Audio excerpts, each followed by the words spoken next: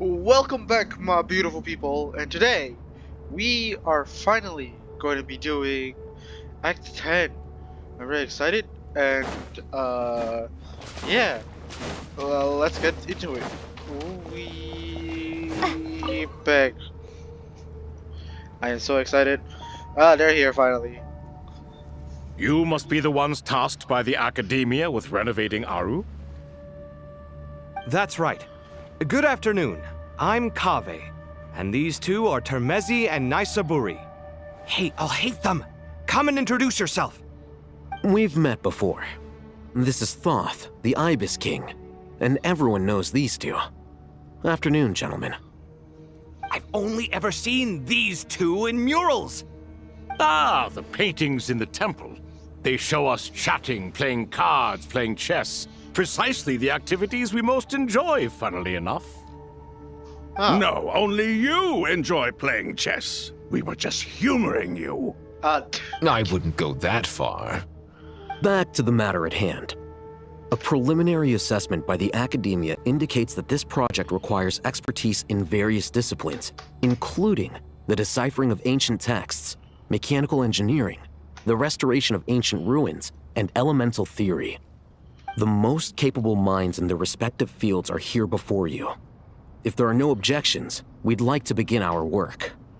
The artisans who built Aru for Al-Ahmar gave their very lives to create this splendid work. Follow their example by giving your utmost devotion to this project. I didn't know that. We'll do our best, of course, but we certainly won't be sacrificing our lives. Such brazen words. Humans these days are a far cry from their ancestors. What little respect you show for King Deshret. No, that's not what he meant. Please, don't mind him. He shares your sentiments, just not your, penchant for hyperbole. Assuming that's what you were going for? I just think it's important to manage expectations. Forgive my lack of courtesy, but we simply can't sacrifice our lives to the gods on completion of the project like people in the legends of old. Here's a first draft of the project proposal for your perusal. Please let us know if you have any requests. Normally, I'd have made it look a lot more visually appealing, but we were really pressed for time on this occasion. I hope you'll forgive me if it's a little rough around the edges. I'm sure it's Naturally. Naturally. If my fellow ministers deem this meager display of respect sufficient, I suppose I can consider agreeing to their proposal. Why are you so preoccupied with the ostentatious displays of respect to Al-Ahmar? We should be trying to make things easy for them. You never know. We might have to rely on these young people to look after us in our old age. Exactly. This is Aru's mainframe. Be reminded to use it with great caution. We certainly will. Thank you for your assistance. You may attempt to lay out punishments should you so desire, though I'm afraid it would be futile. You and I both know that certain components of Aru can only be operated by humans. King Deshret always believed in humanity. Still, the reason that Aru's modules are designed that way is not so much because he trusted them, but more because he was wary of you. Is that true? No wonder human artisans helped to build Aru then. He actually required human assistance to create his greatest work. Naturally. Have you noticed that the Goat King keeps giving superficial responses? It's like he's just going through the motions and leaving the real debate to his colleagues. He understands the art of perfunctory speech. That's what earned him his position as the Minister of Ministers. It seems the rumors about King Deshret being a poor judge of character are baseless after all. Excuse me for being blunt, but it sounds suspiciously like you're putting yourself on a pedestal and mocking me. You're mistaken. And while there's nothing strictly wrong with making every conversation about yourself, it's not exactly a positive tendency either. You? Whatever. I knew it'd be like this working with you. All right, let me past. I need to look at this console. It's your job to activate it after all. Let's begin. Everyone, please proceed with the external checks and preparations as per the procedures outlined in the engineering plan.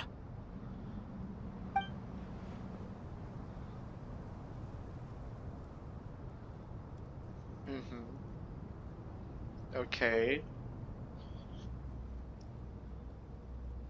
Hello there, youngsters.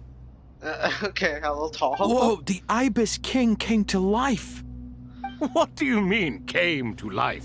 I've been alive the whole time. You did say we could start our research, right? Are you having second thoughts now? I've reviewed the proposal. A lizard. The work you're planning to carry out on this grand device is ambitious in its scope. You have ample confidence in your abilities, I take it? I wouldn't say I'm feeling hugely confident, but given how bad things are, I'd rather at least try something than sit around waiting to die. You are the top scholars of your day. I trust you are aware that there are countless links between Aru and the Akasha? Aru and the Akasha?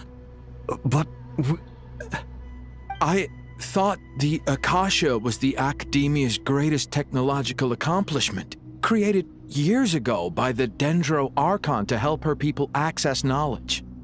And you too? Do you not know either? You've read the instruction manual, right? You tell them. An instruction manual? The Akasha has an instruction manual? The Dendro Archon is a kind and thoughtful god indeed. Oh. It used to sit on a shelf in the corner at the House of Dana. Not the most popular read.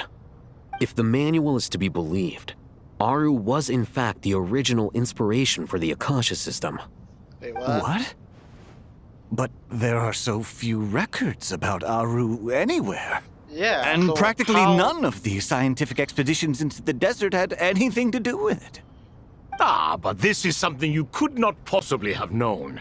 You may have heard many stories about the desert, but what is the most important aspect of history? Consider this a quiz. Anyone from Vahumana present? I'm from Vahumana. It's, well, veracity. Precisely. And a large part of veracity is the chronological order in which events occur. I may as well tell you. In the beginning, Nabu Malikata, the goddess of flowers, descended upon Sumeru. The glory of the heaven was within her. She brought life, oases, and knowledge to this land. Uh-huh. Then she created the Jinn, enlightened them, and ordered them to serve her. Two other gods also walked upon this land where wisdom flowed in abundance, and the three met beneath the great green trees. It was the first and greatest alliance. We should speak with reverence of this covenant between the three, which transcended both time and life. For they promised that in Sumeru, wisdom would be shared with all. Uh-huh. All the great changes in Sumeru's history began with the goddess of flowers. For King Deshret's sake, she pried into the secrets of Celestia, and for this was burned to ashes by the flames of wrath. So grieved was King Deshret by her passing that he lost all interest in state affairs and devoted himself instead to the knowledge that she had brought back. It was after learning of the technology from that floating island in the sky that he first conceived of Aru. And so, the Akasha was inspired by Aru, while the basis for Aru itself came from Celestia's technology. Wow. Well, if the two share a common technological origin, then connecting one system to the other is an entirely feasible idea. Unbelievable. Have you no reverence at all for celestial technology? No, they No, don't. I do, but there's no time for that. The schedule is too tight. Blame it on the deadline. Perhaps you could try coming up with our cutoff dates. You know what it's like having to turn around 5 different drafts in one day? I wouldn't wish it on my worst enemy. Yeah, also, Sir Ibis, King, you don't plan on getting directly involved at all, do you? Yes, well, you strike us more as having come to give a popular science lecture.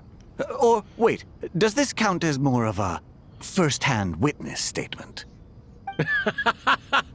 Neither. Anyway, this sounds like far too much work for me.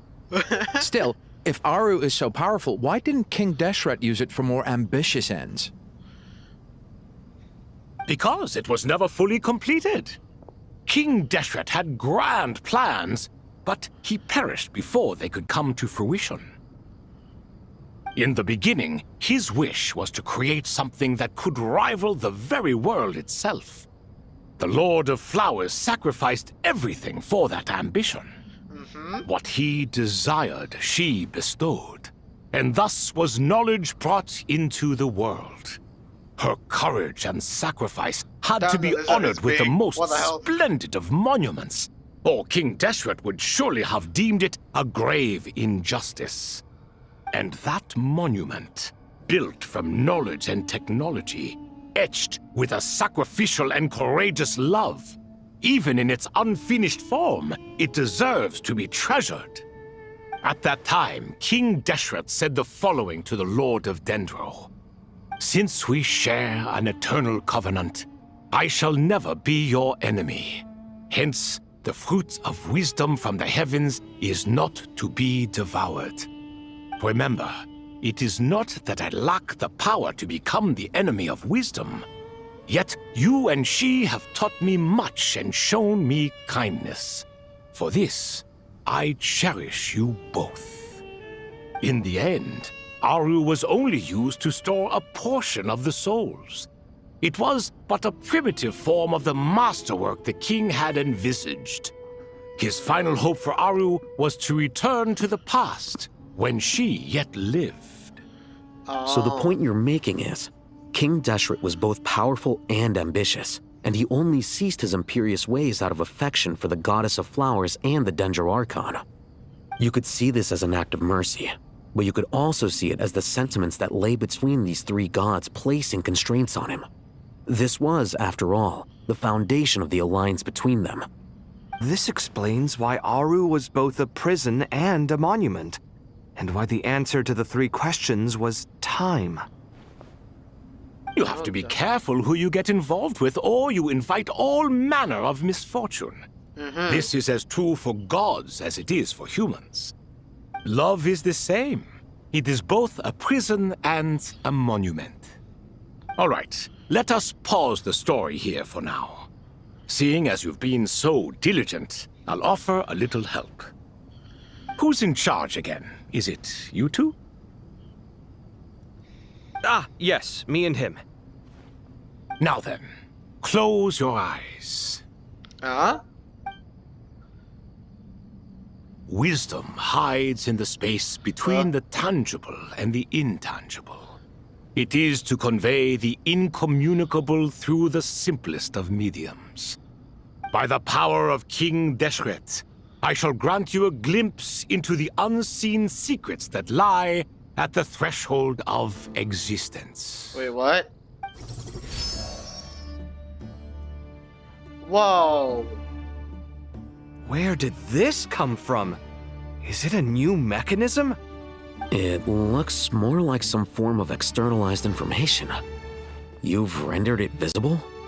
Just as the Akasha allows you to access a greater range of knowledge, the power of our king permits one to perceive ingenuities that do not belong to this world. This is no ordinary mechanism. It reflects the internal structure of Aru. Whether you choose to increase or decrease, keep or discard. Come, use these to achieve the outcome you desire. Oh man, puzzles. Looks mechanical to me. Better let me handle it, just in case. But wait, how do I get up there? Turn around. So that's where the elevator is. Alright. Avert pop flood and distortion. She's back. What's up, Dottore? How you doing? Alright, so we gotta do this thing. Release. unlocking that though. So, what? What am I? Unless I just rotate this. Rotate. Activate that, and then we push.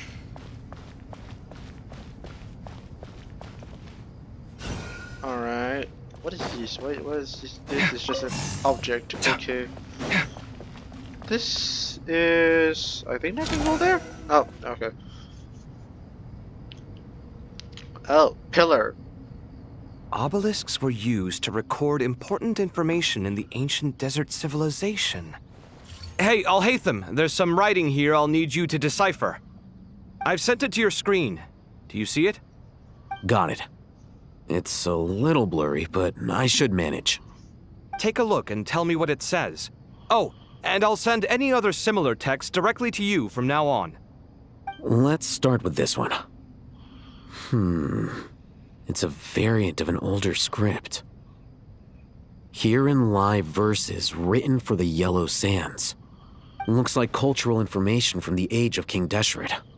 If so, I suggest you delete it. Words thrown together merely for fun. I had no idea Aru kept a record of this. Oh, really? Well, as long as you're certain that this is strictly private information, that's fine. It is unimportant. All right, well, I guess I'll start now. Okay then. Oh, it's weird. Right. Now I need to change this to that one. Push this. And push this. And then I need to turn this one. Nice. Perfect. Another one. Found some more. Sending them over to you now. These are all reports about the Gurubad conflict. Can we delete them? I'd say so. Most of this information has already been archived anyway. What if there are details in there that Vahumana missed? What are we supposed to do if they come after us in the future? They'll just have to live with it. If we don't resolve these issues now, there won't even be an academia in the future, let alone a Vahumana Darshan. Yeah, you're right. Okay, done. There's some other similar monuments nearby. I'll check them out. Oh, these just got added. Damn. Damn, bro. What the hell?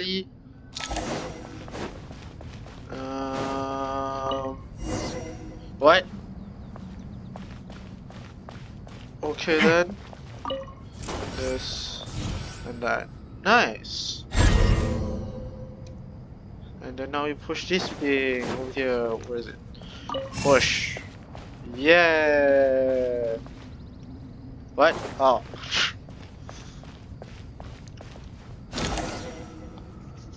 Okay then. Another monument. Hold on.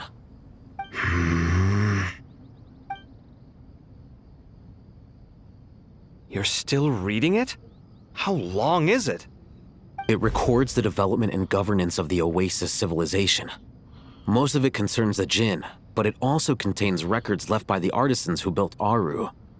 Is it important? Some of it.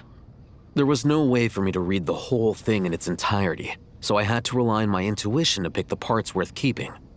What about the artisans' records? What do they mention? They're speculations, mostly. For instance, they were wondering how to protect themselves if King Deshret decided to silence them after the construction of Aru was complete. What? Sounds like pure mythology to me. Surely that kind of thing didn't really happen. The records do emphasize that this was merely their conjecture based on various myths. Still, the artisans did leave details of their plans to survive, including blueprints for their escape route. Even that got recorded? Okay, well, I'll make a copy of this first before I delete it. Is that truly necessary? You won't be needing those. No, the blueprints are important. I want to keep them as a memento. Ah, memento. Okay. All right. Then, I guess we're done here. I think that should just about do it. It meets the requirements of the contingency plans, so we should be good. I gotta say, it's the strangest feeling, this cross between reality and the intangible. It's like drifting between life and death, or in and out of a dream, using my own hands to manipulate illusions that are forever out of reach. Chasing dreams in the most literal sense. Definitely a novel experience. What happens if my spirit just floats away? That won't happen. Anyway, I wouldn't celebrate just yet if I were you. There's likely to be a phase 2 of this project. All right. I'd better keep my wits about me then. Alright. Phase 2, I think, right now. What? Rest for a while. Do you guys have anything new to say? I expected that the outside world no longer respected the ancient gods, but even so, I do find the tone of these youngsters to be dreadfully impolite. It should hardly come as a surprise to you. I remember you saying the same thing last time. I assumed that was just a one-off. I did not realize it was the norm. Don't you think that young lad's matter-of-fact tone sounds familiar? It bears a rather uncanny resemblance to you, Goatee. Surely a sign that he is a man of rare intelligence. The rest of them, though, much better. The blonde-haired one, for instance. So sincere. That's the kind of kid I can respect. Oh, really? Well, what about your disciple, Nefer? She's about the furthest from sincerity that a person can get. And now you hit the crux of the issue. Thoth is spouting lies again. He cares nothing for sincerity. He likes Nefer simply because her personality is just like his. Thus, in giving his approval to Nefer, Thoth is simply validating himself.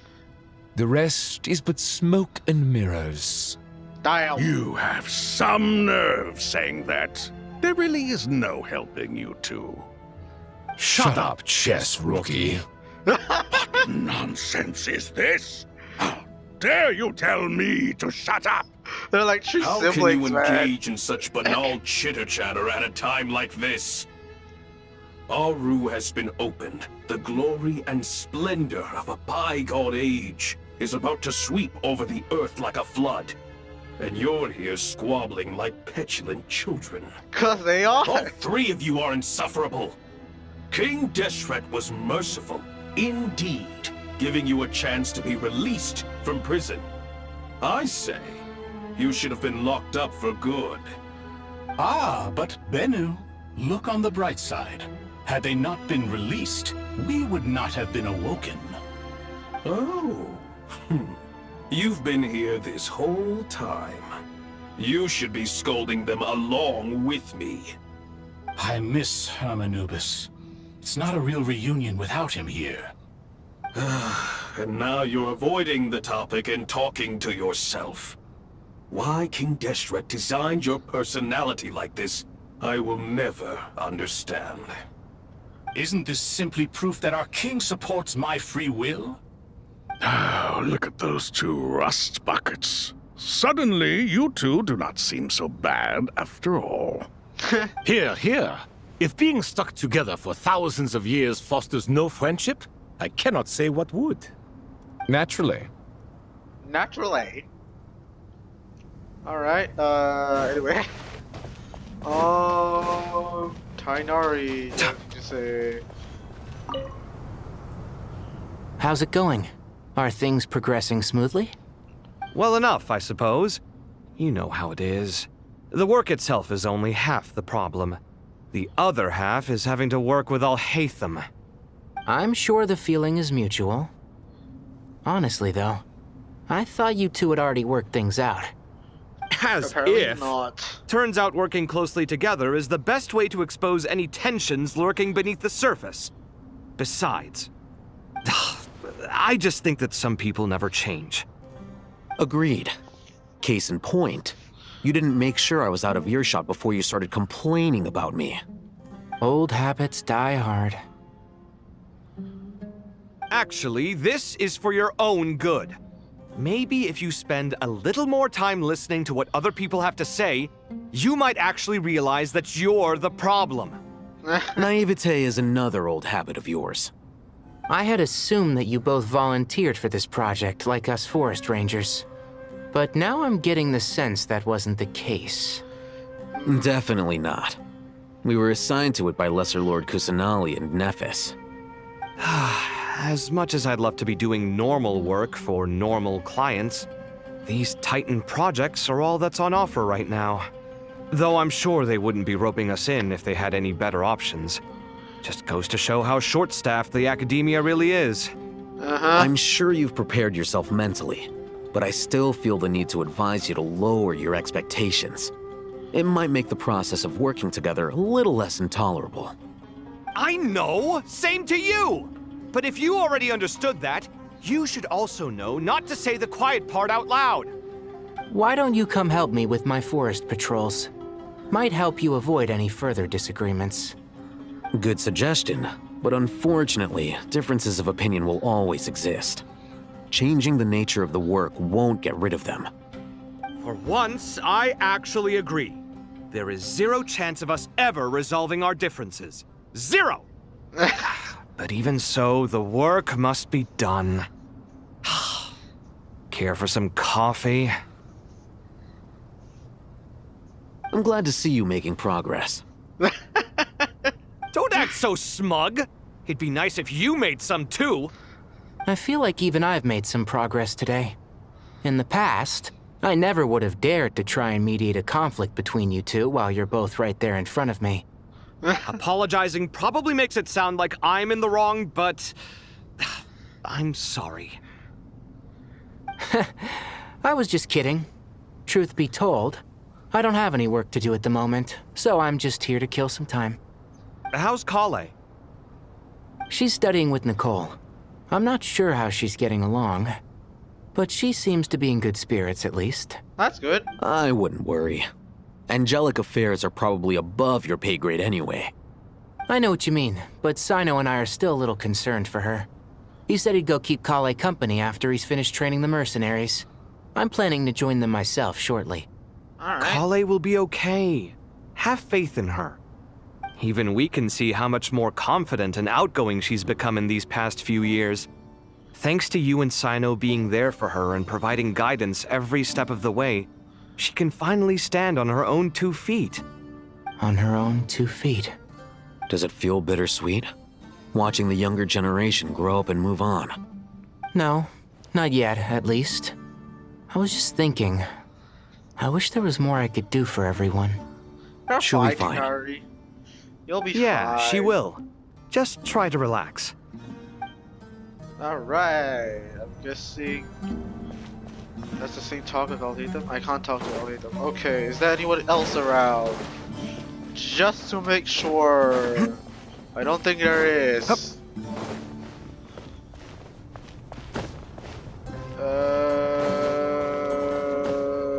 Yep, there's no one here. Okay.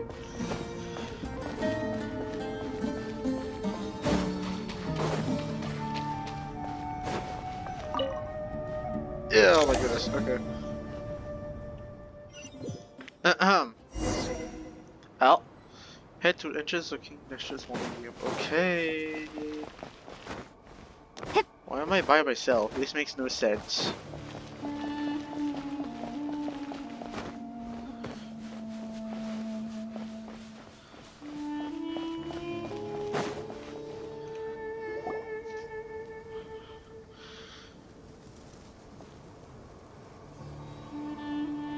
Traveler from afar, Oh. do you worry for the fate of Sumeru as well?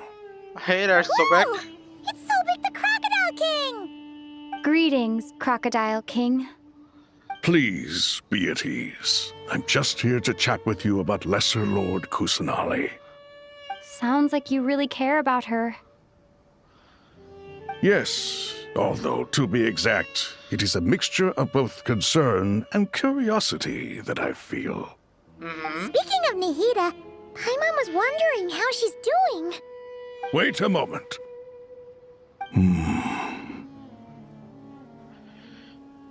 What is it?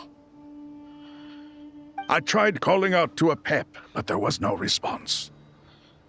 This can only mean that she is focusing all her energy on taking care of Lesser Lord Kusanali. All the gods who served King Deshret seemed super surprised to hear that a pep agreed to help Nahida. Guessing she made a bad impression on you or something. Are you aware of the history between her and our king? I'm not, unless it was being told, but I think it's good to The refresh. story begins a long time ago. Al-Ahmar was always a wishful thinker where the Dendro dragon was concerned. Without consulting her, he decided to list her among the 7 pillars and declared his own power to be far superior to hers. What? That Okay. was when our king was at the height of his power. Ibis Goti and I were no match for him. And so we chose to submit and serve as his ministers. But not a pep. No, she never thought much of him. To a pep, Al-Ahmar's pride and sense of superiority were nothing but ignorance and hubris. In fact, they fought numerous times, but usually the battle ended in a draw. In the end, King Deshret coveted the power of Celestia, only to end up corrupted by knowledge. His final act was to trick the dragon into swallowing him whole, leaving her to bear the torment of his sins. The Dendro dragon stands for the glory of a bygone era. She hated Al-Ahmar and what he represented. All the gods, all the power they wielded. And so, her willingness to help the Dendro Archon through this crisis comes as a great surprise indeed. It makes one wonder whether, perhaps, the Dendro Archon assisted her in the past. Indeed she did. Yep, Nahida did her a huge favor. You tell Sobek about how Nahida helped to free a pep from her suffering. So Lesser Lord Kusanali put an end to the Dendro Dragon's many long years of torment. As much as she loathes the 7, a pep knows kindness when she sees it. No wonder she was willing to make an exception. Yeah, that's the sense we got from dealing with her too. She is not incapable of coexisting with other living things. Rather, she actively chooses to avoid coexistence. And this, yeah. despite the fact that she symbolizes life itself. How ironic. All of this being said, I wouldn't expect too much from her if I were you. Nothing will change her hatred towards humanity and gods. We'll keep that in mind. Anyway, how much longer do you think Nahida needs to stay with the pep? Maybe we should go and pick her up? For all we know, the Fatui might still be in the desert.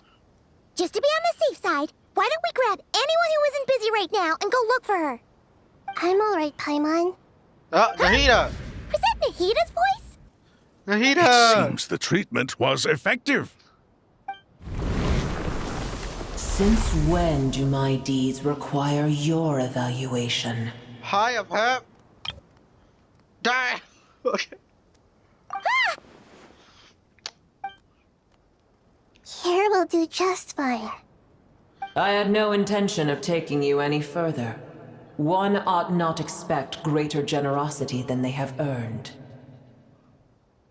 You always hide your kindness away like an oasis within a sandstorm. Only those who make it through the swirling winds can know just how beautiful that oasis is, and how much hope it brings. You dare appraise my being? Come on, pep. No, I'm expressing my gratitude. I want to thank you for sharing your precious life force with me. Oh, hello. Awake already? You are more resilient than I thought. Pep. I feel much better. Thank you. Gods and their gratitude mean little to me. I would rather you give me your assurance that the situation with Irminsul and Sumeru's ley lines will be competently managed. If I suffer any ill effects from the ley lines, you, as the god of this land, will be held responsible. And you would not enjoy being held to account by me. I understand what you require, but I would assume this task even if you did not demand it. Sumeru is my responsibility. I must resume my duties as soon as possible. A farcical notion. God of Sumeru, I hope you realize how unextraordinary your strength is. And yet, maybe it is precisely what defines me. A god of wisdom is not meant to rule by force. Then hold steady. We go forth. Well, I'll be. Is that a pep? Do my eyes deceive me? Of all places, the Dendro Dragon has decided to visit the mausoleum of King Deshret? I see that after all this time, El Ahmar's menagerie of ministers remain as vile as ever. It's a pleasure, Dendro Dragon. Had you arrived but a little sooner, you might have attended a meeting of the Seven Pillars. What a nauseating thought. You are not the first insects I have had the displeasure of dealing with today. A swarm of them tugged on my tail on my way over. Goodness knows what hovels they crawled from. Why do all the creatures of this world remain so lowly after all this time? Fatui. What did you do with them? She ate I them. cast them away. What would you have me do? Keep them as trinkets? Boer, this is where we shall part ways. To be clear, I do not wish to see you or anyone else here ever again, unless absolutely necessary. Still though, she's big. God damn. Then I wish you peace as you return to your dwelling place. Thank you for helping Nahida. It matters not to me. Simply refrain from bothering me again. Alright, go back to your hole, I guess. A force to be reckoned with. At times like this, I feel glad that she has no interest in any of this. Hold on, just hold on, okay? We're almost there. Oh, hello. We made it. Sarush. Huh? Wait, that voice. It's... Sarush? Uh-oh, I'm gonna fall. Uh-oh. Uh-oh. Uh-oh. Oh dear. Oh dear. Oh, I got you. Well, that's a relief. A pair of safe hands indeed. The Dendro Archon's familiars. They are the last thing I expected to see here. Huh? Wait, what are the R&R doing here? Don't you guys hate the desert? Obviously I was worried about the Dendro Archon. I've been supporting them with my Pari powers the whole way here. Oh, you seem pretty nervous. Is it because there are too many people around?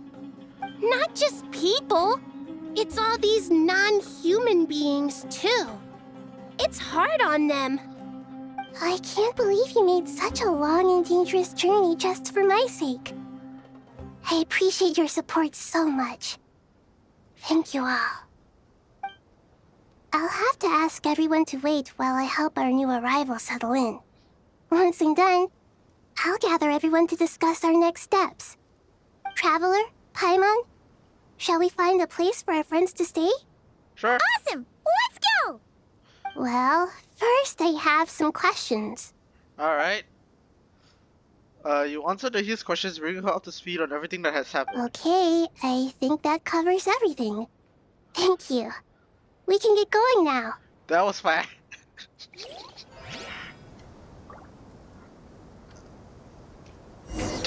Hi, everyone. Oh, I guess they are following us.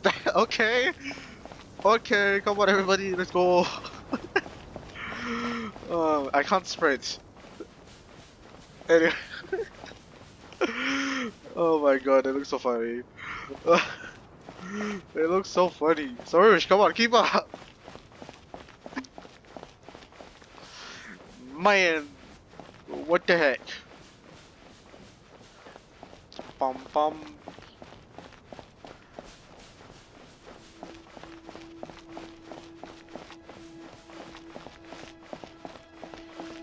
Sarush is kinda slow.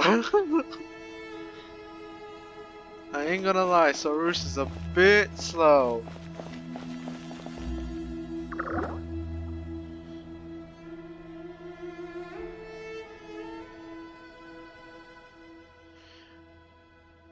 Why big danger dragon threw us across the sky? So scary and so many Nara here. Cheer up! Oh, so they are the ones who got eaten. All looking at us. Wait, they're all looking at us. Surely all those Nara can't see us. Nara are always so busy walking here and there. Hide! Don't let the Nara catch us. They can have the pot. But wait, no, the Nara can't take the pot. My sister and I have to look after it. The Nara are coming. Hello, everyone. It's only us. Oh, Lord of Dendro, Nara Traveler and White Floaty. Lord of Dendro, Nara Traveler Paimon, it's been a long time. It must be very tough for you coming all the way out here, especially since you don't like the Voluka. Is everyone back in Vanarana doing well?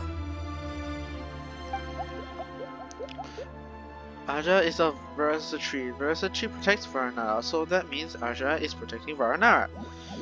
Don't worry, everyone who stayed behind will do their best to protect their home, and we'll do our part too. Ah, everyone's here. Good. Are you okay? You look like you were about to pass out back there. Then you're forgetting who I am. Don't underestimate me. Alright, Sarush. Sarush, the mighty red floaty. Oh, excuse me! Are you comparing me to Paimon? Well, I kind of thinks it suits you. I suppose everyone is gathered here because of me. As we can see, the situation is critical, and everyone is very busy with their various tasks, so... Need help? Us can help. We can all help. Our Rapaz brought a pot to make soup. Very delicious. All of us are here to help. Arakaki, Arakana, Rapaz. Why do they all start with A? Aradashar, Arayuta, Arasata, and Arasaha will all help. I can't thank you enough. Right now, we're focused on restructuring Aru, processing excess information, and helping restore everyone's confidence. I'm sure you'll find it all very straightforward. I can help too! Just let me know where I'm needed. Together! Lord of Denjo, Akibara has something important to tell you. On our way to Van, we saw some Nara talking in secret. Male Nara up to no good. Up to no good? Yes, two Nara sneak around at Caravan Rebot. That definitely sounds suspicious. Traveler, Paimon, I have other work to attend to here that needs to take priority. Could I trouble you to investigate the situation Arabalika spoke of? Sure. No problem. Leave it to us. Thank you. I'm counting on you. Alrighty then. There's one other thing. If you are to work alongside the people of Sumeru, you will need to make yourselves visible to them. Is that acceptable to everyone?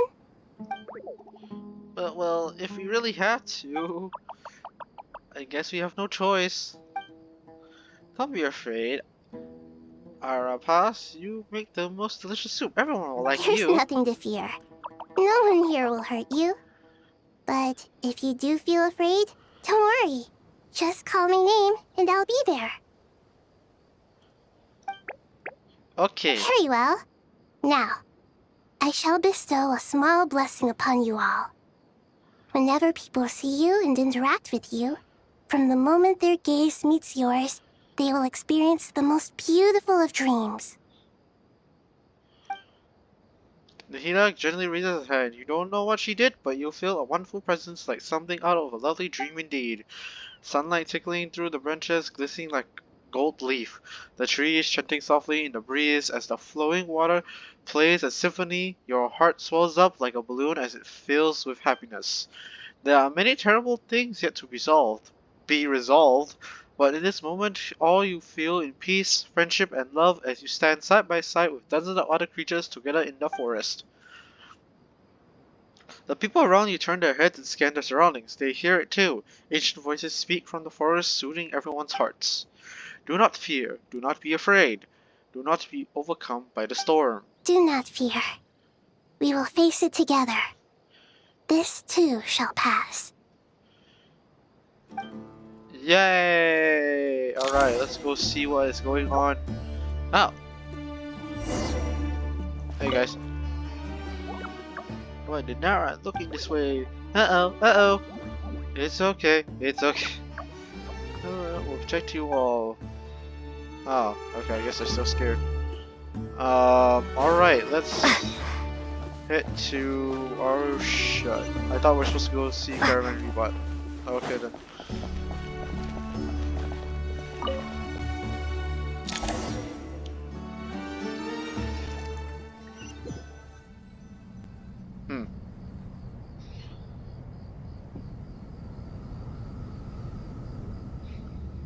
Ah, everyone's here. Wonderful. Hang on. Where is Sarush? Sarush is the bloom girl of the party, an ancient race that lives within the Volcanized races. Yeah, okay. Dendro Archon, you're back. Are you recovering all right? You mustn't push yourself too hard. I'm doing very well. Thank you for your concern.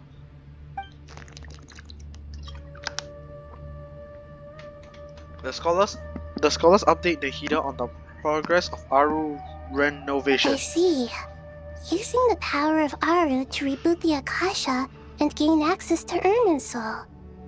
It's a sound plan, although...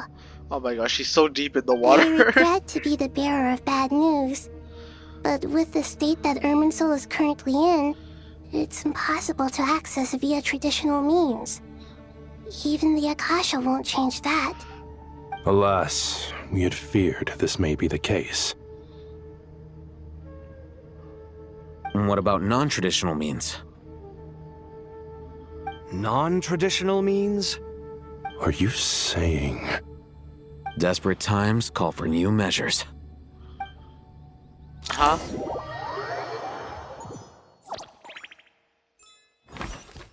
Caravan Rebot. Alright, suspicious people.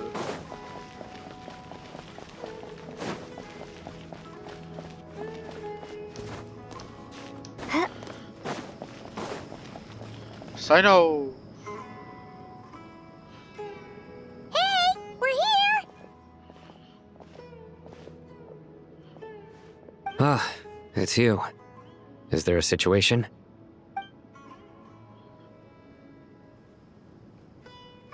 The Aranara have good intuition when it comes to people. In other words, there may well be a traitor among us. Given everything that's going on, I'd be more surprised if there wasn't. Miss Nefer, as a professional intelligence broker, I trust you have a solution? Not one that I'm willing to volunteer. What's in it for me? Let's say I'll treat this as a pilot project aimed at expanding your intelligence operations. Whatever business you're in, an avenue to demonstrate your abilities could never hurt. I like the sound of that. Glad we're on the same page. Given that you rarely set foot in Sumeru, practically no one at Caravan Rebot knows who you are. I take it you've read the files on everyone in the area? Of course he has. Yes. He's the General Mahabasha. I also skimmed the list of evacuees, and am more or less up to date on where everyone stands. Any initial suspects? Limiting the scopes to males whose recent activity could be viewed as suspicious I've identified 3 names. The Aranara saw 2 people talking, but currently we only have 1 suspect. The other person was probably just a messenger, and in all likelihood has already left Caravan Rebat. Everyone is heading for the desert per the evacuation order. Anyone willing to turn back at this stage is almost certainly with the Fatui. Yep. There's no way it was a spur-of-the-moment decision to act at a time like this. This spy must have been planted long ago. We need to smoke him out from wherever he's hiding. Sounds like you have the beginnings of a plan. Sino never quickly exchanged intel and narrowed down the relevant information. I see. Your suspicions are well-founded. I'd be watching him too if I were you. So far, we still lack solid evidence that he's been bribed. He hasn't made any recent purchases that would indicate he came into some cash. Then let's get closer to him to confirm before we make our move. I can handle it. I'm not based in Sumeru, so barely anyone at Caravan Rebat knows who I am. And you're certain you've never encountered this person in Nodcry? I'm certain. Besides, it's extremely rare for me to have had any direct contact with Sumeru mercenaries besides Jet. There's no way he could have seen my face before. Sino, stay out of sight and wait for my signal. If he raises any red flags, I'll bring him toward the main road. Understood. I'll take it from there. Excellent. Well, it's a pleasure working with you. What about Wanderer? Okay then. Never. Investigate the suspicious person. This guy, really? He was standing right there though. Darker skin, scars, frequents the desert and has ample combat experience. Nothing unusual about how he dresses or acts. What's that he's looking at? A coin. Interesting. Could that be how his contact paid him? Conveniently discreet for someone trying to hide any unexplained income. And yet it could be highly valuable. How could you see that? Never. Huh? Sorry to bother you. Has everyone here already left? I don't suppose you happen to see a lady wearing a hat? Ma'am? What are you doing in Caravan Rebat all by yourself? The main group evacuated some time ago. Didn't you pass them on the road? My friend and I lost some of our cargo along the way. I didn't want to miss out on potential business, so I told her to go on ahead and meet the client while I retraced our steps. I didn't think it would be so late by the time I found it. And then there was a terrible sandstorm. I guess I must have taken a wrong turn, because I didn't see any large groups on my way here. Forgive me for asking, but just to be on the safe side, could you describe this friend of yours? Sure. She has blonde hair, and she was wearing a hat and a white dress. You'd definitely know if you'd seen her. Yes, I think that does ring a bell. Ah, my apologies. During this exceptional time, the Corps of 30 are under orders to be extra cautious when dealing with unknown people, whoever they might be. I understand. Well, sir, is there anything else you need to know? If not, I'd better try and catch up with them. Hey, wait! They left a good while ago now. You'll never catch up with them on your own. Why don't I give you a ride? I'm here to collect the last few people anyway. We have plenty of carts, so one more won't be a problem. That would be amazing. Traveling with a group will be much safer. I'll have to pay you for your trouble. Hey, let's not worry about the money for now. Wait here a moment. Once I'm done packing up, I'll take you to join the rest of the group. All right, thanks. Let me know if you need a hand carrying anything. No need for that. I'm strong enough for both of us. Okay. Well, I wish there was some way I could repay you. Guess it's my lucky day, running into someone who knows what they're doing here. You might have just saved my life, you know? You're not wrong there. I mean, what kind of cargo is so important that it's worth risking your life to get back? I hope for your sake that it's priceless. Actually, I suppose I can tell you, since you've been such a big help. But be sure to keep it to yourself, or we could both be in big trouble. Oh, really? Sounds mysterious. We're in the antiques business. You understand? Some of our goods aren't acquired through the most legitimate means. We have to be very discreet when we're selling them. That's why I had to go looking for the missing cargo alone. Ah, no wonder. Well, ma'am, in that case, it turns out that maybe there is something you could do for me. I'm all ears. But to be clear, our commission isn't cheap. Think carefully before you ask. We don't want to ruin our relationship before we even hit the road. I'm sure that won't be a problem. My issue is, I have something that's a little difficult to sell on as well. Take a look at this. The mercenary reveals the old coin in his hand. Thanks to her details in Not Cry, Nefer has seen plenty of antiques in her time and recognizes it as a very rare, high-value item. The ancient coin used to pay off the mercenary is made of pure gold. At first glance, it's hard to discern its country of origin. If sold to a astute collector, it would fetch a very high price. Pure gold? That's quite something. How'd you come across it? Dig it out of some ancient tomb? If you look hard enough, there are many treasures to be found in the mausoleum of King Deshret. It has no distinct Snezhnayan markings. That'll be why he's going with that story. And he clearly doesn't want to arouse suspicion, so he's on the lookout for an opportunity to make a quiet trade. Surely you have an existing business partner. Won't they take it off your hands?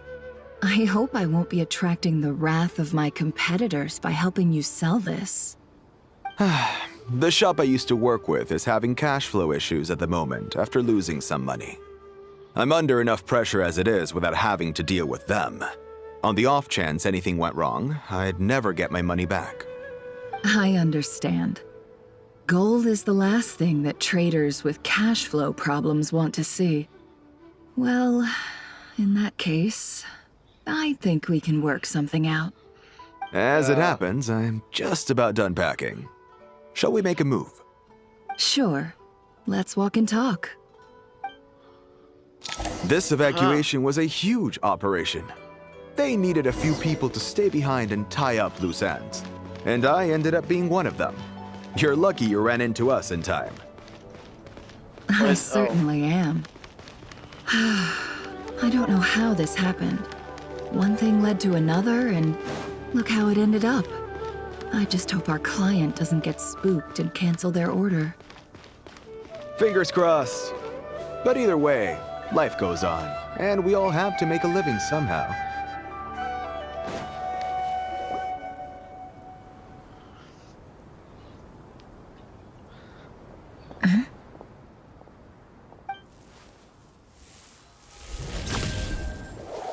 Hands where I can see them. General Mahamatra! No, wait! What are you doing?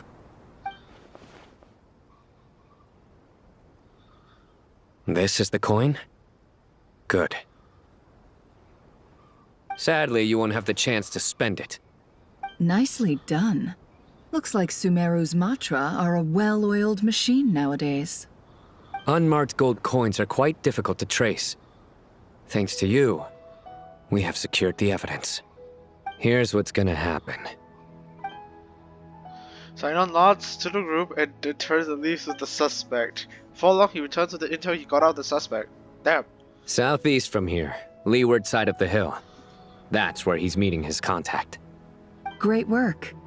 Candace tells me your interrogation skills are highly effective. Hers are quickly catching up. She's improved a lot in recent years. Looks like it's over to you for the next step. Because I'm quickest on my feet? Because you know how to trail a target. Plus, it'll be easier to monitor their activity from the air.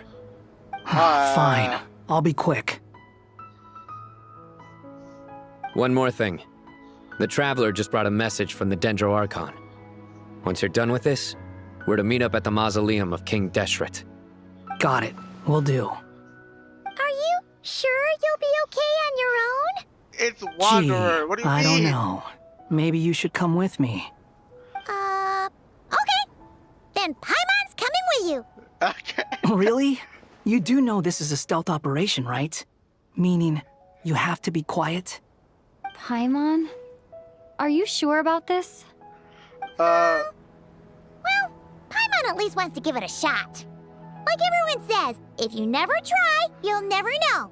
Besides, being the best guide in Teyvat has to count for something. This should be a piece of cake. Fine. Join me if you want. But be warned. If anything goes wrong, I'll have to gag you and shove you into a bush. No need! Paimon will be super careful. Promise! Oh, God. Good. Then what are we waiting for? Let's go.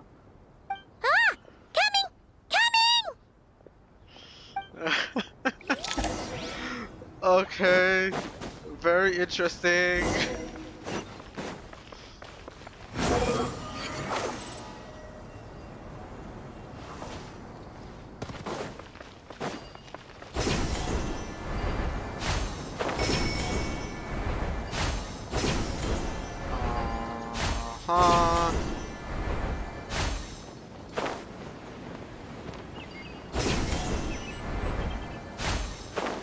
Alrighty. And now we're here. Hey, guy! Wait up! Hey, slow down, will ya? We're here. Now we wait.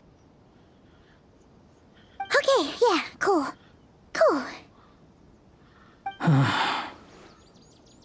What's on your mind, Paimon? Huh? Nothing? Are you I sure? thought all you cared about besides being a guide was food and sleep. Why the sudden urge to go on a dangerous mission? What's that supposed to mean? Paimon's been on plenty of dangerous missions before. But never on your own. You hardly ever leave the Traveler's side. Just saying. I'm kind of at loose ends right now. So if you did want to share, I suppose I'd have to listen. If not, suit yourself. Makes no difference to me. Hat guy? Do you think Paimon is useless? Oh, Paimon! What? Where's that coming from? When we were in Notcry, Paimon suddenly realized something. Even though Paimon's with the Traveler every single day, whenever we face real danger, she can't do anything to help.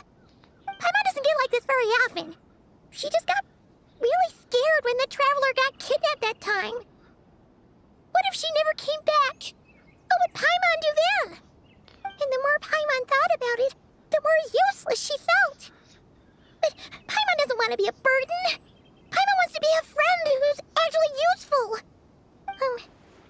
Does that make any sense? You know, that feeling of just being completely useless and... Paimon probably sounds so ridiculous right now. Oh.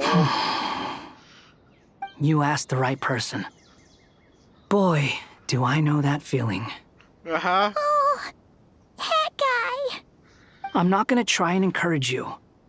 What I will say is this. When you start doubting yourself, you have two choices. Give up or change. You have to make the decision to move forward. Otherwise, no amount of consultation from other people is gonna help you. So ask yourself, what do you want? To get stronger? To learn more? Whatever it is, go do it. You won't have any regrets if you can at least say that you tried. All right. Something's not right. Shouldn't they be here by now? Huh. Paimon, is it just me? Or is it a little too quiet around here? Should Paimon take a look? We'll give it another hour. If nothing happens, we head back. Okay. Time ticks by, but still nothing happens. How strange. We've been here for ages. Where the heck are they? Have we been stood up? What is it? Did you think of something? Something feels off about this whole situation, but I can't quite explain why. We know for sure that the guy Sino caught had something set up, yet somehow his contact is a no-show. So, either the handler got caught, or, more likely, they decided to cut our guy loose. But how would they know to do that? Wouldn't they at least send someone here to check things out? That's the problem. They couldn't possibly know what's happening here. Unless... This feels all too familiar. Come on, let's head back.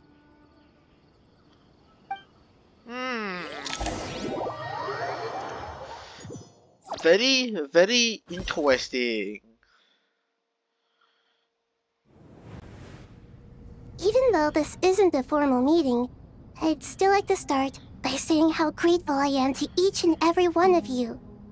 Thank you all for coming here and standing by our side. Shesipank and Bennu are currently assisting the scholars with the maintenance of Aru. Please forgive their absence. As for Hermanubis, may he rest in peace. We remember him with great fondness. There have been times when I imagined what it might be like to meet you all. Now that it's really happening, I feel quite emotional. Time has taken many things away, but that which remains is all the more resilient. I must say, there is one thing that rather surprises me. You appear to be in good spirits, Lesser Lord Kusanali. But even so, I can sense that the life force given to you by the Dendral Dragon has far from fully resolved the problem of your vitality. Yeah. Oh no! So even a Pep's power didn't work? Don't worry, Paimon. It worked very well indeed. The issue is how closely I'm tied to Irminsul.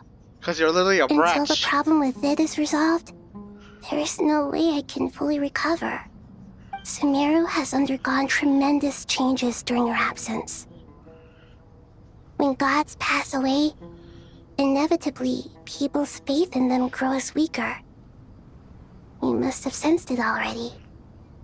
Your power is not what it once was. Regrettably, this is true. I too have grown weaker due to the effects of Irminsul. Right now, we're all in quite a sorry state. Then what do you suggest? We take all the help we can get.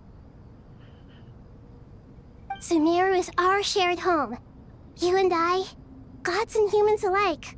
We must unite all our strength in this moment. Though Al-Ahmar is no longer with us, the alliance between the three gods remains in force. Regardless, as subjects of our king, we have a responsibility to support Sumeru through this catastrophe. Not to mention that it was the people of Sumeru who released us from this prison of Aru. Times have changed, and the people of today possess greater wisdom than those of the past. You really know how to give a rousing speech, Koti. Now then, let us learn more about your plan. The brightest minds of the Sumeru Academia are busy opening and renovating Aru. They claim it has something to do with Irminsul? Correct. Irminsul has existed in Teyvat since the very beginning. But during the Age of the Dragons, it did not possess the significance it holds today.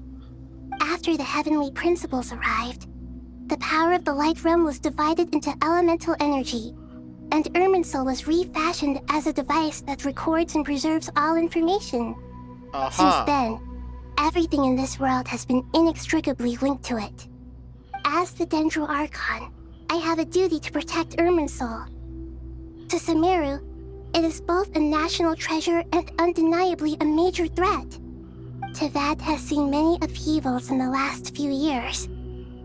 The most recent of these was a major crisis in Notcry, which forced Sumeru to be even more vigilant than usual.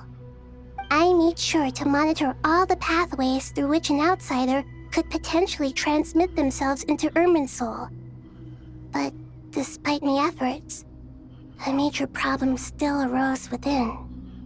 I still believe that someone has actively invaded Irminsul.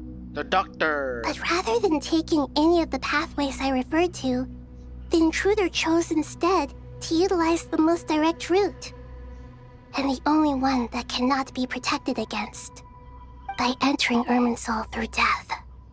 I see what you mean. You cannot simply stop all deceased souls from returning to the ley lines because of a potential invasion that could occur at any time. That's right.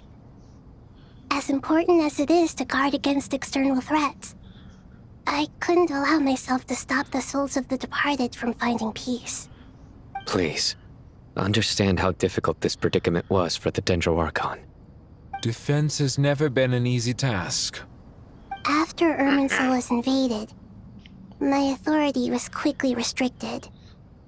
Soon after that, the tree began denying access to any connections. I'm sure you feel responsible, but you are not to blame. No one can predict every possible disaster. There will always be trials and tribulations for the world to endure. But the people of Sumeru should not have to endure this. We must find a way to break through the lockdown and connect to Irminsul. And this is why you need Aru. Yes. The only thing in Sumeru capable of rivaling Irminsul in terms of overall function and performance is Al-Akhmar's legacy, Aru. All I managed to do before falling into a coma was make some minor adjustments to Irminsul. Using Aru is a last resort, and a move that comes with enormous risks. The scholar's initial plan was to borrow Aru's power to reboot the Akasha, then use the Akasha to connect to Irminsul and investigate. Unfortunately, Irminsul has suffered far greater damage than they first thought, rendering that plan futile. To rise to the challenge, we had to resort to a more extreme and far costlier means. This has led to a number of new contingency plans. To reclaim Irminsul, our brightest scholars have made further modifications to Aru with multiple goals in mind. I thank you all for giving them your blessing in this endeavor. Human wisdom has clearly improved over the millennia. You have not only our support, but that of the Jinn, the Aranara, and the Pari. Together, we will do everything in our power to save Irminsul. By the way, when you spoke earlier of an intruder, it almost sounded as if you knew who you were dealing with and what they were capable of. Yeah. Well, since you ask. Huh?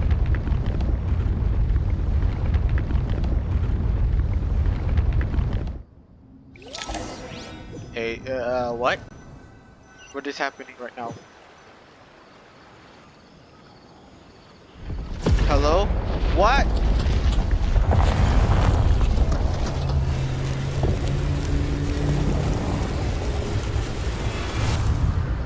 Huh? Oh shit! Oh, truth among the pages of Piranha! Oh shit!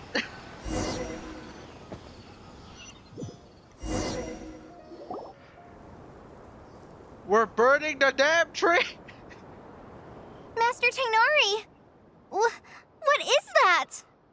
Is this Irminsul? How did this happen? What's going on inside? Luckily, we managed to evacuate everyone. What in the world was that? That was terrifying!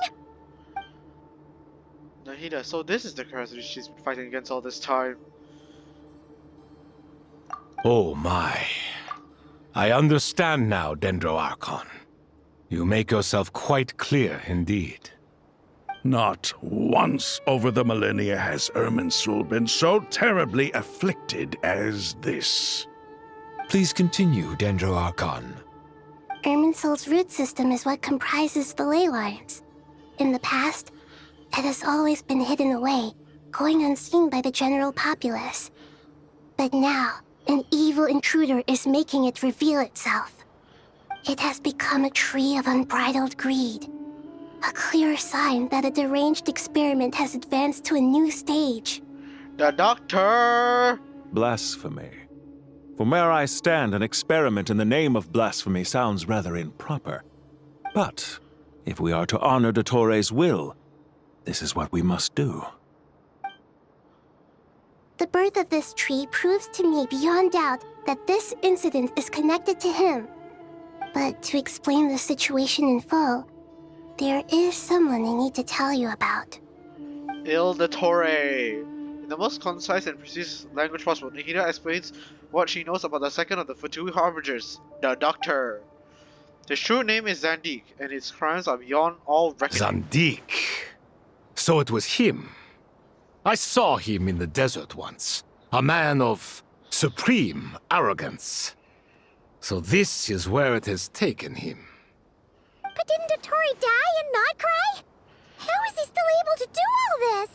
By going He through must death still and have loyal followers amongst the Fatui. Yeah. Even so, I'm still unclear as to how he has been able to wield such a profound influence over Irminsul.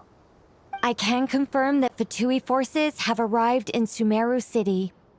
Furthermore, Irminsul seems to be undergoing some kind of mutation. Evil branches are beginning to grow. Things that do not belong to this world are slowly but surely materializing. Oh dear. Sorry, I couldn't think of any other word to describe it. They don't seem to be fully formed physical entities yet, after all. But they are gradually becoming real. A baleful tree climbing up into the heavens. Speaking of Dottore, I have some information on that front as well. Wanderer recounts how he and Paimon went to the meeting spot, only to find no one was waiting for them. I didn't think it was wise to state this out in the open. But my theory is, the mole wasn't cut off after he was caught. They wrote him off from the beginning. You mean the Fatui never intended to follow through with him? Then why plant a mole at all? A distraction. It's hardly a conventional strategy, and the rationale behind it is pretty twisted.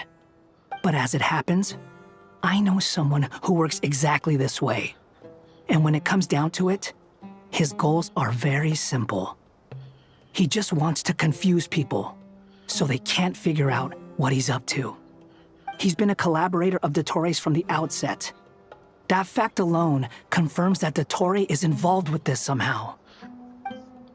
Pantalone! Some people gasp upon hearing this name, while others fall silent. Clearly, there is more going on here than anyone realized. Nahida proceeds to summon all relevant parties for a lengthy and in-depth meeting. Nahida gives a detailed explanation of the enemy and the potential scale of the crisis. After further intel provided by Nicole and Nefer, a plan is formulated and everyone prepares to get to work.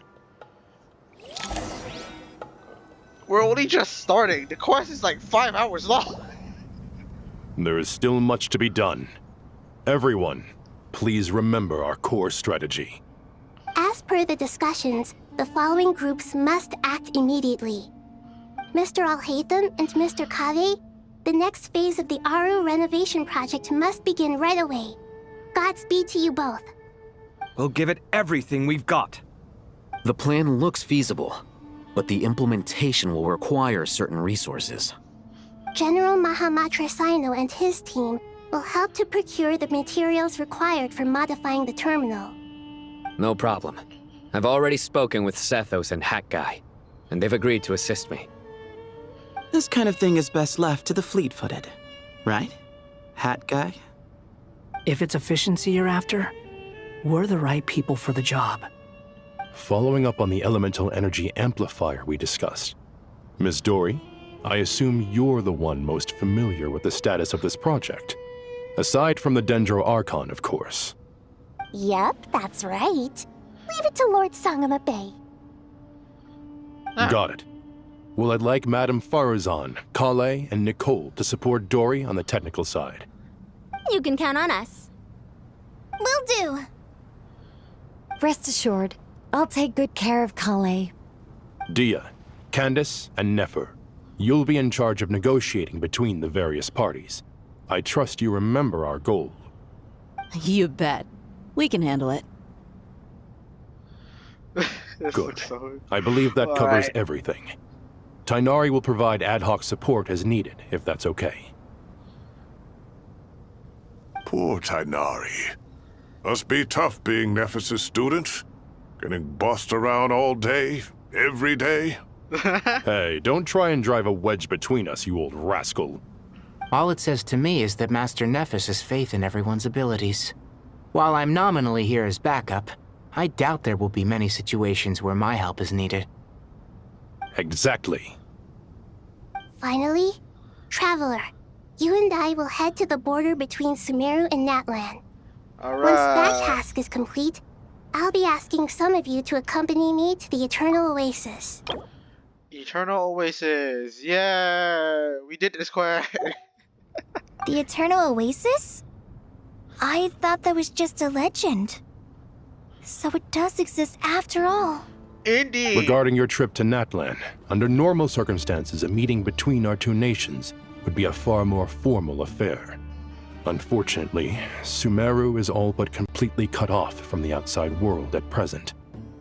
So regretfully, we won't be able to give the Pyro Archon Mawika the grand reception that she deserves. My apologies for the inconvenience.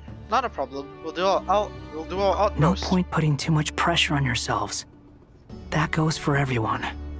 Right. Especially you, Dendro Archon. I'm sure you're still feeling quite weak. Don't worry about me. The Dendro Dragon's life force will sustain me.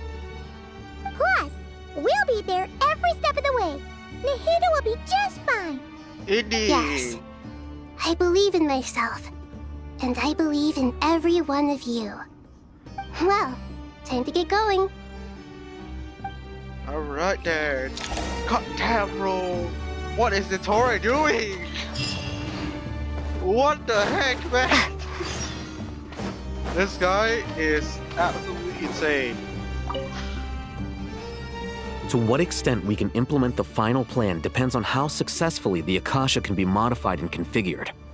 And to make sure the configuration works, Aru will also need some further optimization. Yeah, no surprises there. Once we roll this out, any Sumeru citizens who already have Akasha terminals can simply continue to use their existing devices. This still leaves us with a significant equipment shortage, though. Many groups of people were never issued Akasha terminals, including mercenaries, the desert folk, and many others. We'll need a supply of rare materials for the renovation of Aru and the production of new terminals. Right now, the best place to source these locally is from the primal constructs within King Deshret's mausoleum. Time is not on our side here. It's gonna be a race against the clock. The Aru merge and renovation project will have to be carried out by you two. Everything's riding on this, so failure is not an option. Best of luck to you both. As discussed, General Mahamatra Sino and Mr. Hat Guy will source the required materials. Mr. Sethos is quite familiar with the layout of King Deshret's mausoleum. With him accompanying them, things should go quite smoothly. I have every confidence. In the meantime, we may as well take a breather. Makes sense. There's not much we can do until the materials arrive. Get in formation and stay close. What is this, boot camp? Knock it off. It's just Sino being Sino. You know what he's like. Everyone clear on our mission objective. Look at the excess primal constructs, dismantle them, and extract the required materials. And King Deshret's 7 pillars agreed to this? If they're just sitting there doing nothing, we might as well put them to use. Thoth's words, not mine. Damn, okay. Alright. Okay then. Guess we're doing this. Where even is up there? Alrighty then. Give me that longer one. Can I reach that one? Looks like I can't. Damn.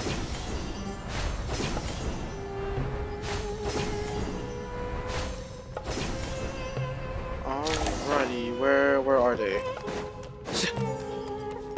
Alright, what's up? Nowhere to run! Give me some space! Behold!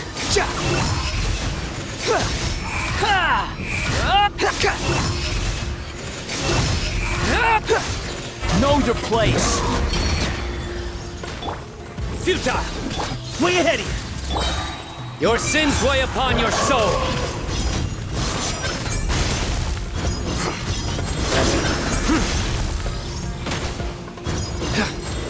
Guilty! Alright. This and keep going. Hey, was there something here? Yes, he did drop one. Alright!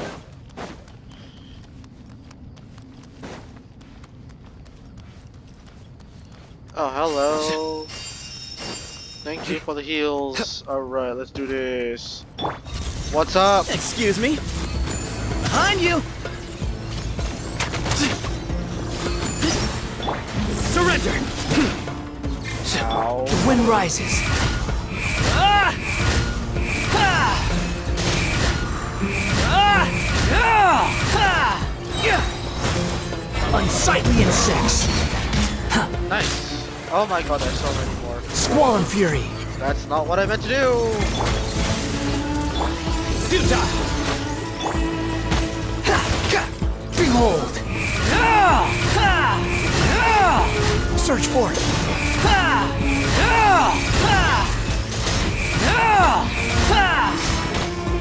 Ouch. Surrender!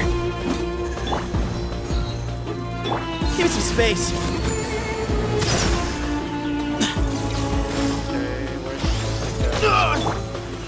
Nowhere to run! Stop Through that. me, justice is served!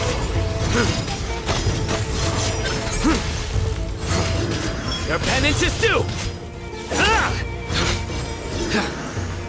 Guilty! These devices should still be usable even though they're broken down. Let's take them back for the others to review. Alright. Cool, okay. Let's I can't use the teleports, are you kidding me? Squall and fury!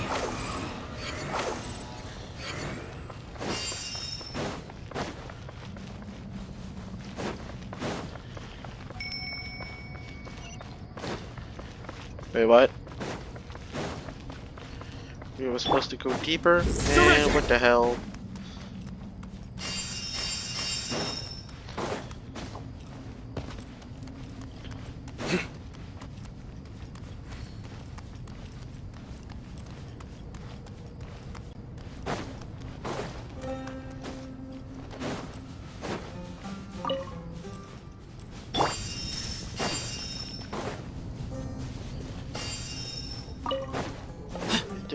There's a lot here.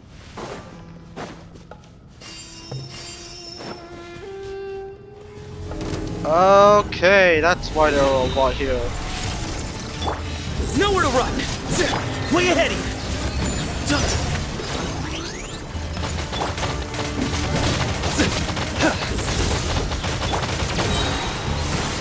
Glory to Al-Akmar!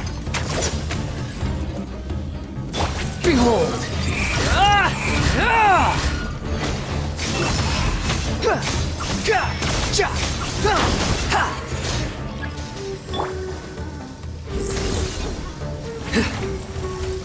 Judgment is upon you!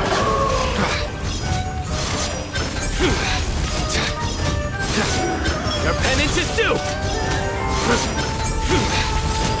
You stay condemned! Nice. How many do we need again?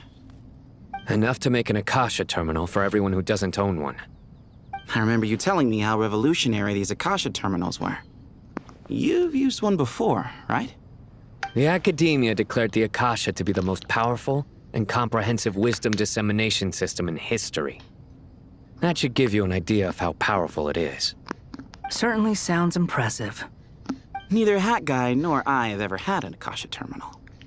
Well, if it all goes to plan, that's about to change.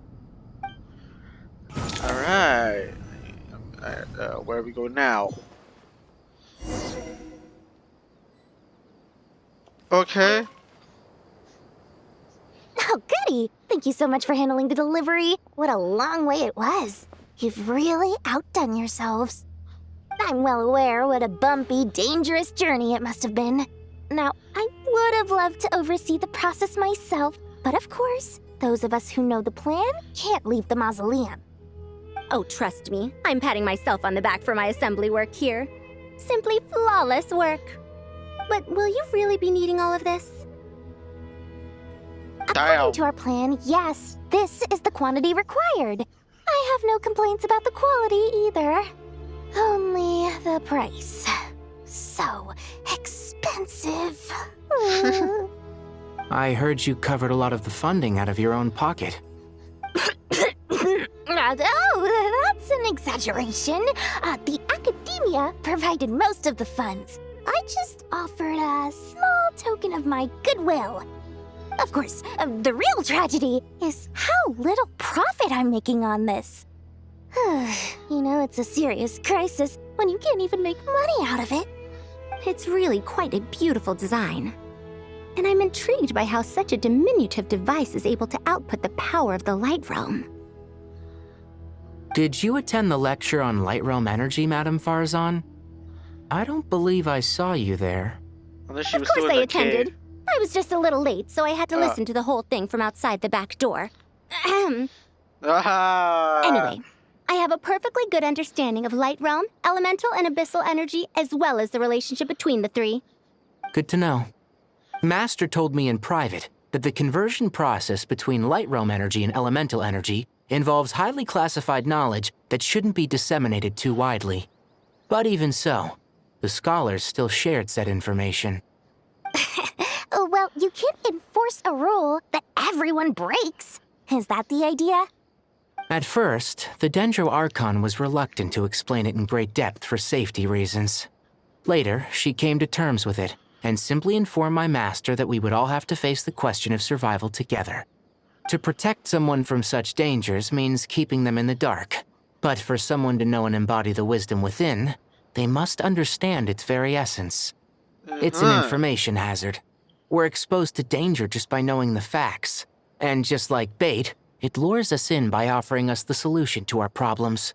But if you're not careful, you'll end up pursuing it down a dark path. A tricky problem. But today, this big problem has been broken down into many smaller, more trivial ones. What do you mean?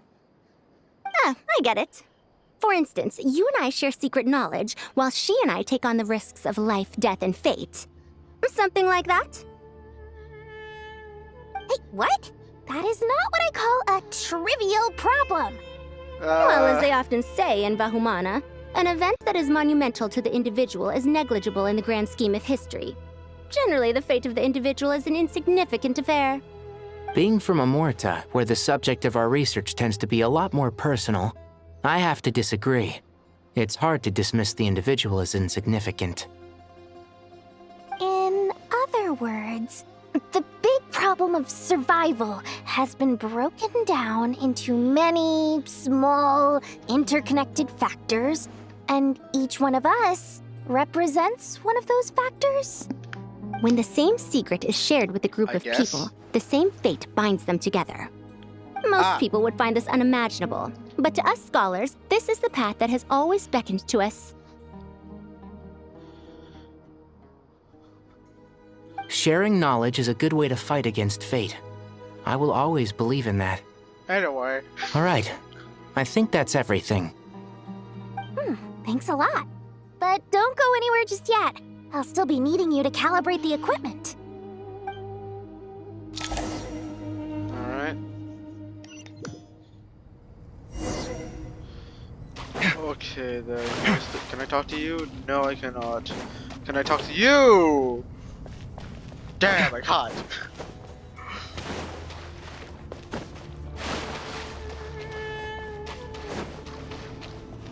Alrighty, we got these things.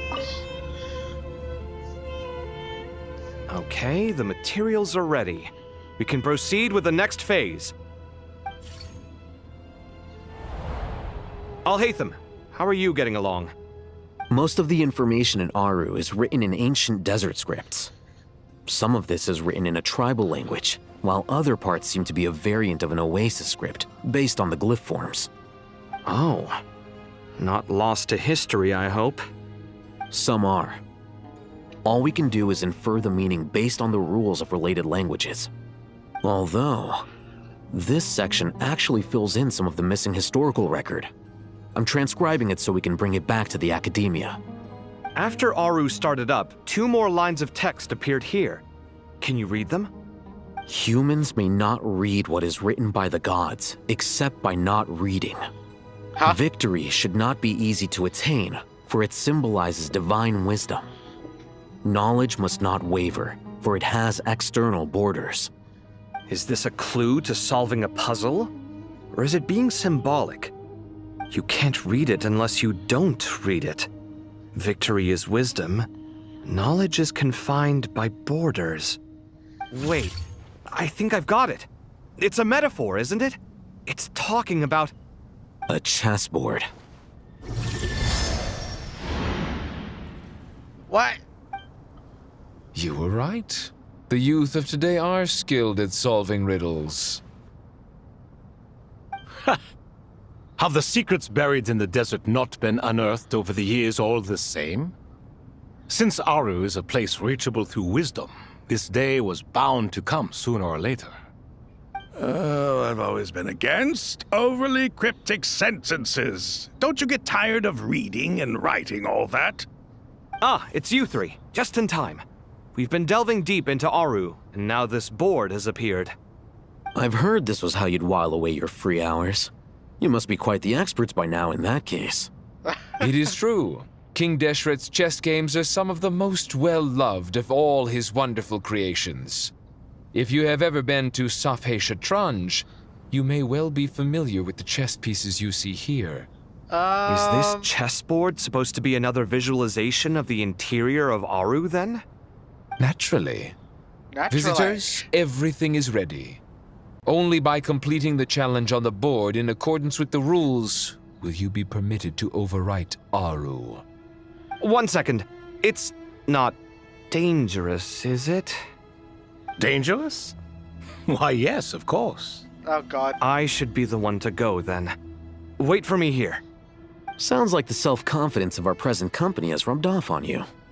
Don't be ridiculous. I'm your upperclassman, and that means I have to look out for you. I appreciate the sentiment, but a game of chess typically requires 2 players.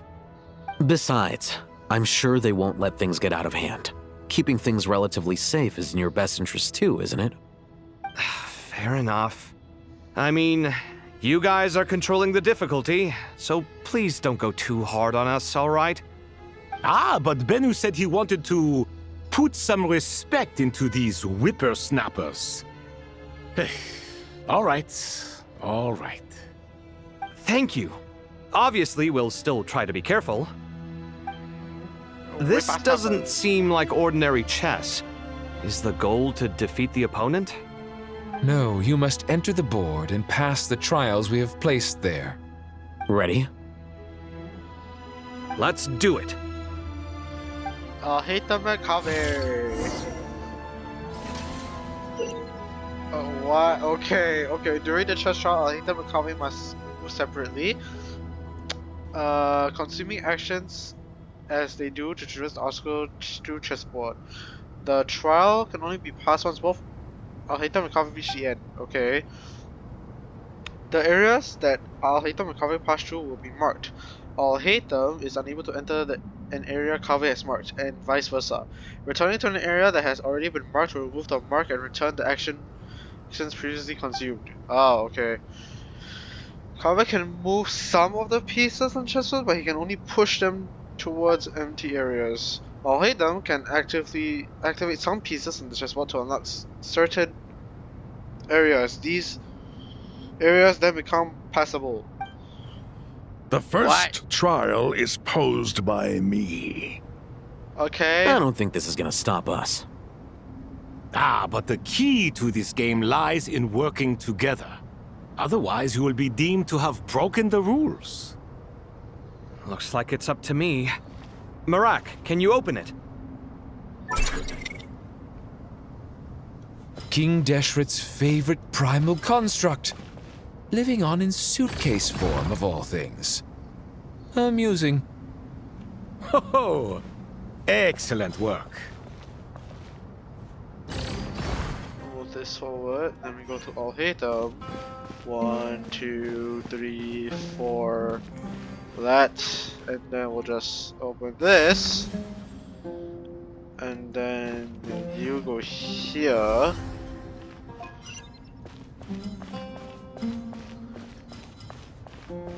Nice. Okay, that was pretty easy. Oh god. Now is the time for my trial.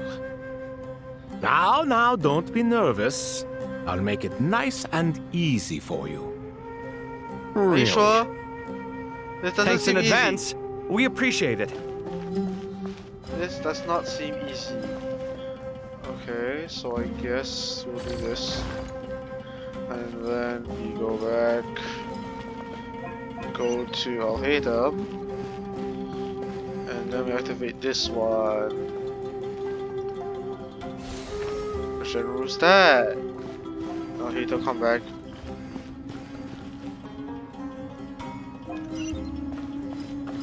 Let's push that.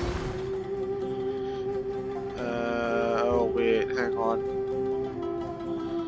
Seems... If I push this again, it's gonna get stuck. So I think... I need to go ahead, we go here, activate this. Cool, okay. Then we go to Cave, remove this. And then we switch to Alhaitham.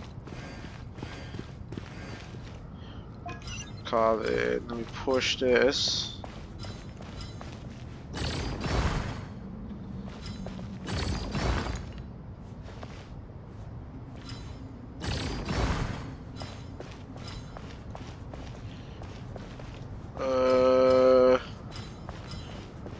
Right, okay. Perfect. And then Alhaitham just... Damn! Dang it, okay, that...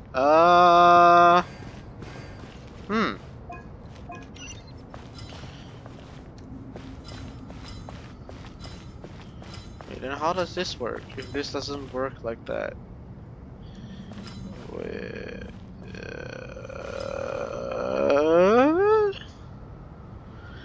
Huh? Okay.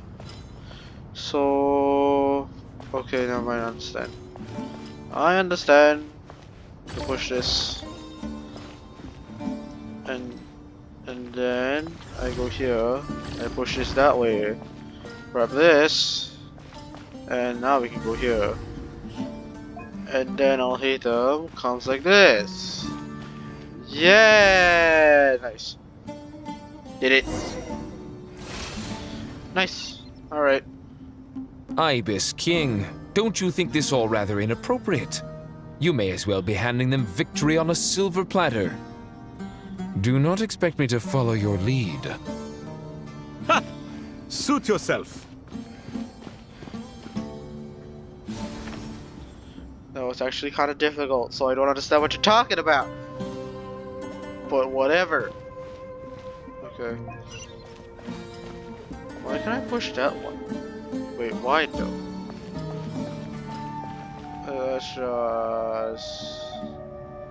Which one do I need to activate for Alhaitham? One of those. Okay, now I understand why I need to push that. Okay, let's go push this first. We go push this.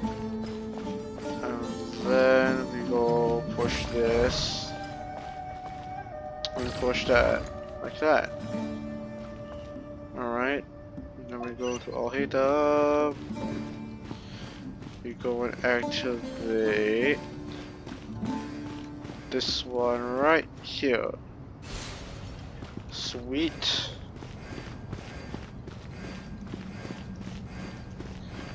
No, can we go all the way there?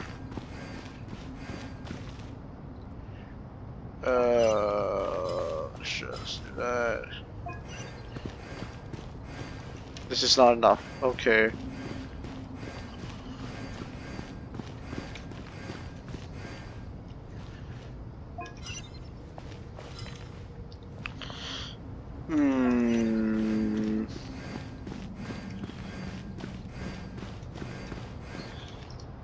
Alright. That works. Remove Kale. This one we just push and push. Wait a minute. Wait a minute. Yeah, I can't do that. Wait, that one was the... Did I just soft lock myself? Wait a minute. Push this.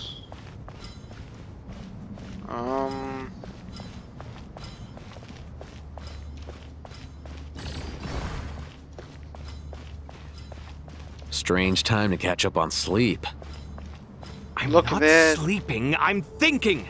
It's not that simple, you know. Relax, man. Okay, I think I understand now. I was supposed to push that in there. Well.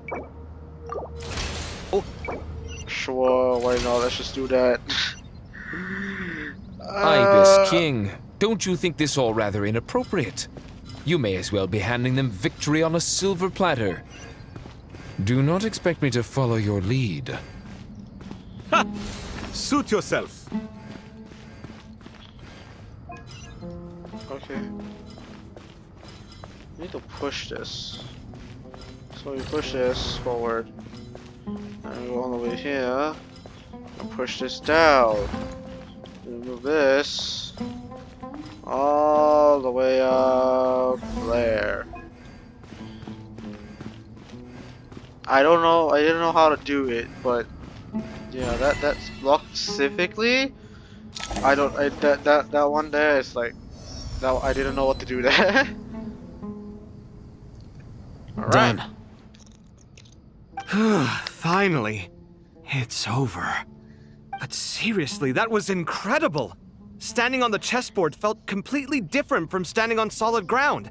And also... Oh, sorry. I'll save my thoughts for later. Thanks to the three of you for helping us out with this. Is it just me, or were you giving us quite a lot of guidance along the way? We made but a humble contribution. You lived up to our expectations. Bravo! Our aid was not given for naught. In addition to the existing functions, I'd like to ask you for another favor.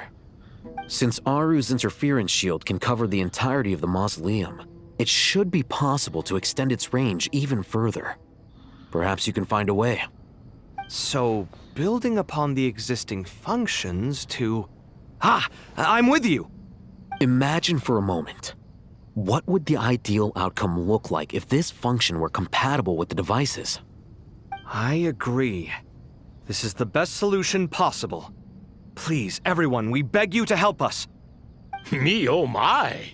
Well, since you ask so very nicely, I suppose... Goti? Croco? What do you say? Naturally. Naturally. Croco didn't even say anything. Crocodile King. Time to go! Let's go find Ahita!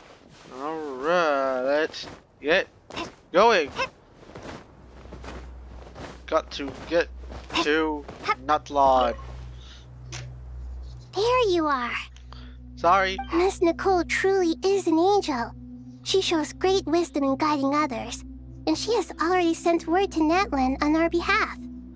She said that while the other members of the Hexen Circle are busy with important work, she is quite free, and she's more than willing to accompany the people of Sumeru for the entire journey.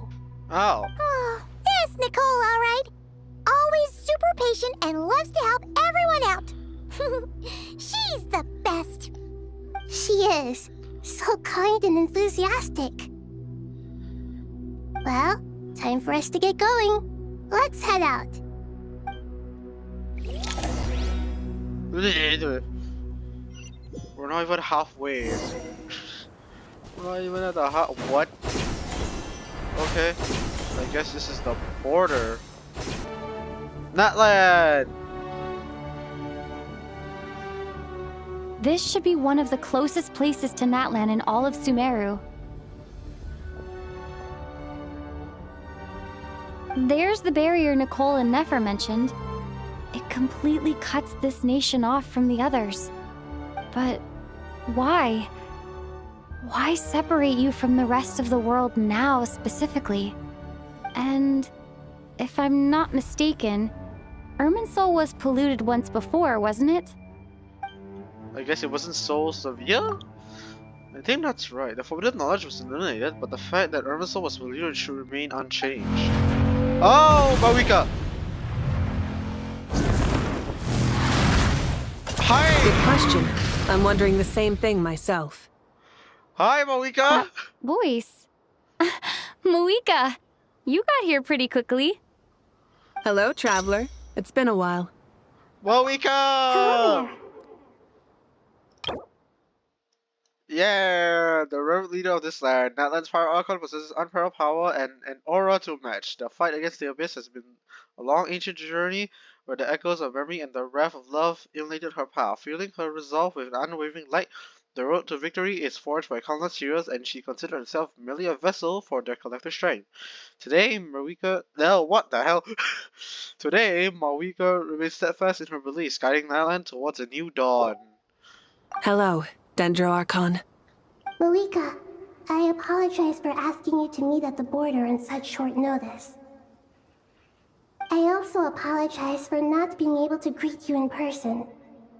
The form in which you see me now is one carried by the Traveler.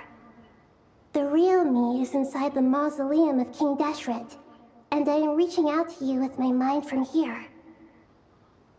Irminsul has been infiltrated by the Doctor. We must be on our guard, as he can spy on information in the world from within the tree. Fortunately, there is no record of the Traveler in Irminsul, and you are still within Natlan's borders. My records will be preserved in the Night Kingdom, rather than the ley lines. As long as the Night Kingdom remains disconnected from the ley line cycle, the Doctor has no way of knowing my movements. Exactly. So by meeting each other in this way, the meeting essentially never happened. No wonder Paimon didn't come. You were concerned that her activity would be recorded by Irminsul. The Natlanese have heard about the situation in Sumeru. With the borders sealed off, merchants have been forced to stop their shipments. It's pretty serious, and you're the ones bearing the brunt of it. I'd like to address the question you raised at the beginning. I can offer a brief explanation, although it will sound rather cruel. I don't reach this conclusion gladly, but Irminsul predates the heavenly principles. It existed long ago, when the dragons of Natlan were at the height of their power. So even when the people of Sumeru became ill because of pollution, it was not a critical issue from the perspective of Irminsul itself. As long as it continues to function normally, the barrier will not be activated. But this time, the Doctor's invasion has directly affected the tree. That is what caused the barrier to deploy. The heavenly principles established a rule that when Irminsul is plunged into grave danger, a portion of power will be reserved to isolate Sumeru. That way, even if Sumeru is destroyed, the outside world at least has some time to catch its breath. We'd certainly need it. The heavenly principles created almost everything that exists in Teyvat today. To them, preserving the existence of the world and its inhabitants takes priority over protecting Sumeru. Meaning? Protecting Sumeru now falls to you. Yes. My own power may be limited, especially compared to yours. But that doesn't mean that we're just gonna sit around and wait for the end. If necessary, I will utilize any and every means at my disposal. Nicole of the Hexen Circle didn't say exactly what this meeting was about. But after hearing everything you've said so far, I think I can guess where this is going. That's right. Nahida and I discussed it at length. We both know how presumptuous this is, but... You need the Pyronosis, don't you? Mm-hmm. Yes. You guessed correctly. Who sounds so nervous? I only intended to borrow it, but the situation is far graver than I foresaw. So instead, what I ask of you is to please give the Pyronosis to Sumeru. Oh. Why do you sound so nervous? There's no need to be shy. Surely a gnosis is pretty important to a god. I guess, but it's not as if losing it would suddenly render us powerless. But I'm sure you don't need me to tell you that. With all the nations you've traveled to, and all the gods you've met, you must have realized that by now. As far as I'm concerned, a gnosis is basically an elemental energy enhancer. But I don't usually use it. You know me. I like to think I'm pretty strong without it. Yeah, she is. Yeah. Not about to dispute that. So you see, you don't need to sweat it. Here, take the Pyronosis. Oh, she's just gonna give it to us. What? Just like that? Just like that. To tell the truth, I've always toyed with the idea of giving it to someone who needs it more than I do. I know you accompanied Nahida here to try and increase the chance of success. It's a good thing you did, because your involvement is one of the main reasons you've managed to persuade me. Are you sure about this? Handing over your gnosis just because of me? I won't try to quantify it, but trust me. Handing over the gnosis to Tumaini is far from the craziest idea I could think of. Besides, even if you hadn't come here personally, I think I still would have agreed to Nahida's request. Irminsul doesn't just affect Sumeru. It impacts all of Teyvat. I know all too well how difficult it can be to protect the things you care about. So logically, morally, or however you want to cut it, why is it helping so bright? you is the right thing to do. Why is the angle so bright? Oh god! Just like the sun, I guess, literally. What the heck? You don't need to tell me the specifics of your plan. Where the gnosis is involved, the tighter the secrecy, the higher your chances of success. Moika, my heartfelt thanks go to you and the people of Naplan. Don't mention it. But now for the hard part. How do I actually give it to you? The Irminsul barrier is right in the way. I have an idea. And she's just gonna walk through it. Yeah! Let's go! Just as I thought. Incredible. What did you do? Just made a lucky guess. This seems to happen quite a lot. Things that apply to everyone else don't seem to apply to me. I figured the same might be true here. Irminsul usually produces effects based on the records it holds. Since the Traveler is a Descender, Irminsul contains no records of her, and thus has no way to impede her. Yeah! Is that right? You really are full of surprises. Catch. Whee! Whoa! Be careful. Thank you, Moika. Thank you for trusting us with something so important. All right. No need to get so formal. It's not like we're strangers. Totally not. Anyway. Besides, there's still one problem. You might be able to pass through the barrier, but I don't know about the Gnosis. Any other surprises for us, Traveler? Let me try something. I have the pyronosis in my hand. It feels strangely ordinary. Not particularly heavy. And yet, this tiny thing symbolizes the mighty authority of a god. Uh-huh. I need to think hard about my memories of Pyro. My memories of journeying through Natlan. All those important experiences I've had. Oh, little Rory! The gnosis disappeared. Traveler, are you alright? I'm fine. She started within The her. pyronosis disappeared into my body, just like phlogiston. Maybe it resonates with you because you've mastered the power of phlogiston. You might not be recorded in the ley lines, but you're still Artumini. Yep, hey, it works. Alright. Nice.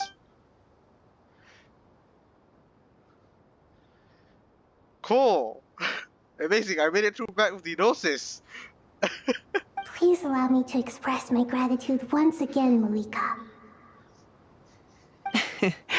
Pleasure. Well, I've given you all the help I can. The rest is up to you. Good luck. Yeah, good luck to you won't too. let you down. Let's go! Yeah, we aren't about to lose. Fist bump!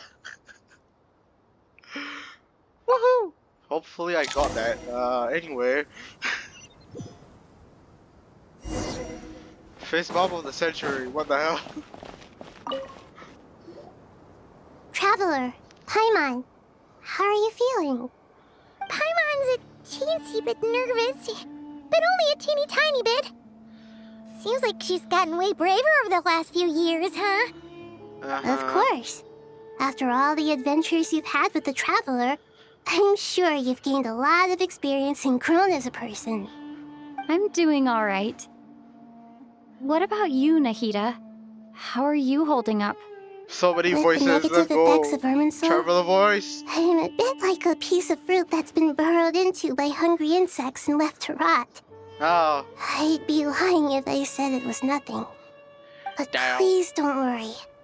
We all know what we're getting into, and we've prepared as well as we can. I believe in everyone. I believe in you. And I believe in myself. Stoking the fire inside oneself is certainly one way to live, but knowing when to rely on one's companions is also a form of great wisdom. I've been quietly learning little things from everyone, like plucking tufts of fur from a sumpter beast. Me too. Okay. With the constant traveling, I'm always learning and growing. That's the journey of life. Indeed. I think there's someone else here who would share that sentiment. Don't worry about what I think. I was just passing by and happened to overhear your conversation. Hi. Talking about, hat guy. This is the top floor. No one passes by the top floor. Says who? You can fly just like I can. I would have thought it makes sense to you of all people. I don't know why, but I feel a little more relaxed now. It shows that you feel comfortable laying down your burdens in our presence. It means that Sumeru is a place you can trust, where you know we have your back. And we feel exactly the same way around you. That's what it means to be friends. Yippee. Alright, and Wanderer has gone. Oh, they're all up here now. What the hell? Okay. Feel free to mingle if you'd like some time to catch up with people. Just remember to get a good night's sleep when you're done. Tomorrow is a very important day. Okay. Holy crap, this quest is taking so long. Kaveh, what's up? Hang on. Who do I need to talk to? Listen to Alheta and Carlo, listen to Sino and Tarnari. Okay. That tree. It's finally done. Ugh, but I have a nagging feeling that there's something I've forgotten. Is there now? Oh, there you are. Everything wrapped up on your end?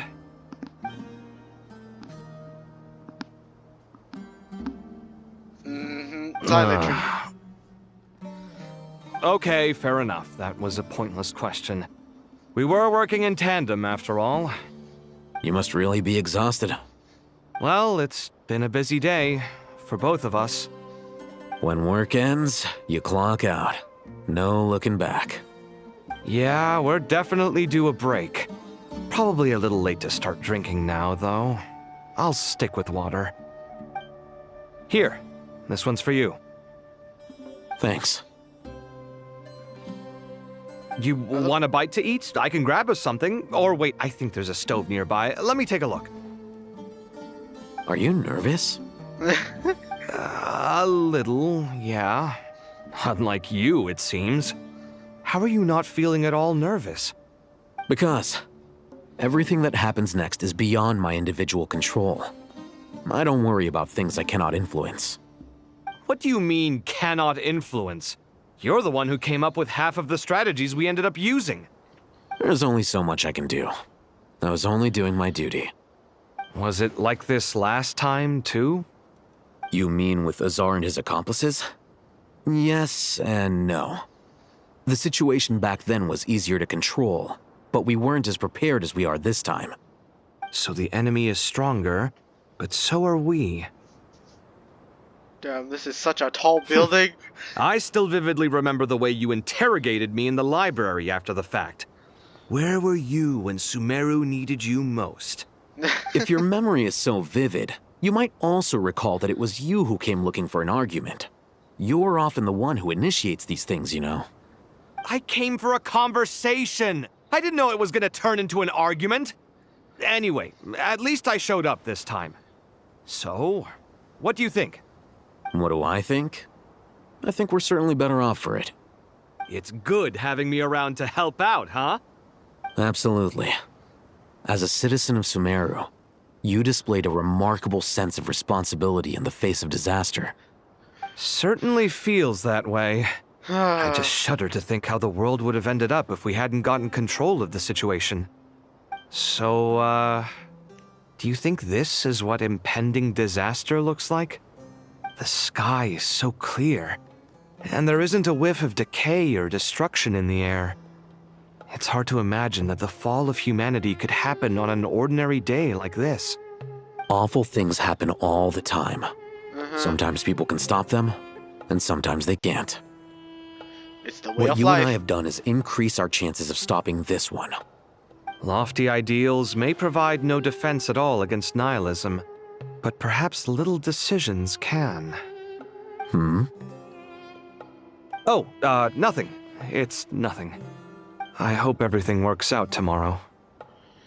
It will. As long as we stick to the plan, our chances of success are good. It's really strange.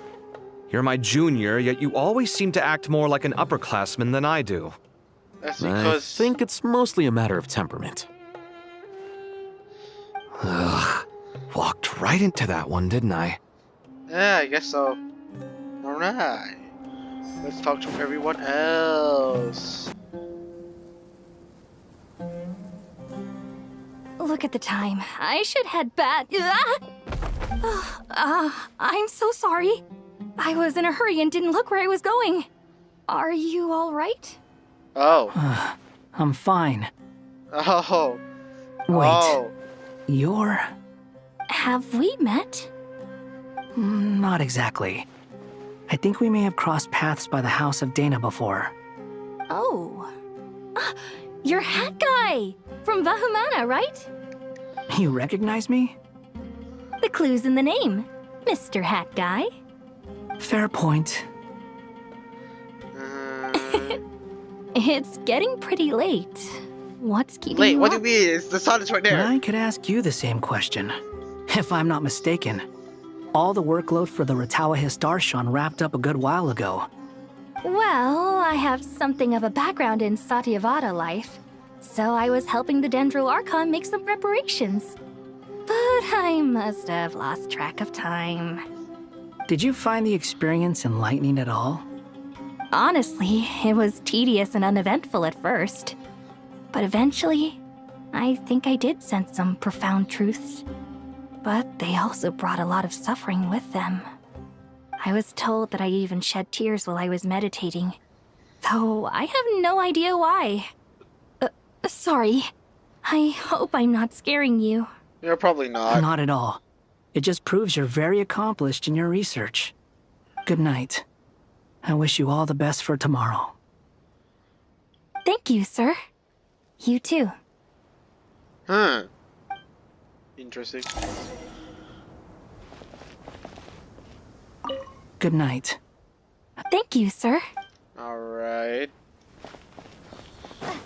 Alright. Candace and Dea. What are you guys up to? You guys are just sitting. Okay, hi. Too bad we've got a fight tomorrow. I could really do with a stiff drink. Let us pray instead. Prayer. How nostalgic. Hi, Lord Dory. Sangama Bay. Came to get some fresh air too, did ya? That's right. Actually, I was hoping I might run into you, Dia. I wanted to let you know that I've stocked up on that perfume you said you were so fond of. No, really? I'll take 2.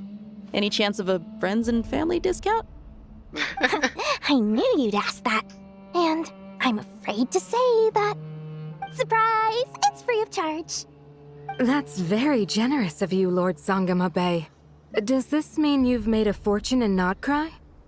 Nope. Turns out it's not that easy to turn a profit there. I even ran some assorted losses. But anyway, that has nothing to do with why I wanted to give you and Dia a small gift. Remember that merchant caravan you two rescued in the desert last month? That was transporting my goods! No way! I had no idea that was your shipment. Explains the, eclectic mix of goods, though. Lord Sangama Bay's investment in the desert and generous stockpiling of goods has helped many people over the years.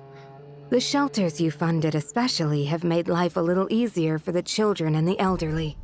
Wait, how did you know about that? Oh, I see. Nefer told you, didn't she? The pesky lady. Aren't intel brokers at least supposed to charge for divulging people's secrets? She and Candace go way back. It's normal for close friends to share things you wouldn't tell to everyone else. Sure, but why did they have to be things about me? That's how Nefer shows that she cares. She wishes for all of us to know what a generous person you truly are. It must be hard trying to make a living far away from home. Just because we can tell what kind of person you are doesn't mean everyone else can. Well, maybe her intentions were partly good, but I don't think that's the full story. I'm sure she enjoyed knowing how much it would annoy me. I'm telling you, Nefer's got a mean streak. Definitely with you on that. Does praying help you stay calm? Defending one's home is a just cause. My heart is filled with a mix of anger and hope. Anger. You know, being able to get angry is a good thing. It shows that you're in touch with the real world, and that you have the passion to pursue something you believe in. Don't use hard. Oh, my lady, what are you doing out here? Just taking a walk to clear my head. And look where I ended up. Were you praying just now? Yes, Miss Dunyarzad. Would you like to join us?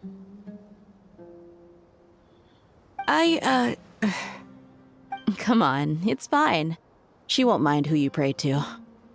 Oh, then sure. I remember you, Miss Dunyarzad. You visited my shop before.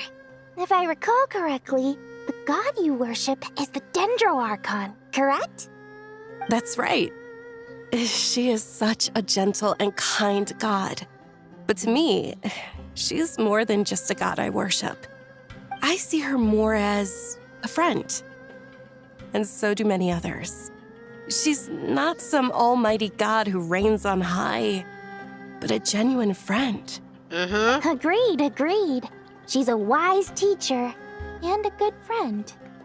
I spoke with several people during the evacuation. Everyone's aware that tomorrow's battle is one that ordinary people can join too. A battle to fight for our friends and our homeland. Oh, it makes me glad. I don't think that's I such a good can idea, finally do honestly. something for those who protected me. You've grown so much since we first met. Oh, a compliment? Ooh, more please. Thank you. My lady, you've always been a remarkably strong and ambitious person. It's indisputable. And that's not just a compliment. It's a statement of fact. What are you praying for? Our beliefs may not be entirely the same, but we both wish for the same thing. I pray that everyone will rise to the challenges ahead and return safe and sound. I pray for the safe return of all my companions. Alright. Okay. What are you praying for? Our beliefs may not be entirely the I pray for this. Alright, it's the same stuff. Okay, now... We'll make our move after sunrise tomorrow. Good. Is everything ready? As much as possible. That'll be enough. Don't let the pressure get to you. We'll take things one step at a time. That's how we've always done it. Master Tainari! Mr. Sino! So this is where you were. I brought some juice and some water. Would you like some?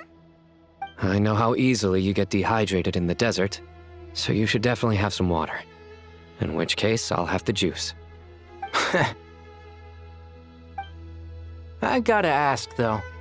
Who's on juice-making duty at a time like this? Madame Farazan said she was feeling a little nervous, so I told her about the automatic juicer my friend invented. She took it right off me and started making carton after carton of juice. Damn. A juicer? Did Sucrose send that to you? Yeah, I hadn't had the chance to try it out before this incident occurred, but I couldn't bear to leave it behind in Gandharvaville. The juice is very sweet. I think so too. Kale, how are you feeling? Yeah, how are you feeling? Physically, I'm okay, but Mentally, not, I'm guessing. it just still feels strange to me. Why would a great power like this come to someone like me? I know the feeling well. That same question ran through my mind every day as a kid. At least now, you have someone who can relate to you. All the more reason that you should apply for Spontamod. Tainari fiercely opposes the idea, though. Those two things are completely unrelated. What are we all chatting about, Would anyone like any juice? Oh, you have some already. I had some earlier, ma'am. Maybe give the extra to someone else? Very well, very well. I shall be off then. Alright, bye. There's this enormous power, and then there's little old you. You feel like there's no connection between the two. And that sense of dissonance is difficult to get used to. Yeah. But after all this time, I can't believe this stuff still gets to me sometimes. Makes me feel a little childish. No, it doesn't. Kale, just because we normally keep the conversation light doesn't mean we can't discuss deeper issues. I don't think it's childish at all. You were the victim of a terrible crime. It's normal to struggle with the fallout from it. You have absolutely nothing to be ashamed of. My professor once told me that no incident can be considered truly resolved until the victim says it's over. Your rage and your pain are completely justified. Thanks. Miss Nicole said that the same god remains which were once used to inflict so much pain upon me have now become a weapon with which I can protect everyone. It's like my own personal kind of evolution.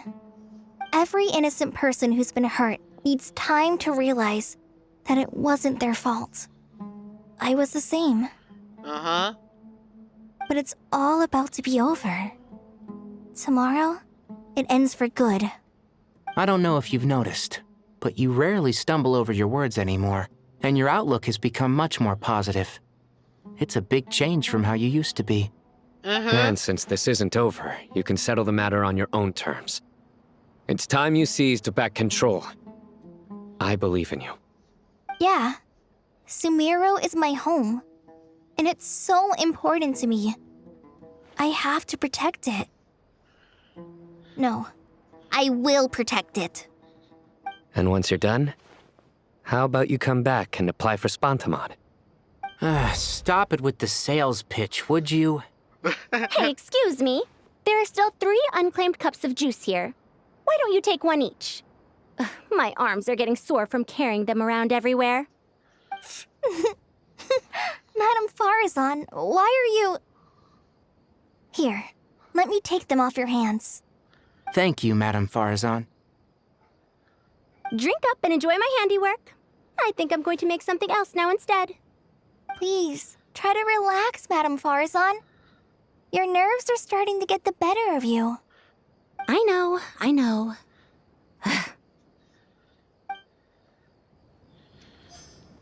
Alright, I guess this is just... Drink up and enjoy my... Please, try... I know. Alright. Okay. Something on your mind, Miss Nefer? Nothing in particular. It's just... right now, the future feels strange and unfamiliar. Does But the future has not yet arrived.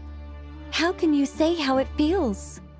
Some people know that there's an impending disaster.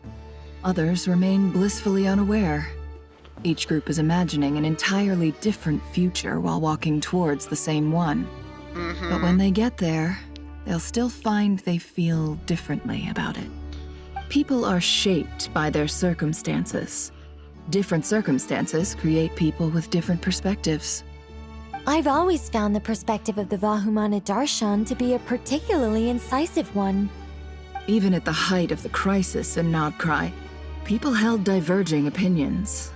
But things are different this time. Indeed. Regardless of faith, gender, wealth, skin color, or eye color, everyone in Sumeru knows what will happen tomorrow. The world has never been an especially fair place. Yet now, against all odds, a moment of unprecedented unity and equality is about to take place. It's fascinating.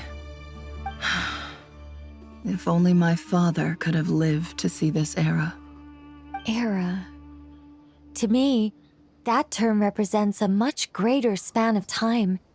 It can be an unsettling word. I would even say I'm afraid of it. Do angels even feel fear? Yes. Everybody feels fear. At least I do. Even gods. I fear the gap that grows wider with each passing day, and the never-ending flow of time. Time renders all memories insignificant and reduces all splendor to nothing. But those memories are the one thing I do not want to lose. You're very human in that regard. If angels draw too close to humanity, our wings burn away in the bright flame of awareness, and we fall to the earth. After spending so long among humans, I have lost much of my former glory. Maybe that's a good thing. You're more human than some humans are. I've been talking to Kale a lot in recent days. We seem to be in completely opposite situations. I suppose that makes us good case studies for comparison. Case studies for who? Myself, I suppose. After comparing the two of us, I suddenly discovered that I desired more than before. It was a gentle, pleasant sensation.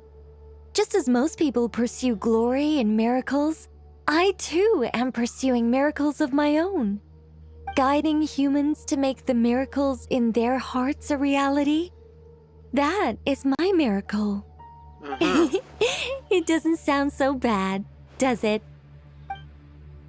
Cool. It was a gentle, pleasant sense, guiding It doesn't. Alright, cool. I think that's everyone. Let's... no.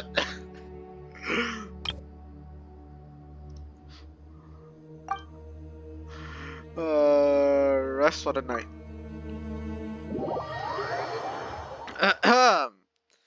Let us begin. Time to go! Let's meet the others at the mausoleum of King Deshret! Nahida!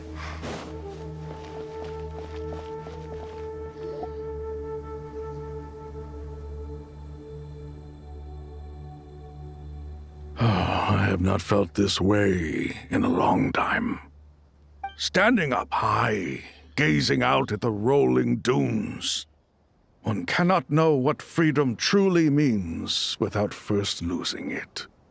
The Golden Slumber truly lives up to its name as a dreamland. Though desert sands exist there too, no mirage, no matter how glorious, can compare to true beauty. Dendro Archon, what is on your mind?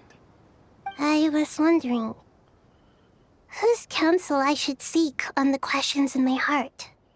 What kind of questions? So many. More than can be put into words. As I once said to a friend, we look, we see, and we comprehend. But the question still troubles us.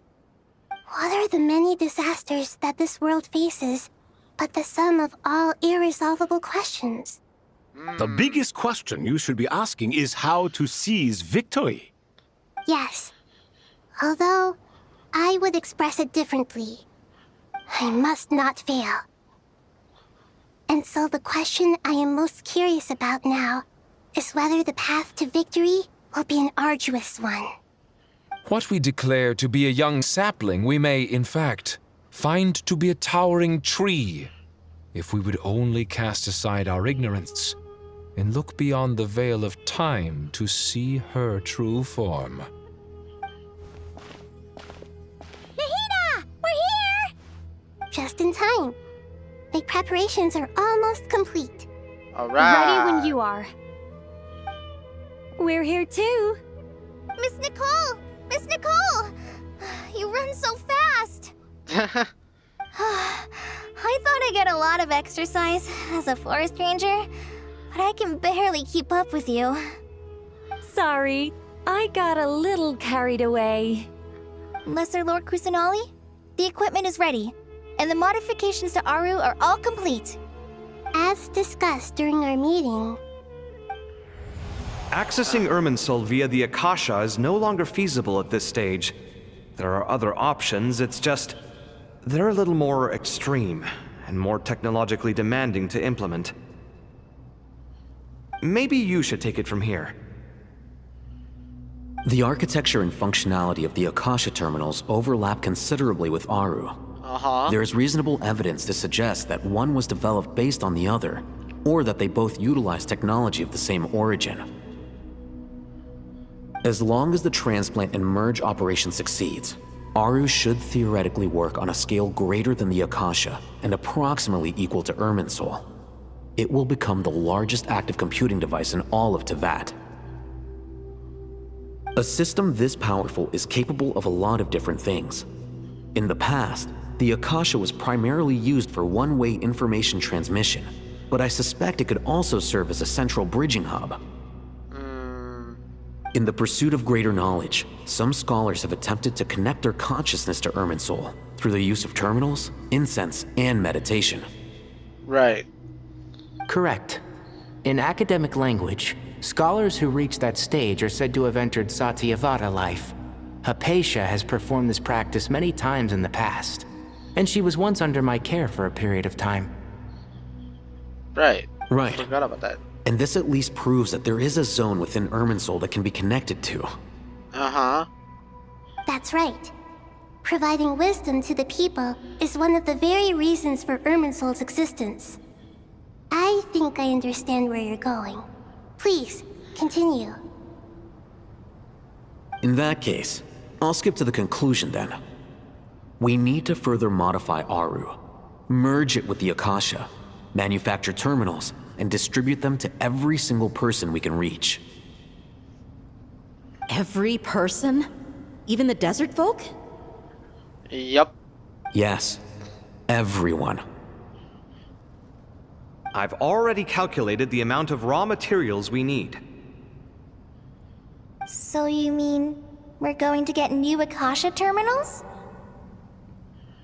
Yes, but this time the people of Sumeru won't be using them to acquire knowledge, just to connect to Irminsul. That's the key. When we evacuated the city, we brought all the important assets from the House of Dana, in case we ended up needing them. Fortunately, this included the Akasha system's main terminal. We've checked all the relevant records, and one thing is certain. Nothing like this has ever been done on this scale before, so... Everyone in Sumeru is part of the plan. Whoever controls the people controls the situation. Since this function of Irminsul was introduced, it has only ever been made available to scholars, who don't constitute a particularly large group of people. Right. But by expanding the scale to include all the people of Sumeru, all the individual connections will stack up to create a significant load on the system. Under normal circumstances, Irminsul would be able to cope with the additional load.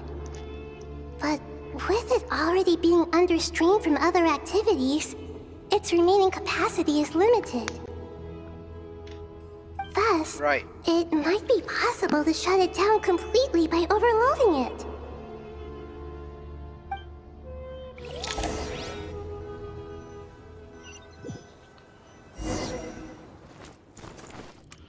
Oh, cutscene.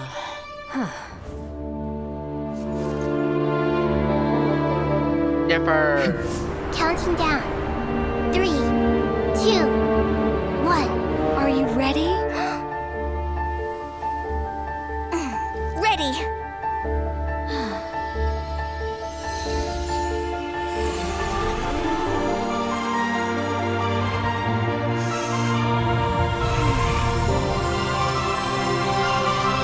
Oh, damn!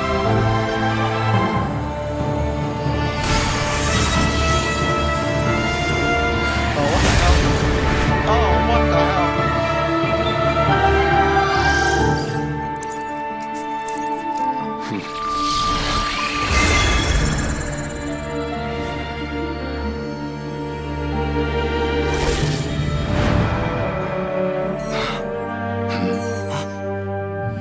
In the past, when people sought knowledge, they turned to the Tree of Wisdom.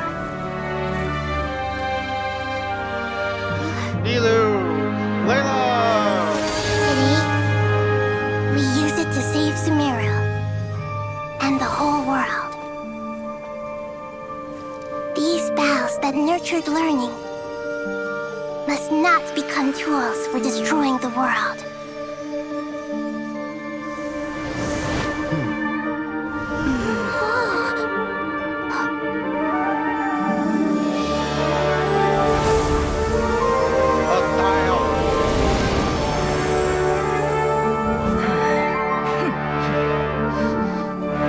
Stop. Please stop. End this transformation.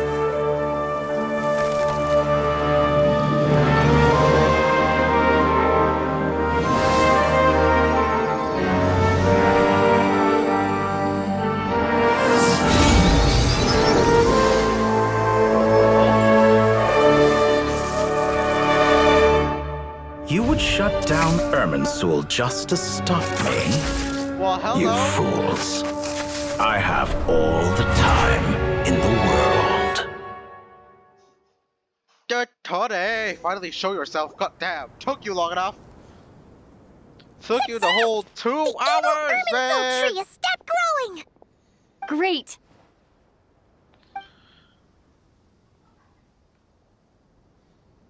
What a display of true courage!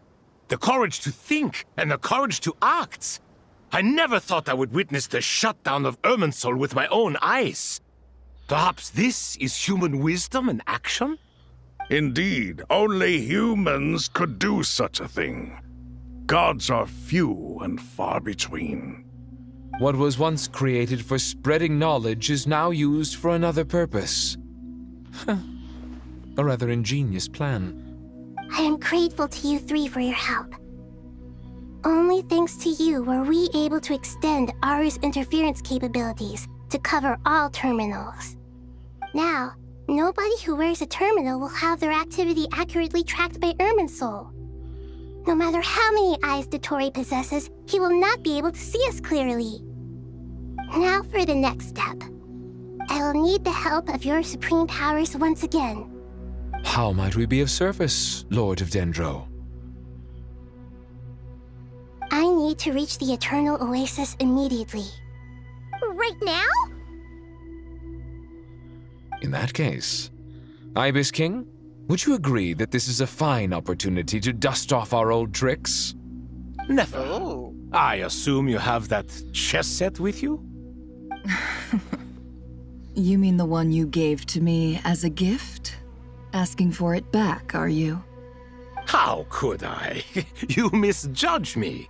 I just wanted to show you another way you can use it. Connect to Safei Shatranj.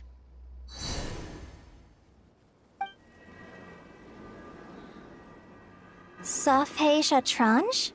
You mean that place in the desert? Thoth's chess set gains its power from the chessboard laid out in the desert by King Deshret and ourselves. All ceremonies conducted using the chess set must be activated via Safei Shatranj. In other words, the chess set is an extension of the chessboard. In the past, moving a chess piece was a sacred and momentous act. Transfer initiated. Entering live combat mode. Oh. Live combat mode? What? We're playing chess? Wait, what are we actually doing here?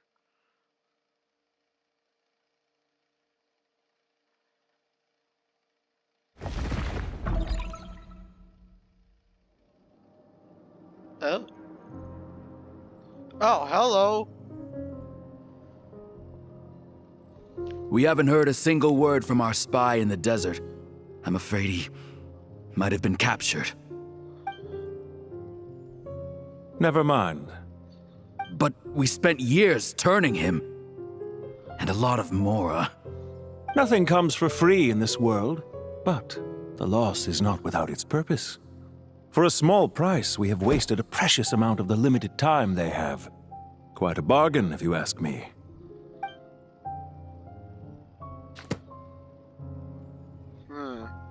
Understood. Weighing profit against loss is a necessary part he of took off life. his hood. But to tell the truth, I have been operating at a loss since this all began. Since many centuries ago, in fact. Wait, what? For instance, why would a banker act as the executor of a will? If you hadn't deposited your personal belongings at Northland Bank, I would have no reason to be here right now. Hello, Brigadier. The 9th of the 11th for Tui Harbingers! Also, what do you mean for centuries?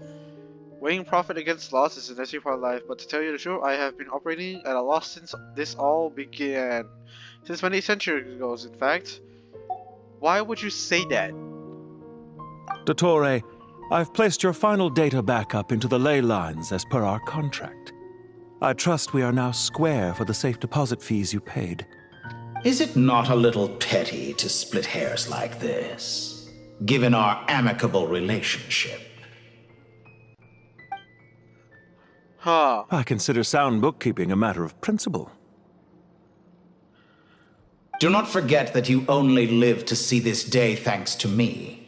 In fact, every day of your life since you met me, you've been living on borrowed time. Oh. Why, that's hardly a fair assessment. I will concede that my survival was perhaps at your whim, but I became a harbinger on my own merits. Managing money is not like other professions. Mine is not a role I could have acquired based on your recommendation alone, and certainly not one I could have lasted so long in without genuine ability. The information stored in the ley lines is quite comprehensive. Rest assured, I have not forgotten how strong your pride is. Well, I presume you have no sense of fragmentation while talking with me. How could anything possibly go wrong with such strict measures in place? The remainder of your soul was split in two, with one half sent to Nodcry and the other stored in the most secure vault of the Northland Bank. Though I must say, your disdain for the other segments is quite amusing. Zandik is you, and you are Zandik. Zandik created the segments, yet you, a segment yourself, reject him. Ah. Interesting. That is, Zandik, created segments of various ages in his later years. To achieve this, he had to freeze time and part with a portion of his soul. But as constructive as it sounds, it erases my uniqueness. If each segment is equally me, then by the same token, none of them are truly me. A soul living forever in the past inevitably holds different views than he did in his later years. The same thing that completes me also restricts me. You too might ask yourself which stage of your life you want to be preserved at. The day your business failed? Or the day you were framed by a gang and sold off to a medical lab as a test subject? Oh. We needn't dredge up the past. Oh. This undesirable plan was eventually scrapped. Lesser Lord Kusanali was quite right. I needed an opportunity to eliminate myself.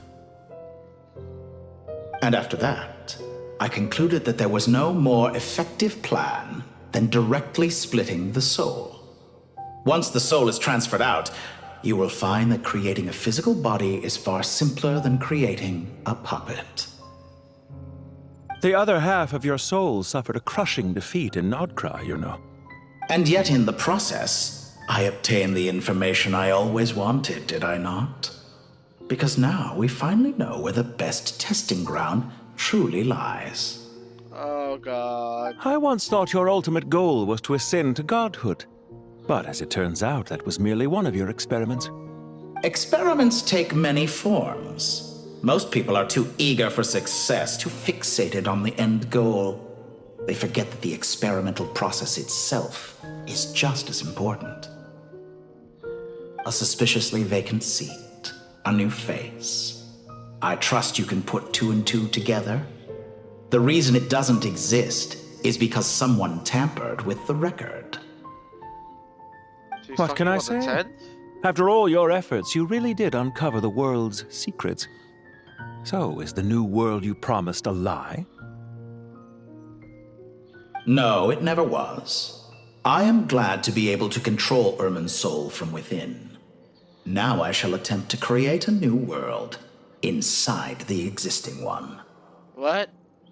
Almost everyone faces the prospect of death, but not a single person has ever been able to experiment unrestrained in the afterlife through sheer force of will.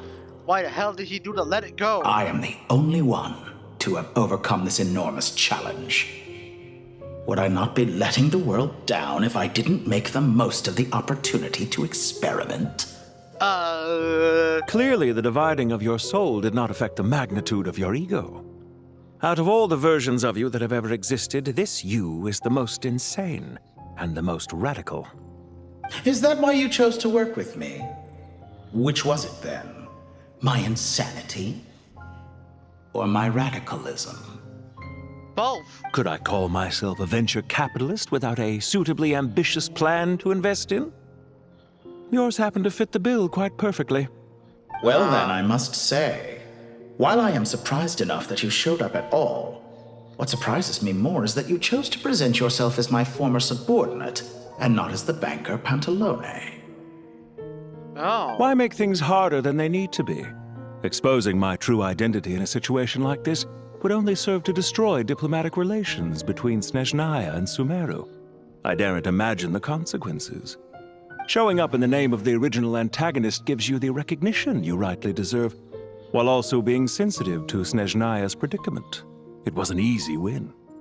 As for why I'm here, If you're suggesting that your credit is in the negative, I won't argue with that. Many people say that about you. I'd argue that a significant factor in your willingness to cooperate is the fact that you have but a few years of life left after my death. Living and dying together has a way of binding two parties together rather closely. Oh. Is it not true that a relationship should be judged by both the positive and negative returns it yields? No wonder he looks so old. So some Well, of his what I eye said bags actually here, made it into but- your head after all. It's true that I hope you don't die too soon, but don't you find that a strange thing for me to say? After all, you've already had quite a long life, especially for a human being. Wait, so you're not Let's human? not pretend that you're any more innocent than I am. Are we not the same in this regard? Ah, We okay, both never mind. despise the existing laws of this world, and neither of us enjoy being under anyone else's control. Is it really so greedy to want the world to operate by a new set of rules? Kind of. Of course not, my dear friend. And as I've said before, mutual interest is the foundation for the most reliable of relationships. You can attest to that. Right. I just hope there never comes a day when I have to work too hard to prove that. Regreater, sir. People have been spotted approaching Sumeru City. How strange. Despite your access to Irminsol's data, it appears the soldiers noticed before you did. They must have found a workaround. Well, Dottore, I trust you know what this means. The fact is... They're coming. They'll breach the city gates any moment now. But even so, I would say Irminsol is a wonderfully convenient thing on the whole. If you do manage to create a new world, perhaps you could plant one outside my office, too. I'll consider it. What do you need me to do? Stall them? The experiment will take time. Stall them for as long as possible. Very well. But you're really asking for the moon here. Have you heard this story? There was once a guilty man, kneeling in the center of a church while an angry mob outside waited to bring him to justice. He pleaded with the gods, begging them to grant him one final request, the chance to finish confessing his sins before he was sentenced. Many suns and moons passed, seasons changed, and still his confession continued, as if he intended to speak until the end of time. Are you suggesting I worship you as a god? Or were you hoping that I might confess my sins to you? Certainly not the latter. That would make my life miserable indeed. Ah. And speaking of gods... For someone who despises them so, you never seem to have any objections to me creating or becoming one. At first, I thought you'd be furious. Concerned I would terminate our partnership, were you? Not at all. You had reasons why our partnership must continue. Don't you find people's attitudes toward gods amusing? A god descends from the heavens and people worship it unreservedly, blindly following whatever rules are given to them. And yet, when they see an ordinary person gain godlike levels of power by virtue of their own hard work, they treat him with nothing but suspicion, even if he is a compatriot. Is that supposed to be a compliment? No. I was just thinking. I pity the man who would call you a compatriot. There's no need to be so self-critical.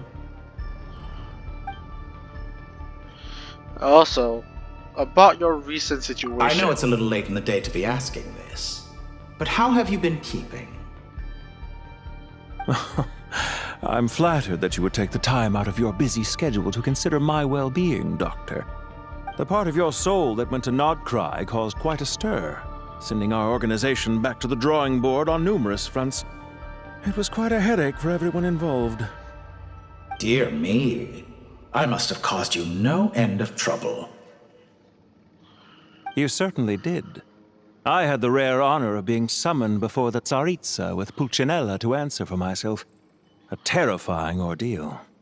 Don't worry, I pulled through. At most, it's a public relations nightmare. I made sure of that.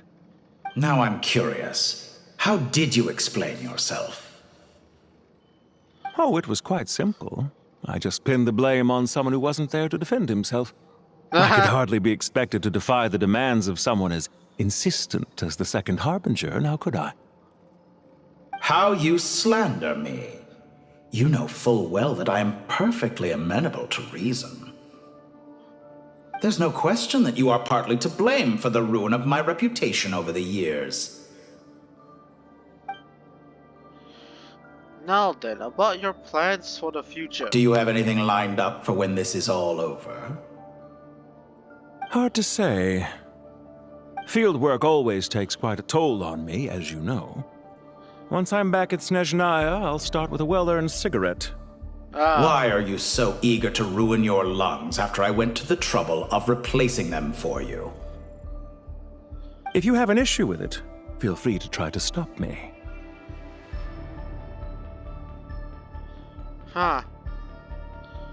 Now then. What's on your mind? The limits of humanity. It's a pity. Despite running countless calculations, I find there is simply no way to reduce any further the amount of one's soul required to sustain an individual. It's rare to hear you admit to being unable to achieve something. I beg to differ. For instance, as I've told you before, the original me was prone to motion sickness and couldn't make long train rides. Ah, yes, of course. One of the reasons you often sent yourself out on errands. What are you thinking about now? A new experiment. In the event that my soul was depleted, say we extracted my data from someone else's memories, yours for instance, and then combined it with your intact soul as the base material, what would we create? Such a scenario would be impossible. Oh? As long as your current soul survives, there will be no need to create a new individual. Don't forget, you were the one who approved of the present situation wherein only one Dottore remains. And if you ceased to exist, who would be capable of performing this experiment?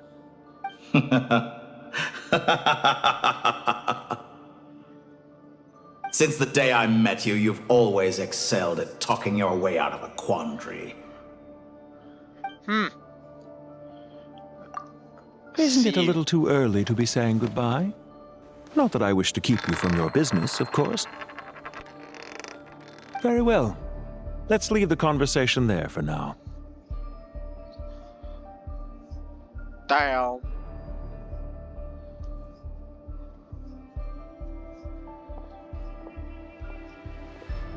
Alright.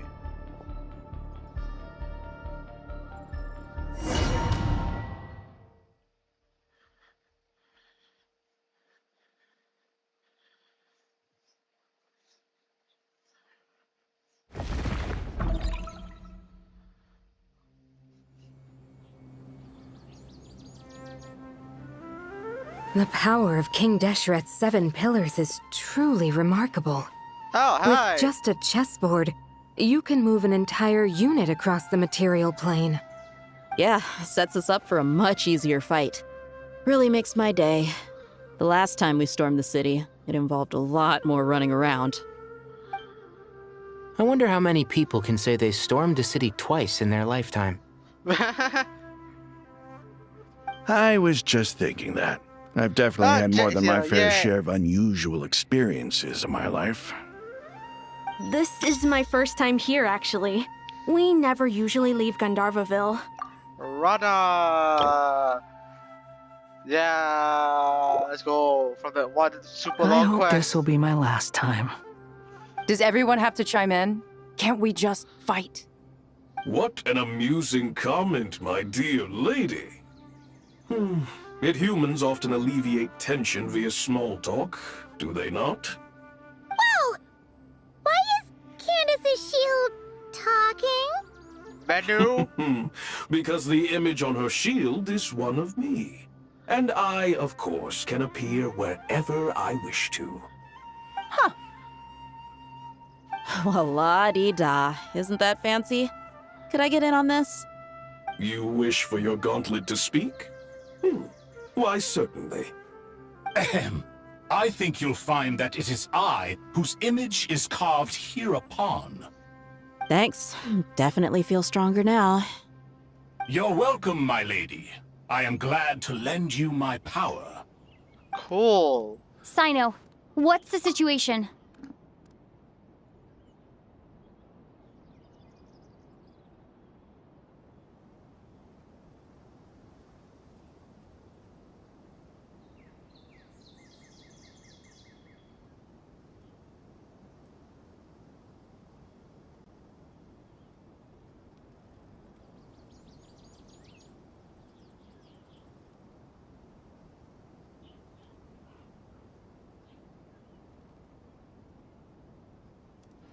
What's There the are troops situation? stationed at every entrance.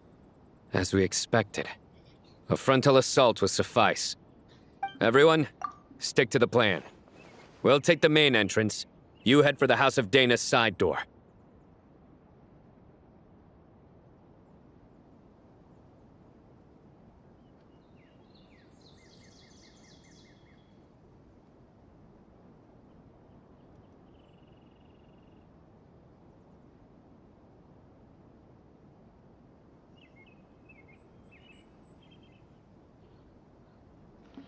Alright. Move out.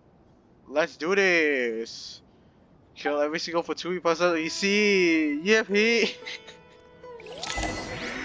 Oh, I'm so okay. Never mind. Sure, let's do this. Head to the port. This is only the port. Out of my way! Take this! Watch out! Get lost! Thank you, Jed. You gotta be more careful.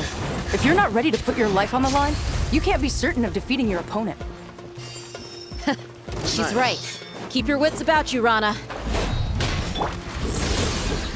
Let's Through me, justice is served. Where's that guy? Give me this guy. Where is he? Penance is due. Where is he? Guilty. Get out here. Nice. Let's keep going. Take them out and secure the harbor. Reinforcements will arrive by water. Oh god, Wi-Fi, Wi-Fi, Consider please. it done. Show no mercy.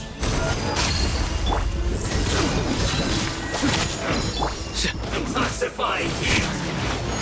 Please. Ow. Hear my prayer.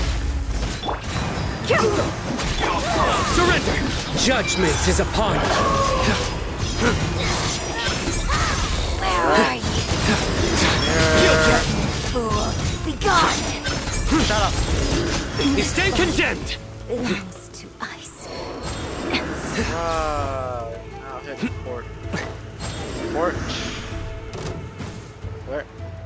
Where? What? Oh.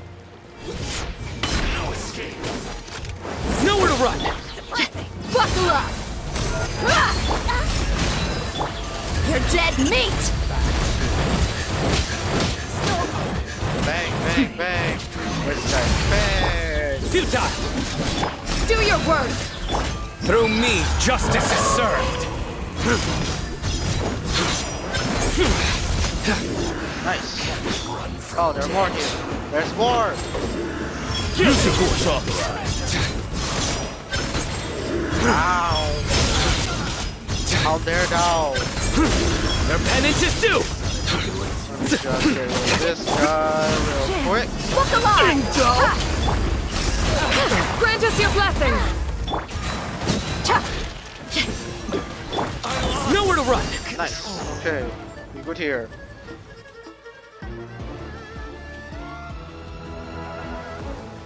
Waterway secured.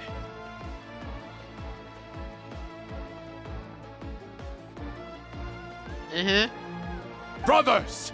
Sisters! Perfect. Just in time. Welcome. Once we've linked up, we'll continue the advance. The team has arrived at the north entrance, as planned. Good. Press on. Righty.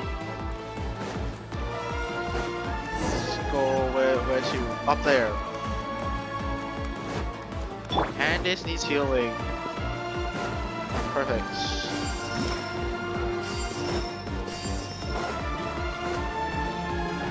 What up? There you got yourself a straggler. Too easy. Let's get it on. Overshoot. Gloves off.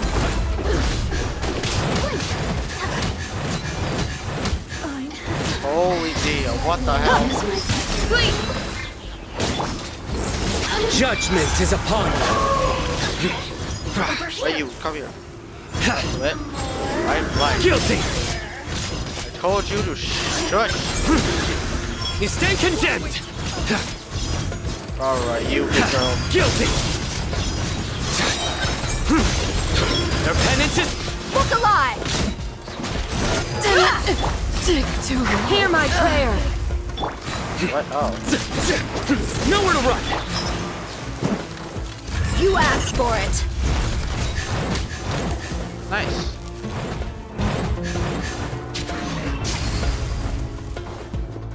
Sweet. This is a lot easier than I expected. Well, it's child characters, but yeah. Look out! It's an ambush! Finally. We need to hurry. Take the middle road now. Mahamacha Sino, area clear. Don't relax just yet. More Fatui approaching from the right. Oh, damn. Oh! Irminsul cannot track our movements. If necessary, we could split up. Don't worry. We'll wipe them all out. As you can see, our people came raring to go. Good. How are things with the Traveler? Can Tainari keep her safe? Don't underestimate Tainari just because he's a forest watcher. He can handle it. All right. You know that's not what I meant.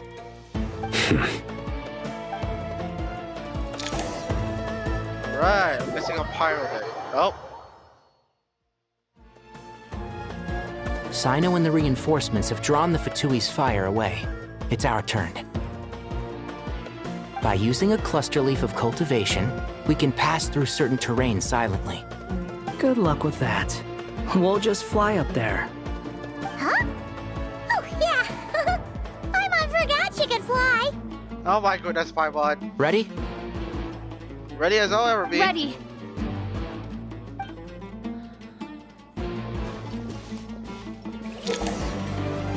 Yep, I got it. Shroud!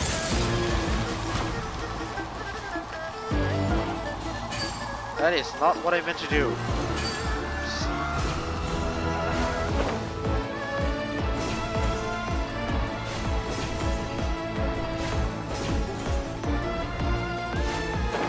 Sweet. Freaking easy. Keep up. One with the Force.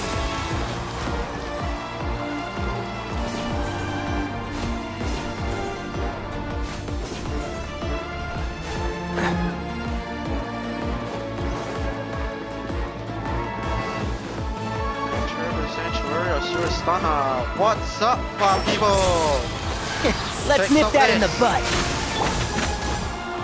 Guardian Flame! Do it. Squall and Fury.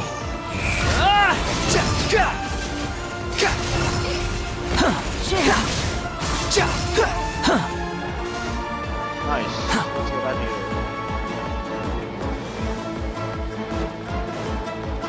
here. This music is a banger!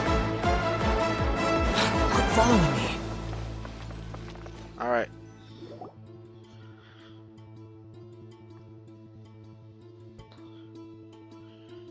Fatui soldiers up ahead. Oh. Careful. Prepare for battle. Engage! Hey! There's people over there. You have some nerve showing your faces here in the center of Sumeru City.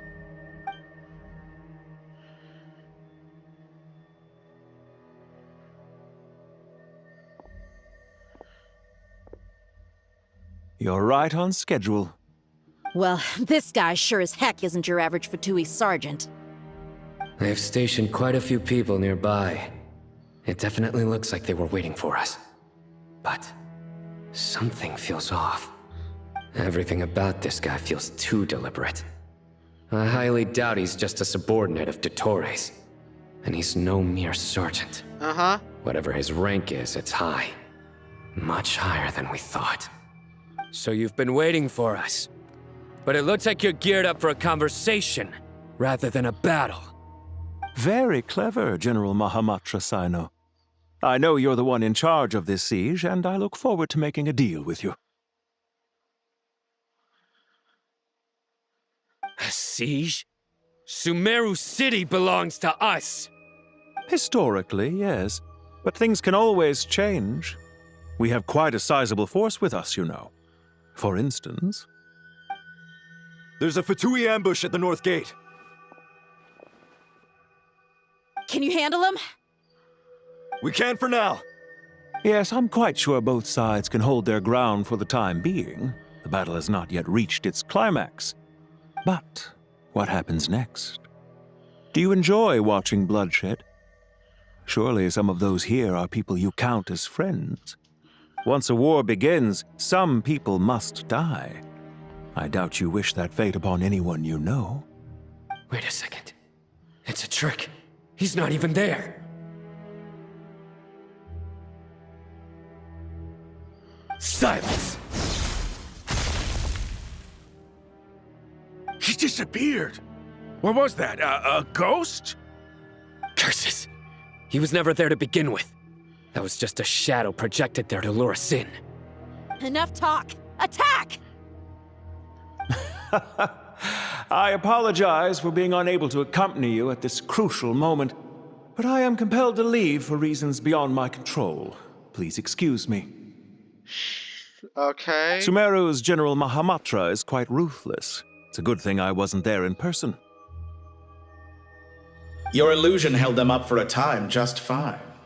But now that they have seen through it, they will realize you were just a decoy. Decoy or not, what matters now is that they will be heading your way imminently. Not imminently. They are already here. Haha. Suck your fool.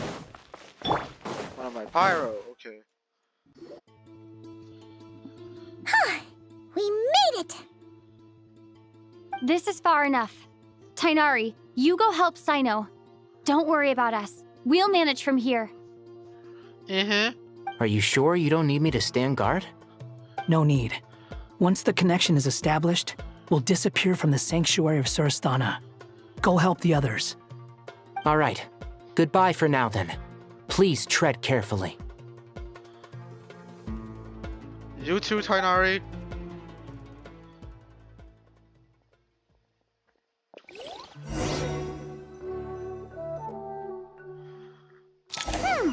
Now where's the interface Nahida mentioned? Come on, where's it hiding? Found it. It's over here.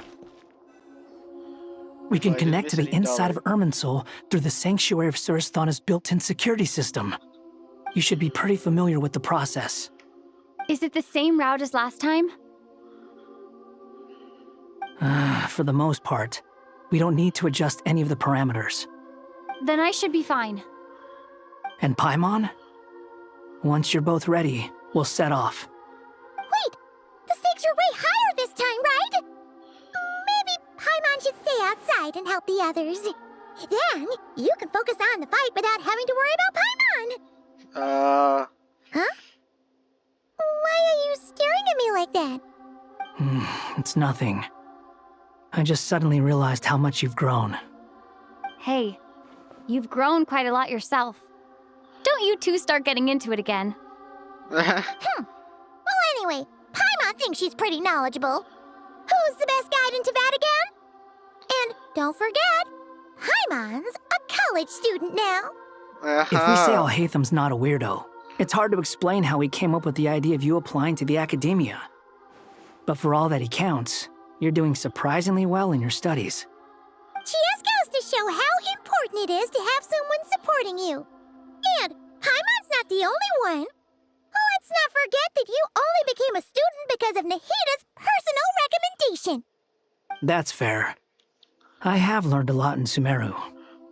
Oh yeah. Did you ever come up with that ugly nickname you promised me? What? No way! We're friends now! Paimon gave up on giving you one ages ago.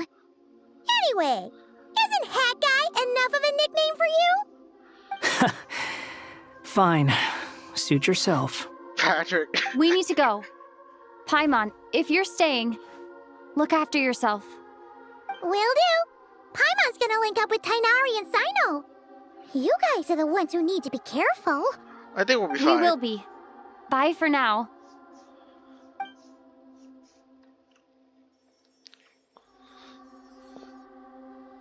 Initiating connection. Alright, let's get out of here. Ugh. I'm getting nervous. Why am I getting nervous? Okay.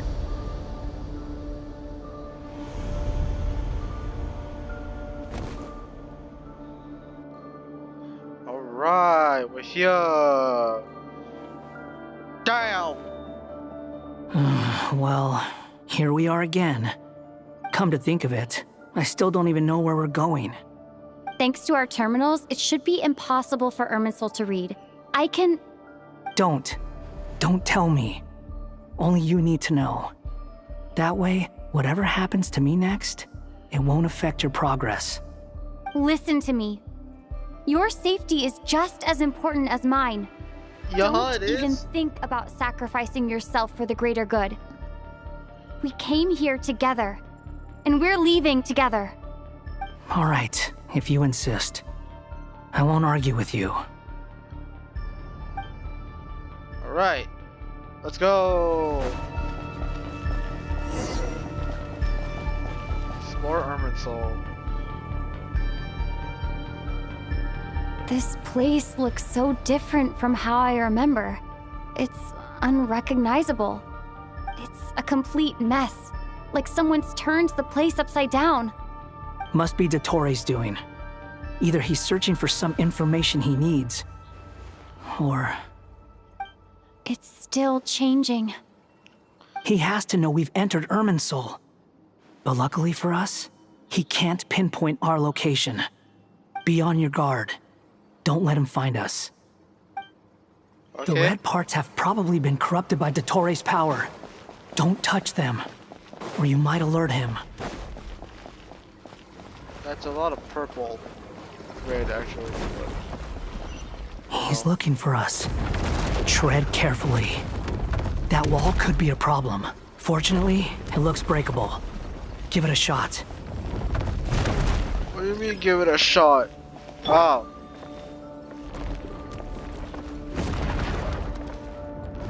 The wind rises.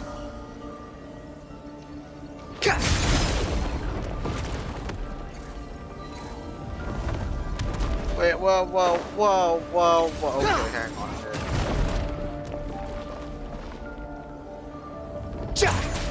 Behold!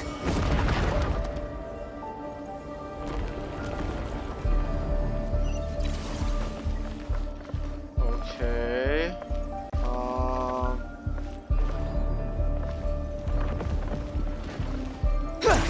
Where's that? Dang it!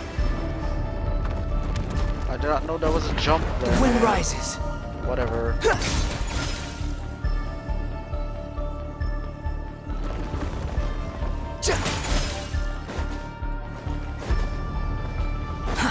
Too slow.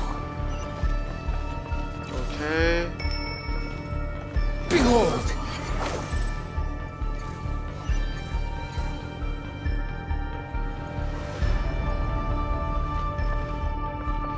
Damn, this is gonna be kind of difficult. Let's move Squall this. Fury. There you go. Whoa! I kind of wasted that thing, but whatever. Okay. And then... Behold! I guess. Oh dear. Dang. Okay, so how are we supposed to do this? That does that. So when it's coming back, then we do it, I guess. Sure. Swollen Fury. Wait for it. Go. Nice. The same old trick again? Are you kidding me? Let's handle it just like we did before. This cheap trick isn't gonna stop us. What? What? What? Oh no! It's... A trap! Is that why he was using the same trick over and over again? To get us to lower our guard? Damn it. Well. I'm trapped!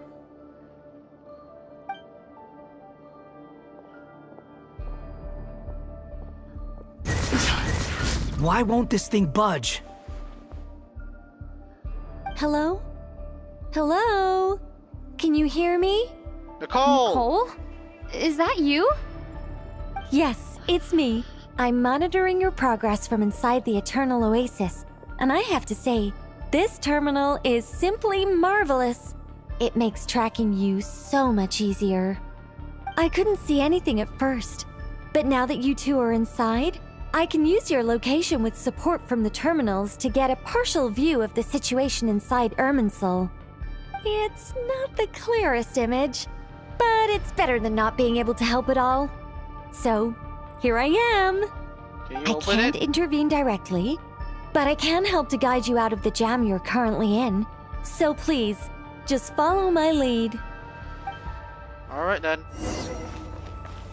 Dottore in his current form is a blight upon both Irminsul and the ley lines. Pay attention to your surroundings. There must be sources of his contamination nearby. Oh my The corrupted God. information is his... Is that one of them? Precisely. Take it out. Good work. But we're not done yet. Stay close. And let's see if we can find any others like it nearby. I did not. Okay. Wind rises. Oh, okay. Sure, I guess.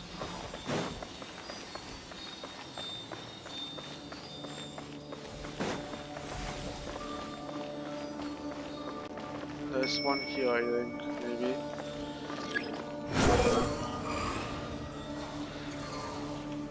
This must be another one. Agreed. Now... Oh, wait! Watch out! It's Dottore. I think he's found us. Swollen Fury. Alright, cool. You got that. The seal is broken. Quick! Get out of there! Sprint, jump. Sprint, jump. And where exactly do you think you can run to? Uh-oh. Wait, what is that? Pursuers. That's gotta be it. Run! Don't let that thing touch you. Oh my goodness. Dodge that attack. Oh god. Oh god. Oh god. Oh god. Oh god. Oh dear god. Oh dear There's more god. than one path. Which way do we go? To the left. Trust me. Oh god. Oh dear Fleeing god. like vermin. What a pathetic sight. Hey! Watch yourselves. Stay focused. There's a cliff ahead. Jump! More of those corruption sources. Destroy them as you did before, and open the exit as quickly as possible.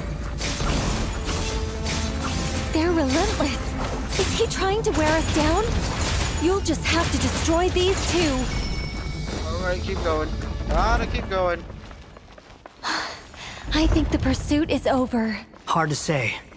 Stay alert. We're getting to him. Here, yeah, there's the battle platform. Okay. Behold!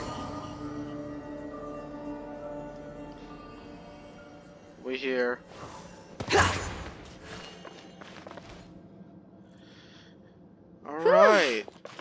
I think we've made it to relative safety. Phew, goodness. That was tough. You doing okay? I'll be fine. Don't worry. Take a short rest, and then... Nope, we can't. He's here. Nicole? Nicole! The connection's been cut. But that means... He's here.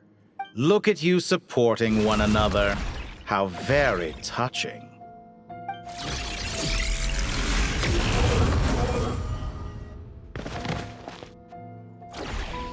Dottore! Took you long enough to find us. You're more useless than I thought. Oh, really? I think I deserve a little more credit for my methods than that. This man. What the hell? Rather than Dottore. hunting you down, I chose to let you roam free. I indulged your presumption that I was unable to track your movements. Played along with your clever little plan. God damn it. Exalted, whatever. But Fleeing like, is for still. animals, but I rather enjoy watching you flee. Some things lose the will to run altogether as soon as you put them in a cage. If that's true, then why did you come looking for us? Because I wanted to observe you up close, of course. Don't misunderstand me, I'm not here for a fight. Is it so unusual that I wish to greet my old acquaintances in person? After all, it's been a while. Scaramouche. Oh, shit! He remembers? No, that can't be. It's impossible. Ha! Why are you so afraid? I have done nothing unprecedented in discovering the truth. Nor did I go to any great lengths to uncover your story. You made a bold series of moves in deciding to erase yourself. And with the power of this great chronicling device called Irmin's Soul, you were able to achieve something quite remarkable. Once most people form an opinion about someone, it tends to imprison their mind. Yet you managed to erase every trace of your existence. A novel take on death indeed. However, this meant that you stood out to me all the more when I saw you in Nodcry. I didn't even have to go looking for you. Just the sight of you was enough for me to intuit the truth. For someone in my position, connecting the dots was a trivial affair. It would have been more surprising if I hadn't managed to piece it together. You seem very pleased with yourself for figuring it out. I'm sure you'd even be more delighted to learn the full extent of your crimes. That would hardly be necessary. Besides, isn't there something that concerns you more right now? Something that fills you with dread? Let me put your mind at ease. I have no intention whatsoever of restoring any of the records you deleted. For one thing, it would be exceptionally difficult. But more to the point, I doubt that the prospect of losing your current life is all that frightening to you. Because in your case... Oh, hell no!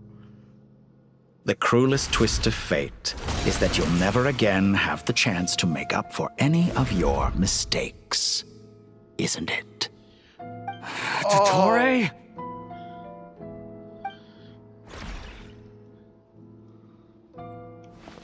All here shall bend to my will.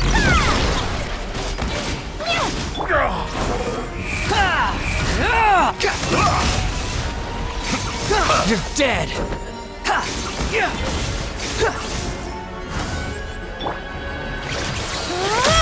Oh god.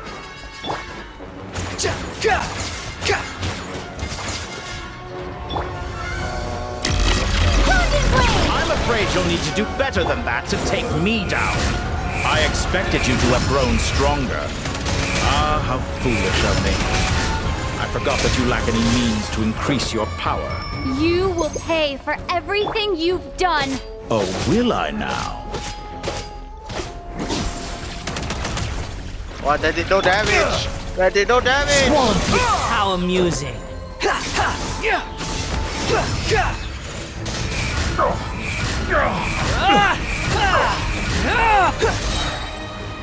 Wretched vermin! Oh, what? Oh.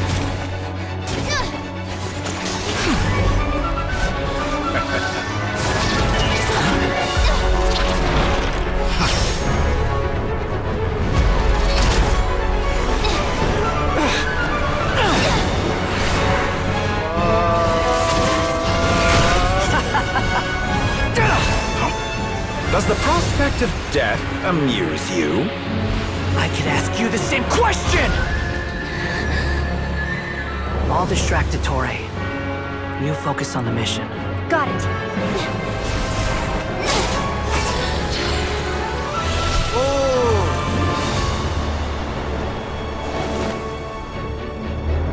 For the hopes and dreams of the masses. Open the secret door on this enchanting night. May wisdom's light eradicate ignorance and darkness, and hereby fulfill our ancient vow. Commence data extraction.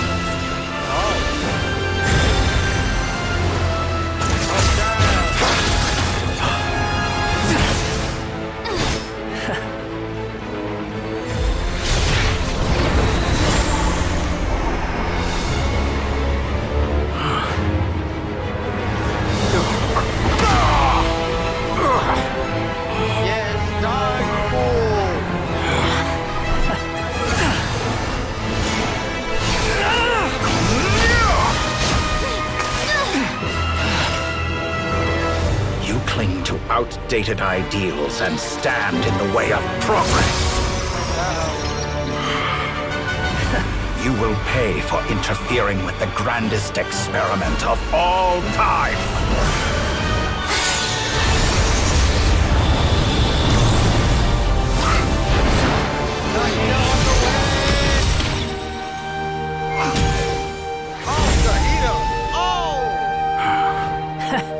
Good timing.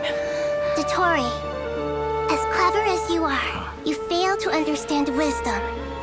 Wisdom takes many forms, but the path you have chosen eschews them all. Huh.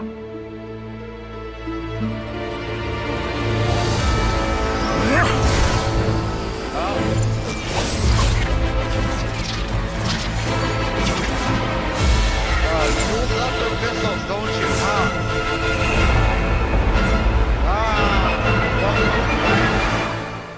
Freaking maniac can't get rid of moon power, huh? Can you?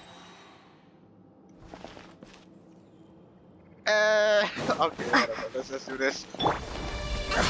My strength is fading! Since you're within Irminsul, it stands to reason that any power you wield comes from it. You're extracting the information from Irminsul just to strip me of my power. I will find his weakness.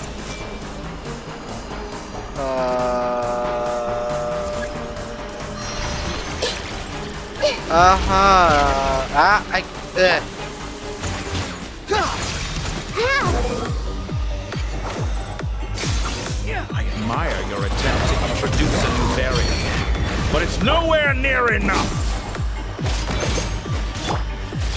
Burn, how about that? A petty trick. Upon the gale.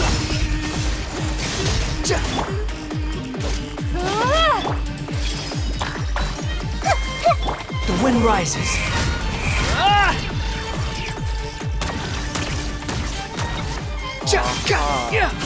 Okay, too slow. What? What? Burn all Swollen fury. blade of the How amusing. Ow! What the hell, man? They're so close. Just hold on a little longer. I'll hold him up. Traveler, Hat Guy, the rest is up to you. We certainly have a knack for surprising each other, don't we? I'm just getting started.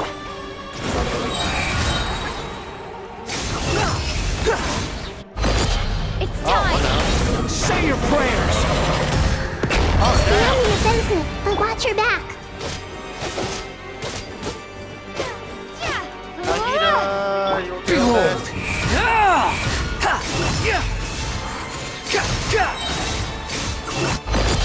Damn, what a combo. Say your prayers! Nice! Oh, what's it all these are? Oh, God!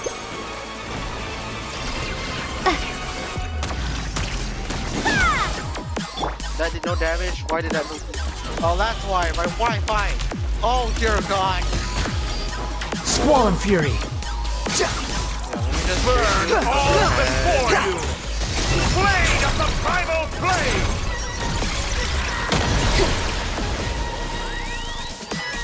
Dog, what happened? Behold!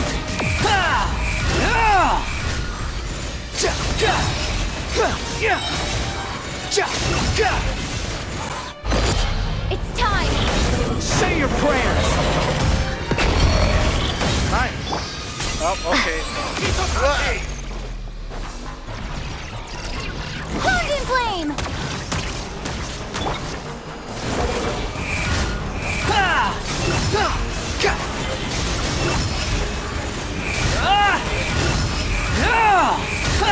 Burn all the... It's time! Say your prayers! Finally, time for you to die. Excited?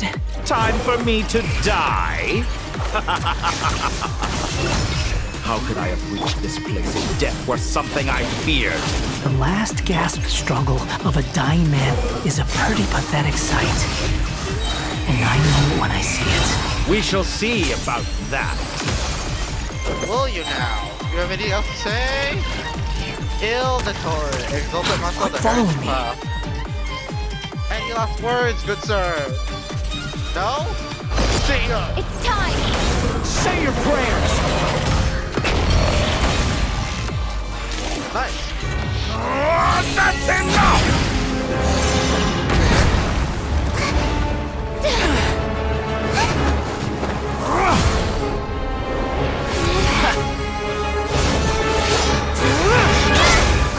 Oh, damn!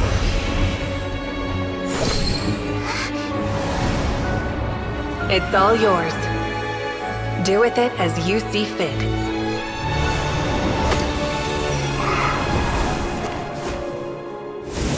Just as you say, this world is home to some archaic things. And as you suppose, you are a formidable opponent. You have long coveted the secrets of wisdom. So now, I will demonstrate true wisdom in action. I invoke my supreme authority as the keeper of Irminsul. Commend me or condemn me. But give your verdict now! Oh? Oh? Blessed One of Wisdom. Oh! Mahakusaladhama.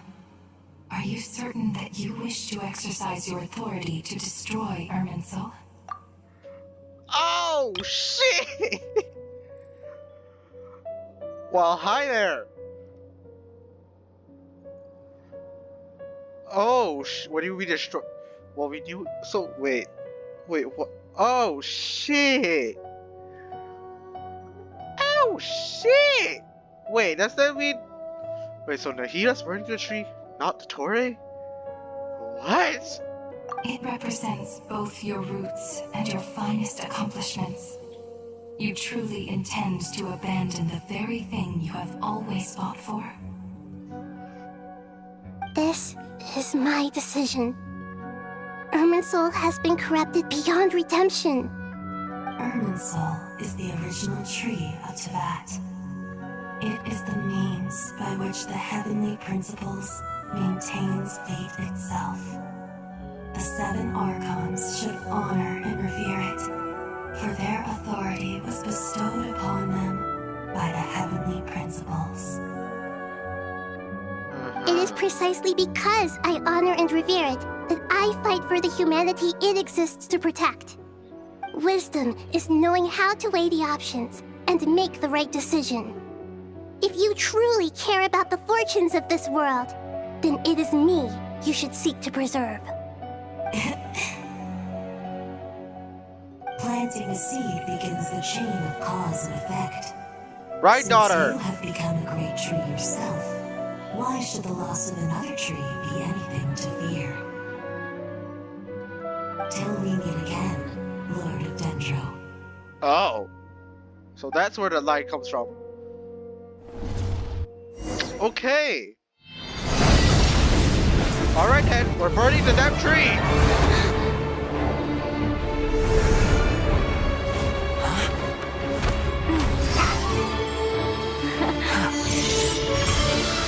The first flame. The pure, cleansing fire. Mawika!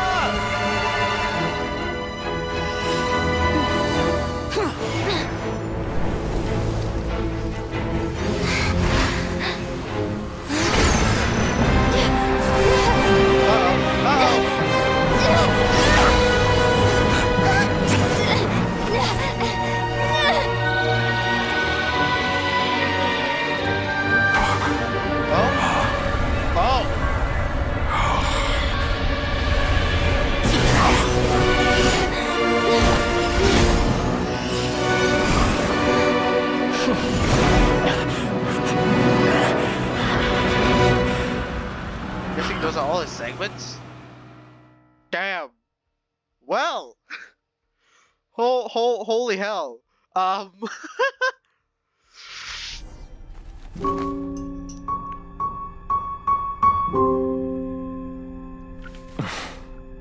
Shall we?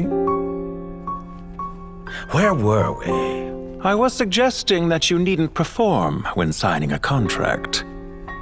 You're only sitting here because your bank demanded an evaluation of the trustee. So you told a story about a young scholar from a merchant family in Sumeru? I told a compelling tale, didn't I? The post-expulsion story is far more captivating. The human experiments or the elixir of immortality? The part where you die. Ah, yes. My favorite part. The 35-year-old Segment thought of himself as Dottore, reserving the name Zandik for the original specimen. Of all the Segments, he was the most selfish. After his expulsion, Dottore searched for a new direction. He joined the Fatui, studied Elazar in great depth, secured resources. He was rather fortunate in his career. Zandik turned to Conrian technology and successfully created his segments. But this was not immortality.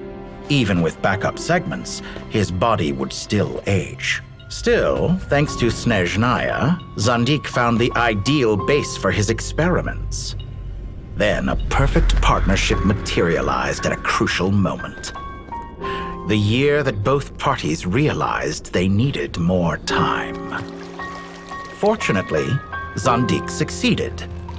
In a miraculous turn of events, he gained the extra time he needed.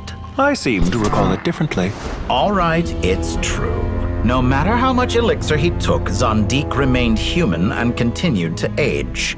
Then, on the morning he turned 85... Help me up! Call for help! Surely he would be rescued, Zandik thought. But to his surprise, no one helped him. Zandik was too selfish for that. Don't forget, you're one of us. Yes, and we're all waiting. Waiting for me to die. Pantalone arrived for a meeting and happened to witness what followed. He found it unsettling.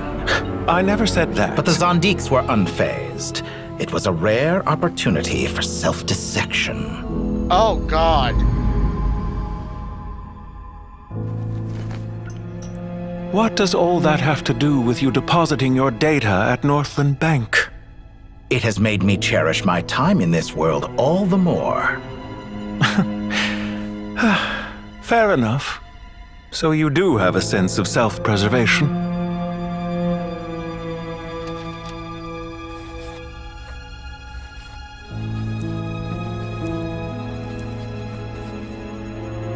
What do you mean?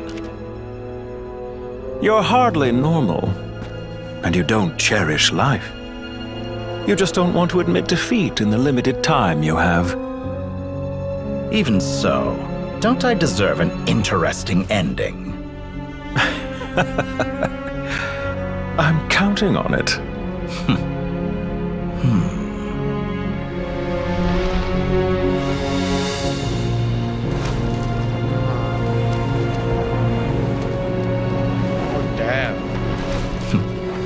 If nothing else, I expect my funeral will be a grand affair indeed.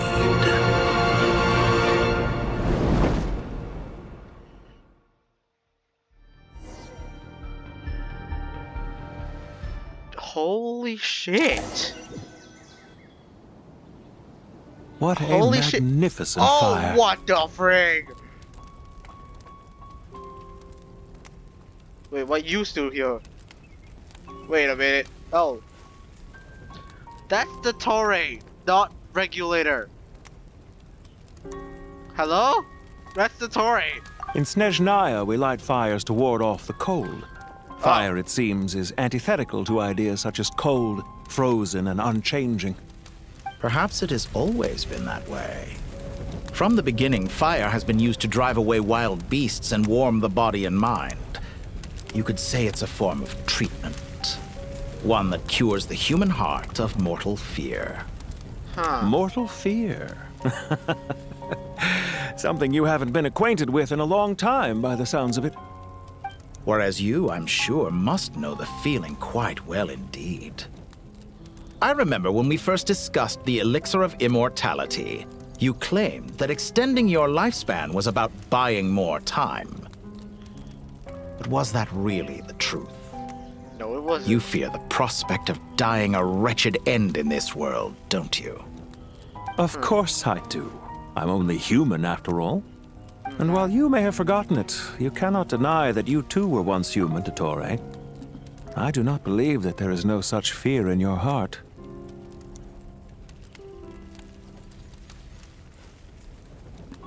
Perhaps you are right.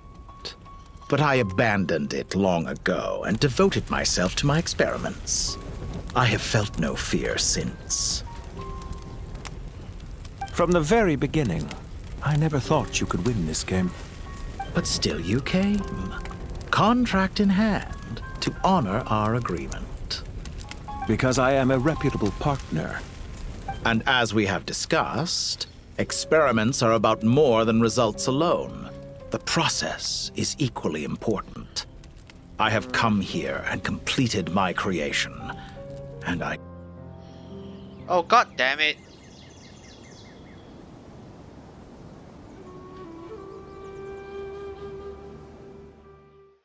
Bruh. What a magnificent... In Snezhnaya, we light fires to ward off the cold. Fire, it seems... Perhaps it has always been that way. Fire From the beginning, fire has been used to drive away wild beasts and warm the body and mind. You could say it's a form of treatment. One that cures the human heart of mortal fear. Mortal fear? Something you haven't been acquainted with in a long time, by the sounds of it. Indeed he Whereas has. you, I'm sure, must know the feeling quite well indeed. I remember when we first discussed the elixir of immortality, you claimed that extending your lifespan was about buying more time. But was that really the truth? You fear the prospect of dying a wretched end in this world, don't you? Of course I do. I'm only human, after all. And while you may have forgotten it, you cannot deny that you too were once human to Torre. I do not believe that there is no such fear in your heart. Perhaps you are right. But I abandoned it long ago and devoted myself to my experiments. I have felt no fear since. From the very beginning, I never thought you could win this game. But still you came, contract in hand to honor our agreement. Because I am a reputable partner. And as we have discussed, experiments are about more than results alone.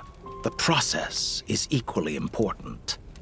I have come here and completed my creation, and I do not regret my decision. I'm afraid your journey ends here. After I die, there will be no one to make the elixir of immortality, and your remaining stock will only last a few more years. How then will you prove that you didn't perish in this incident alongside everyone else? When I feel optimistic about market environments, I never forcibly adjust them. They have their own direction, and I myself am one such environment. I have been quite particular about many things in my life, but where the manner of my death is concerned, I choose not to be. Huh. Okay. Interesting.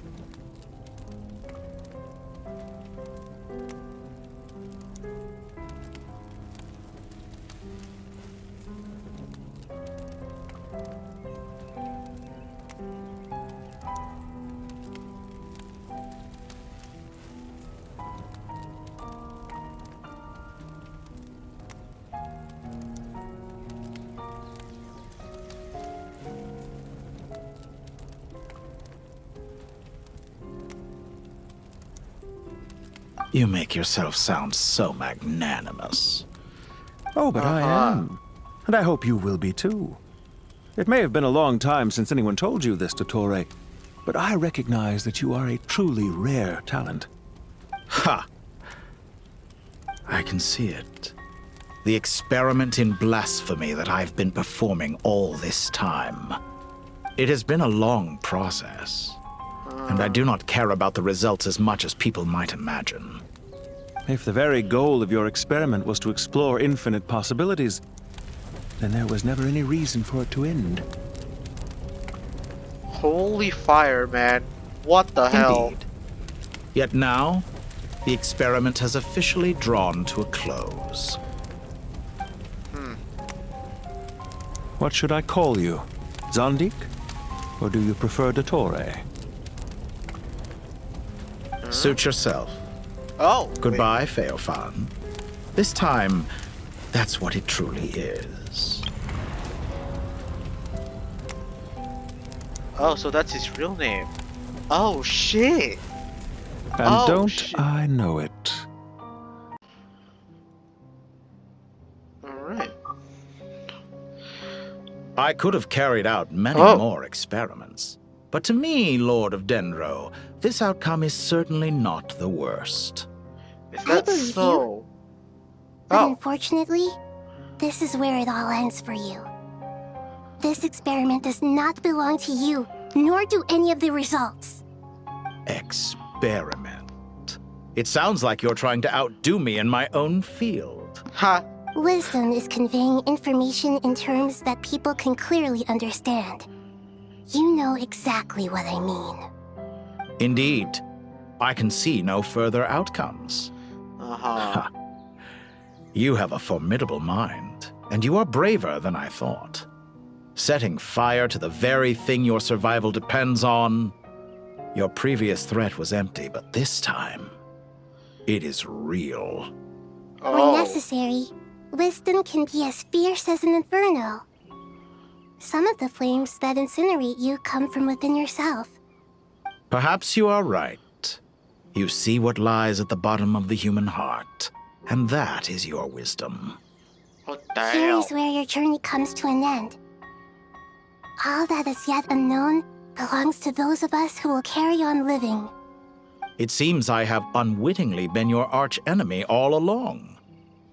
But now, it's all over.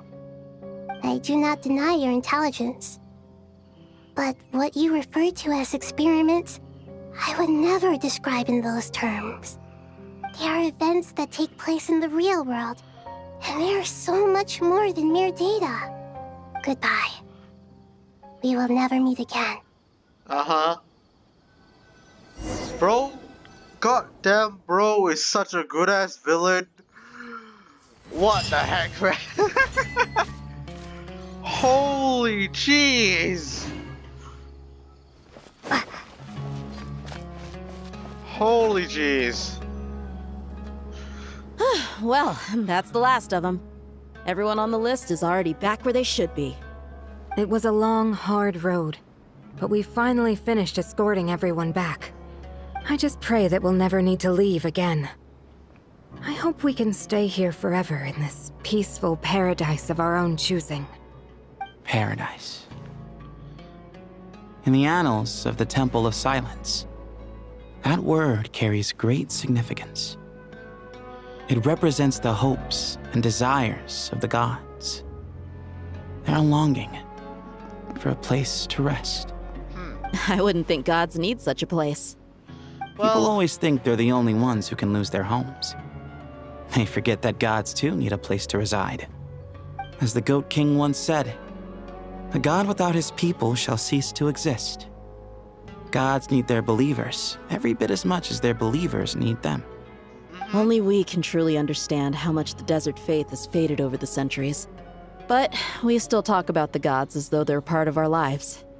Given the myriad ways in which gods and humans interact, I'd say they really are. How else could Dunyarzad consider the Dendro Archon a friend? Well, that sounds about right to me. Describing them as friends sure makes us feel a whole lot closer. If you told me a few years back that I'd have this many friends, I'd have called you a liar. Belief is a choice, just like friendship. We've made our choices through battle. The right ones, wouldn't you say? I'll be heading back to the Temple of Silence. I heard the Goat King and the Ibis King decided to pay us a visit. How about you? It's back to Aru Village for us. Still plenty of supplies to distribute and people to help. Until next time, old friend. As long as you can find the time, you're always welcome to visit us in Aru Village. Right back at you. Make sure to drop by the Temple of Silence the next time you're free. Word is that 2 of the other 7 pillars, Shezapank and Bennu, might also be dropping by. Since you're wearing the symbols of their power, it'd only be fitting if you came to see them for yourselves. Dropping by? That makes it sound like they're visiting a neighbor's home. I mean, they are. Well, the temple was founded by Hermanubis, so I guess to them, that's exactly what it is. Yeah. Guess that's true. All right. We'll make sure to find time to stop by. Stay safe on your journey home. I will.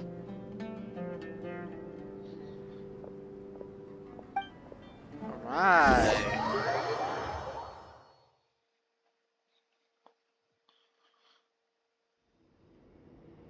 Who's next? Oh. Oh, hi. You do have a point. See? Retirement has always been a problem, especially for old-timers like us who've been locked away all these years. You finally step out into the light, and bam! You're face to face with a whole different world.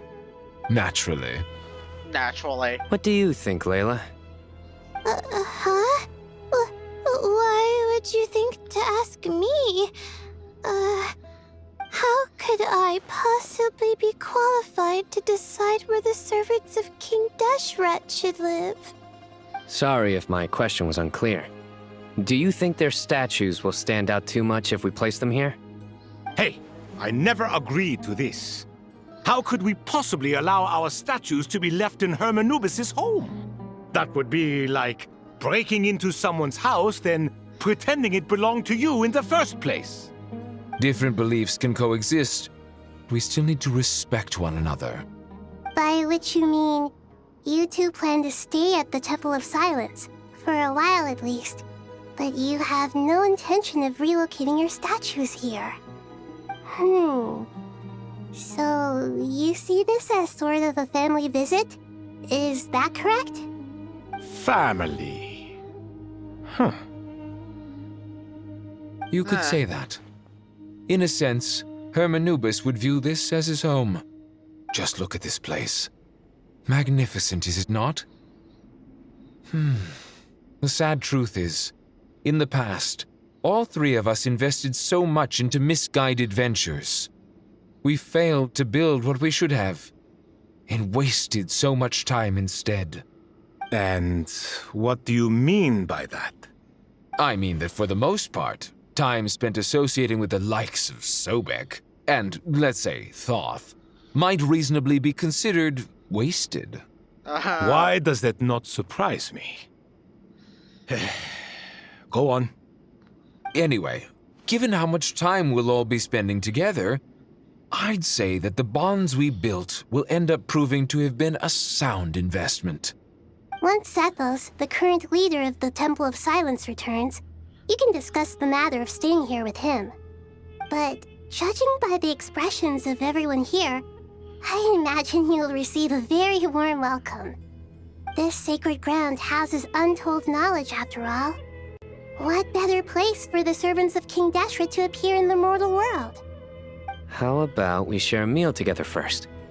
I imagine it's been many years since you last tasted fresh food. Oh, that sounds wonderful! After so many hundreds of years, I can only surmise that desert cuisine has become a lot more varied. Are we having a get-together? If you'd like, I can help prepare some food. After all, Lord Thoth, you helped me so much in the desert, and I still haven't properly thanked you. Alright. Oh, my, that would be wonderful. I'm touched that you still remember. How the times have changed. To the people of today, it seems the Ibis King has become a kind and passionate god. And you, Mr. Herreshoff? What kind of god do you wish to be? To be honest, I haven't given it much thought. How about you, Dendro Archon? Do you have any hopes for your future? Me? I'm very happy with my current life. Forgive my bluntness, but you do not seem to derive your authority from majesty and might, like Lord Al-Akhmar. Clearly your approach has its advantages, but also its dangers, don't you think? I do, but projecting a majestic front doesn't really suit me. Besides, my relationship with others isn't simply one of a god and her people. Not putting on airs might earn you more adoration. Exactly. Besides, I really like parties where everyone brings their own food, and we all come together to share. You should join us. I'm sure you'll find it fun. Last time when we got together for a picnic near the Avidia Forest, it was quite the occasion. Seeing as you're already here, how about we hold the next one in the desert? Can we do that? Wouldn't Tainari have to transport a ton of drinking water? Don't worry, I can help out. Layla, would you like to join us next time? Me? Sure. The more the merrier. That way we... Don't take this the wrong way. I just think you should know. When it comes to passing the time, chess is more our thing. In that case, Dendro Archon, what do you say? If I were to compete against you, I can't say with certainty I'd win, but I certainly wouldn't mind giving it a shot. Where's Sobek? I'm sure he'd be good for a few rounds. Cards, cards, cards! I'll always prefer chess. Oh, he's a good opponent for I Silent wonder what variant of chess we're talking here. Mr. Thoth, is there some sort of astrological significance to this game? Oh, I'm glad you brought that up. As long as the leader of the Temple of Silence agrees, we can search Hermanubis' place for books to teach you how to play. Ah, cool.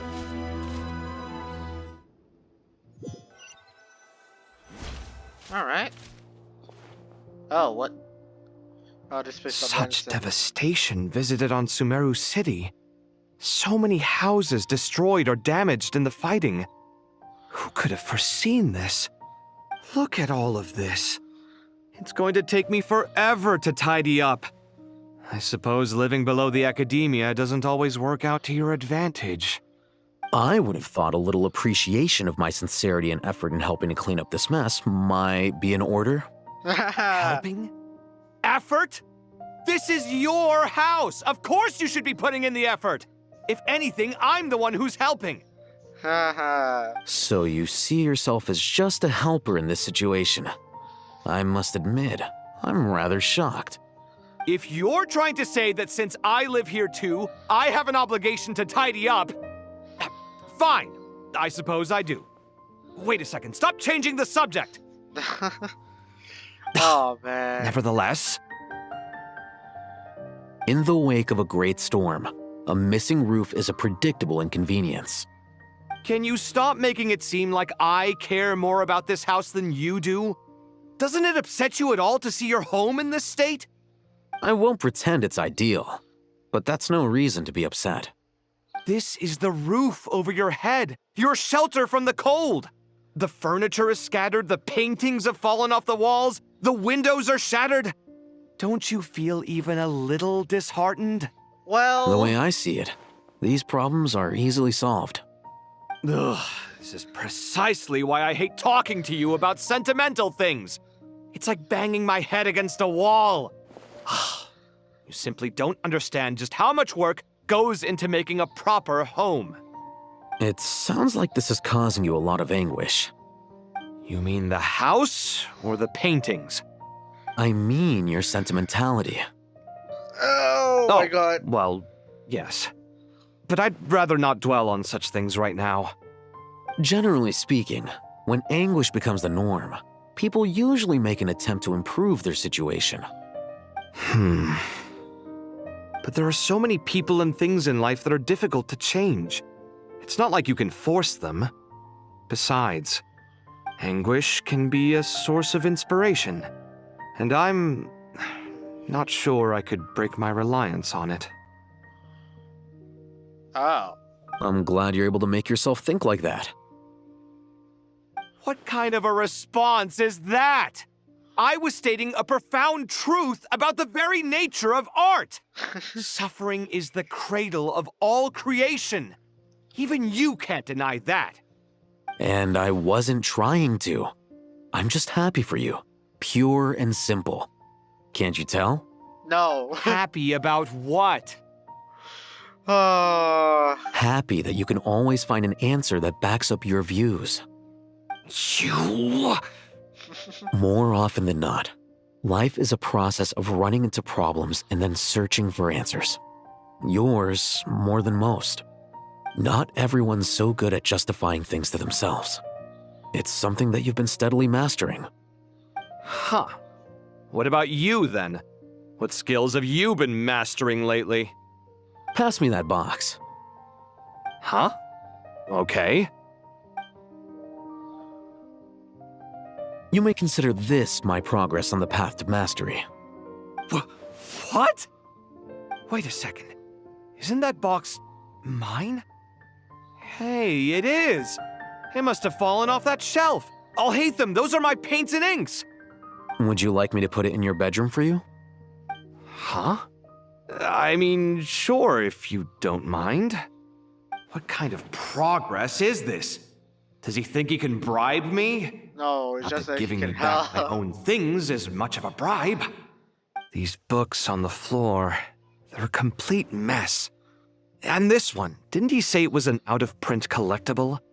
It's completely covered in dust, and some of its pages have even fallen out. Ugh, guess I should help him repair it. This one too. And this one. Alright.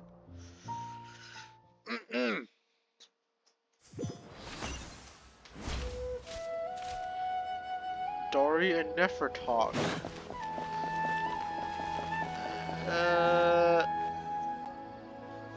Local sumpter beasts, imported goods, such a bright future ahead.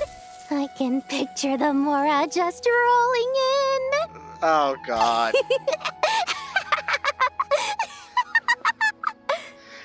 She's going You crazy do again. realize you sound like a choking cow?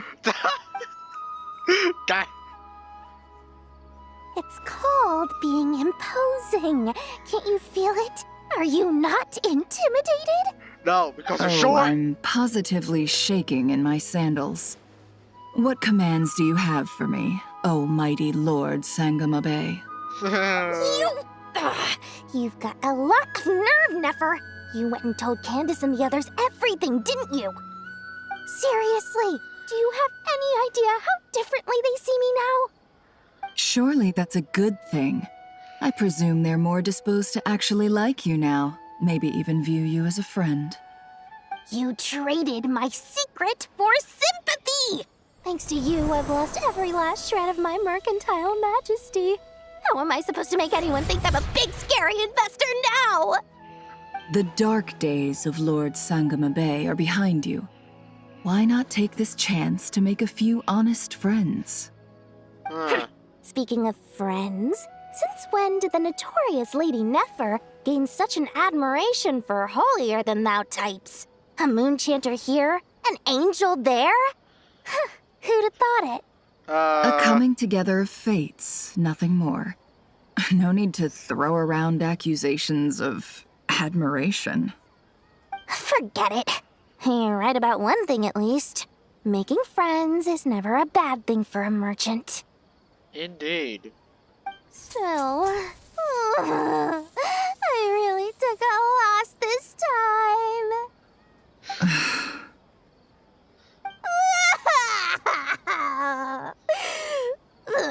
What are you looking at?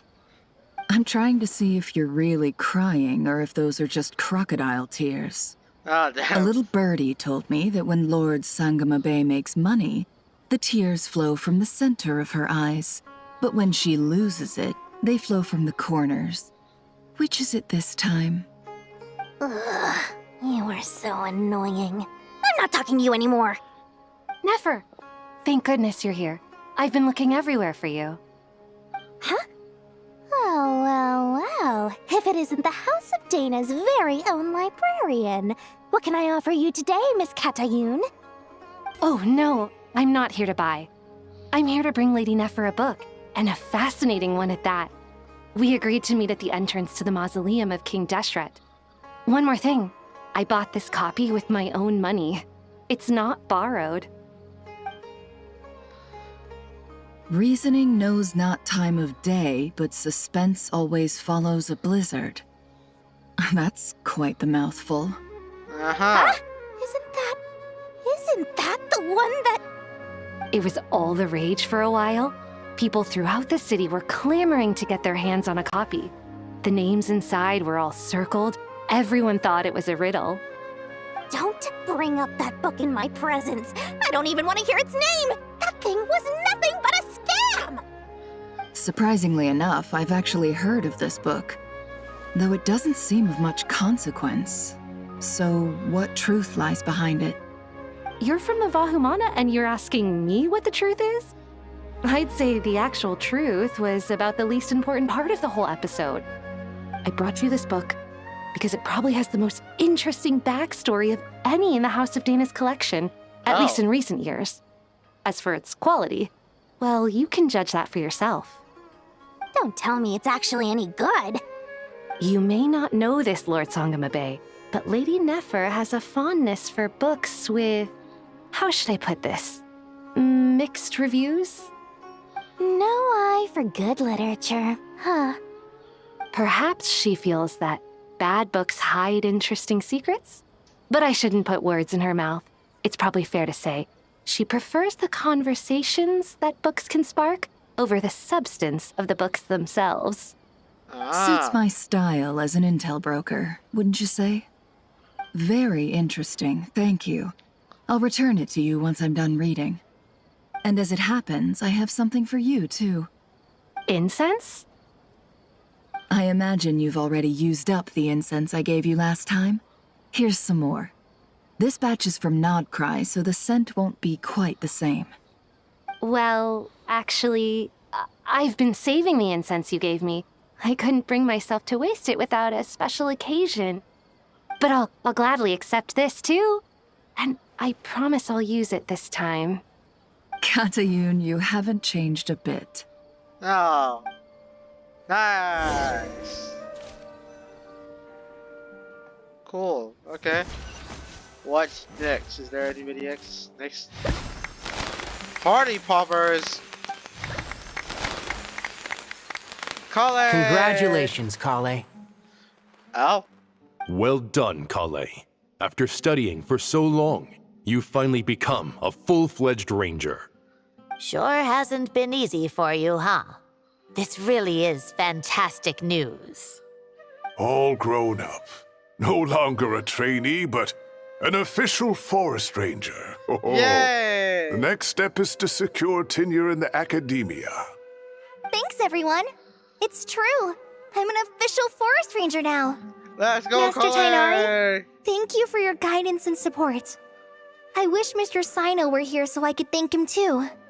Sino had a matter to attend to at the Temple of Silence. I don't imagine he'll be back for some time. But don't worry, we can celebrate together once he's finished. I'm afraid the party will have to wait. Kale still has some matters to attend to first. Kale? Is everything all right? No, it's not what you think.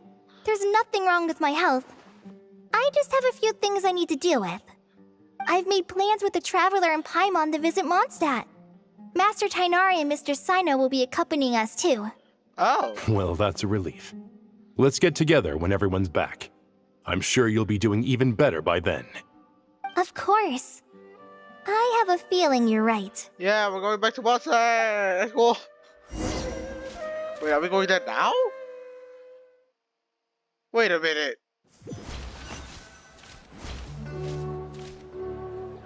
A few days. Okay. Phew. After all that catching up on sleep and food, Paimon's feeling full of vim and vigor again. For someone who spends so much time resting, your recovery routine is surprisingly simple. Hey! Paimon's been working her butt off too, you know. She flew all over the city helping everyone out. Don't worry. I saw how hard you worked. All right. We all know you're the most hardworking person in Tavad. As long as you're rested and full, that's what really matters. Paimon's been looking around the place, and it seems like the city's already on the mend. Looks But practically back to Paimon's normal. been wondering how Nahida's doing. We should check in on her. Uh-huh. Let's go check on Nahida. Sanctuary Superstar. Yeah, let's do that.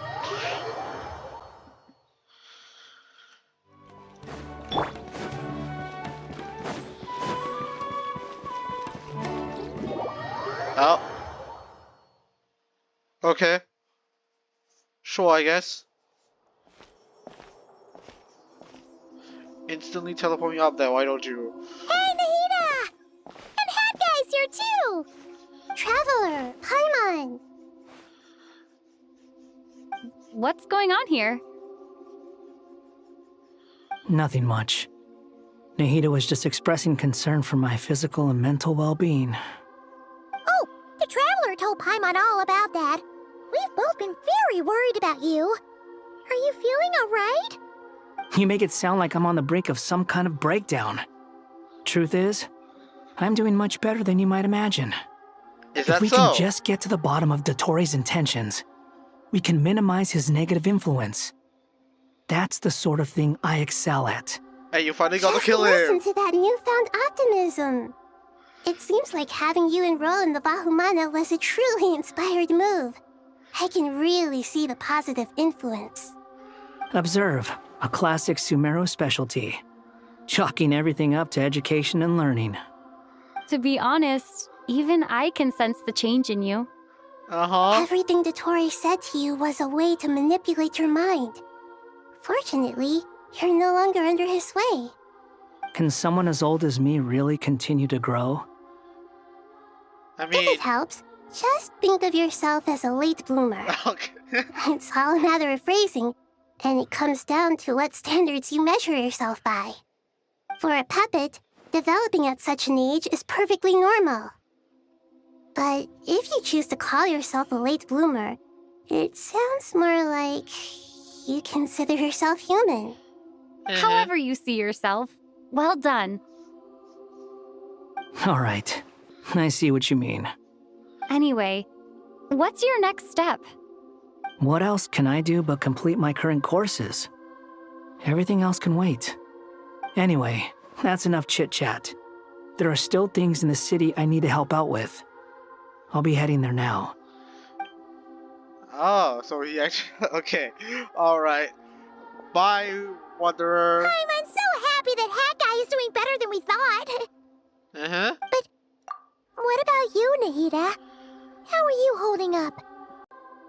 Yeah, how are you doing, The Nahida? pyronosis burned down the corrupted Irminsul. Uh-huh. The flames blazed for 7 days and 7 nights before they finally subsided. Oh, damn. All that was left were the parts underground. Now, Alright. Aru shoulders the responsibilities that once belonged to Irminsul. Okay. The situation was contained before it got out of hand, so Tevat's most vital information has largely been preserved. Oh, okay. Irminsul has a strong influence over you, doesn't it? How will you cope now that it's gone? There is no need to worry. Thanks to Nicole's extraordinary talents, my connection to Irminsul has been severed and transposed onto Aru. Oh! Angels can do things like that? They can. Such abilities are precisely what makes them so powerful. Damn. The goddess of flowers, Nabu Malikata, once claimed that she too could perform feats beyond the reach of mere mortals. In my eyes, much of what she went on to achieve reached such transcendent levels. Her and Nicole really are both fascinating and magnificent. So, does that mean your situation is stable now? Seems like it. Correct. Just imagine that Aru has become the new Irminsul, and the essence of my existence has been bound to it. The Right. wisdom of Sumeru has ultimately converged into a single, unified entity. Should we ascribe this all to fate, or is it merely fortune? Whatever it is, the important thing is that you're okay, Nahida. Uh-huh. Dendro Archon, Lesser Lord Kusanali. Oh, thank goodness you're here. Greetings, Traveler and Paimon. Nevis, do you have something urgent to say? Yes, there's something I need to report. We've received a message from Snezhnaya. Oh. Nephis hands the letter to Nina, who reads it. The Fatui Harbinger, the rooster, sends us his sympathies, along with all the usual pleasantries. His stance is that, following the unrest and Nod Cry, Dottore was subjected to internal censure.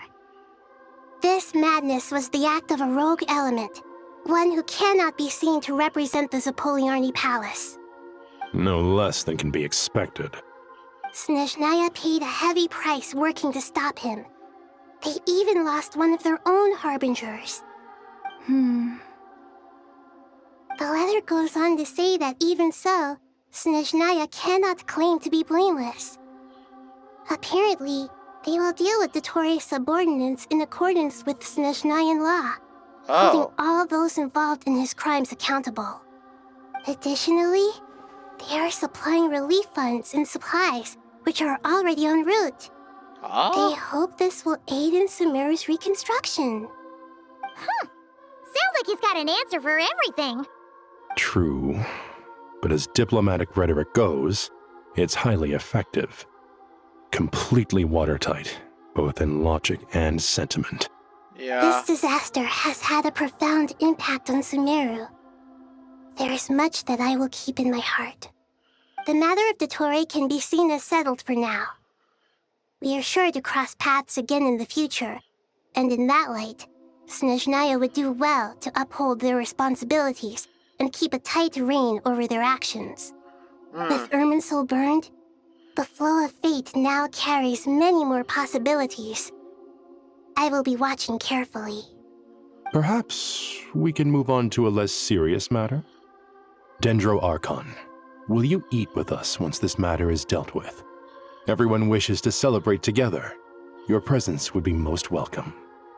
Of course! Junior Zod, Sino, and Hypatia all told me the same thing. If there isn't enough room for everyone, we can arrange back-to-back feasts. What a wonderful idea. That just leaves the question of what we should eat. Not more tomatoes, surely. She doesn't like tomatoes. More? Dendro Archon, what do you mean by more tomatoes? Those good friends of yours are always talking about tomatoes. Sometimes when I'm walking through the city, I can even hear them arguing in the fields. Since you see them so often, you must hear about tomatoes even more than I do. Tomatoes. Tomatoes. The word has a certain magic to it. Like the autumn fur of a sumpter beast swirling in the wind, sometimes flying up my nose. Tomatoes. What can we make with tomatoes? Wait, why tomatoes? Take your time, there's no need to rush. The Traveler, Paimon, and I still have somewhere we need to visit. You'll have plenty of time to think it over before I return. Does this mean you're going to Natlan? Meet them there in person. It will require a long journey. I know. But this is necessary. I must go myself. Alright. Traveler, Paimon, we'll set off as soon as you're ready. Is that alright? Yep, that's Sure. fine. We'll be ready whenever you are. You'll hear no objections from Paimon! We should grab some snacks along the way, though. It'll be just like going on a long holiday. Wonderful. I'm looking forward to this so much.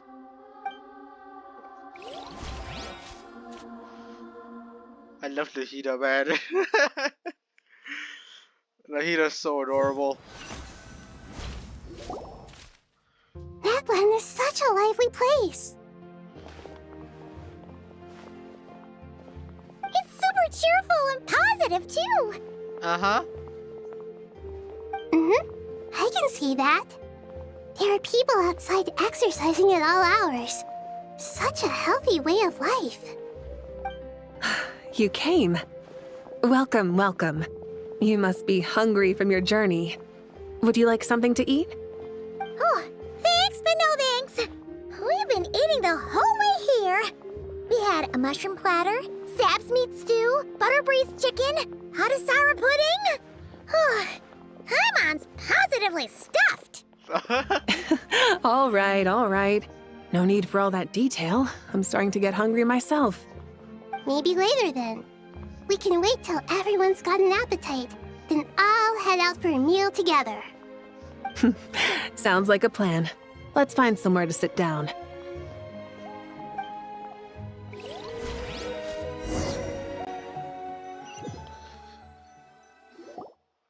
I should tell you, I already have some sense of why you've come.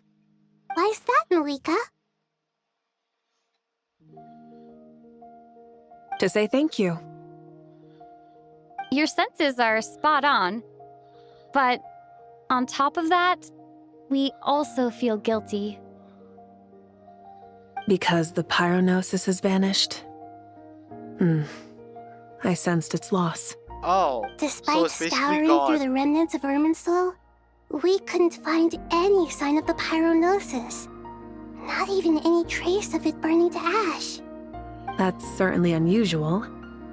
Still, the potential fallout from Irminsul's loss is significant, to say the least. Perhaps the pyronosis's disappearance is simply a knock-on effect of the impact it's had on a certain strand of fate. Wait a minute. Wait, so they can't... Wait, so... we don't know for sure. Unless it was taken by something, but... She says that it's gone. Okay. There's no need to feel guilty. We were clear that this time, there was to be no returning, only giving. Pure and simple. Thank you really is a fascinating phrase. We use it to express gratitude for the smallest of things. Yet, when faced with a kindness too immense to describe, we use exactly the same words. It's not that we lack other means of expression. It's that when we truly need to express our feelings, the simplest and purest words are always the most powerful. You're right. In Natlan, we prefer simple expressions too. Companionship, friendship, support. They might not sound fancy, but the sentiment behind them is sincere. That's wonderful to hear. Sincere feelings are often a vehicle for the deepest wisdom of all. Irminsul's destruction doesn't seem to have done you much harm. I'm glad to see you're doing well. There's still a lot of work to do, but before we begin, we felt it was important to come here and speak with you. Partly to express our gratitude, but also because we felt that seeing you, in a sense, is like basking in warm sunlight. That's a nice way of putting it. I like that. To tell you the truth, though, I'm not a fan of somber meetings. So, since there's nothing more to say, why don't we go bask in some actual sunlight? The weather's beautiful today. What a great idea! Paimon's gonna lie back and soak up some rays! Cool! Yay!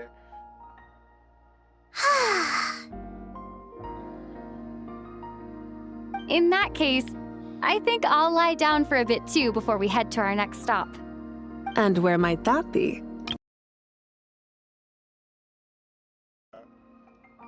Mondstadt.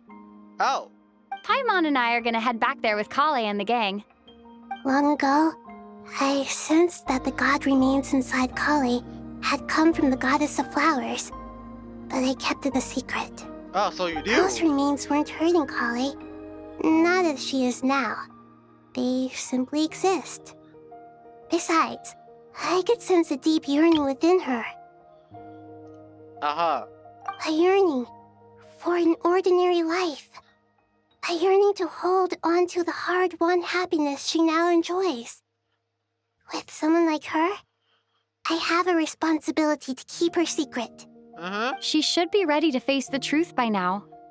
Whenever people meet, there is always the potential to create warmth and kindness. Every child grows up, but even as adults, they are still children in the eyes of certain people. Oh, just like how Paimon sometimes sees Nahida as a little kid.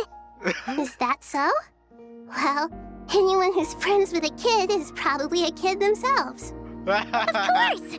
And there's nothing wrong with that. When we get back, we'll actually be hanging out with another of our friends who happens to be a kid. Or more like looking after, in her case. Anyway, we'll always be there to watch out for our friends. Dear Sucrose, when you receive this letter, I'll probably be as busy as always. But busy with wonderful things. That's because I'm no longer a trainee. I'm now an official forest ranger. Impressive, right? Sino said that official rangers sound much tougher than trainees. Though he did say it was already pretty tough to start out with. You probably heard that something big happened in Sumeru recently. Don't worry, it's all been taken care of. We're heading to Mondstadt soon, so if you're free, maybe we could meet up? Plus, it's not just me. A few of us are going. Hey, do you still remember that time we all got together? You know, when we all went to the Windbloom Festival? It'll be just like that. Nice. So we're heading to Mondstadt now? 2 days later, by the gates of Mondstadt. Dainari, Woo! is that... Don't you say it! Is that the great Vayu Vyastra? Behold, the great Vayu Vyastra, General Mahamatra. How times have changed. I wasn't expecting you to beat me to the punchline. You've changed. You've really upped the aggression in your battle against Sino's jokes. Kale, how did you know what I was going to say? For the love of...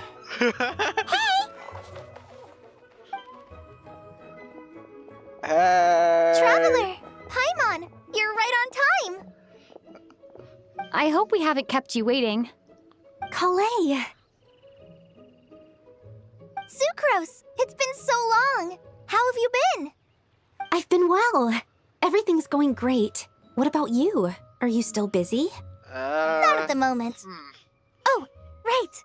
That juicer you gave us works amazing! Farzan loves it! Seriously? That's wonderful. I don't suppose you drew up a detailed test report.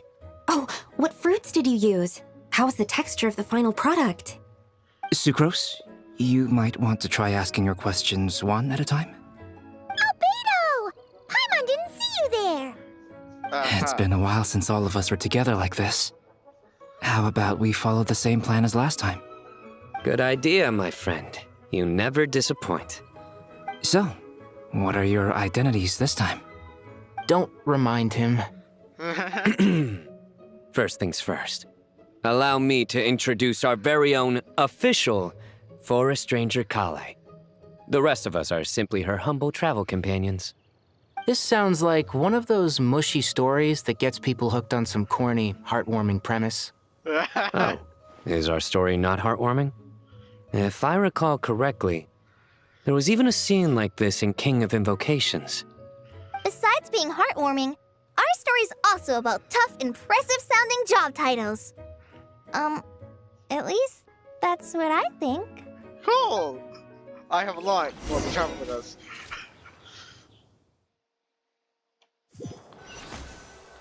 Alright, what's next?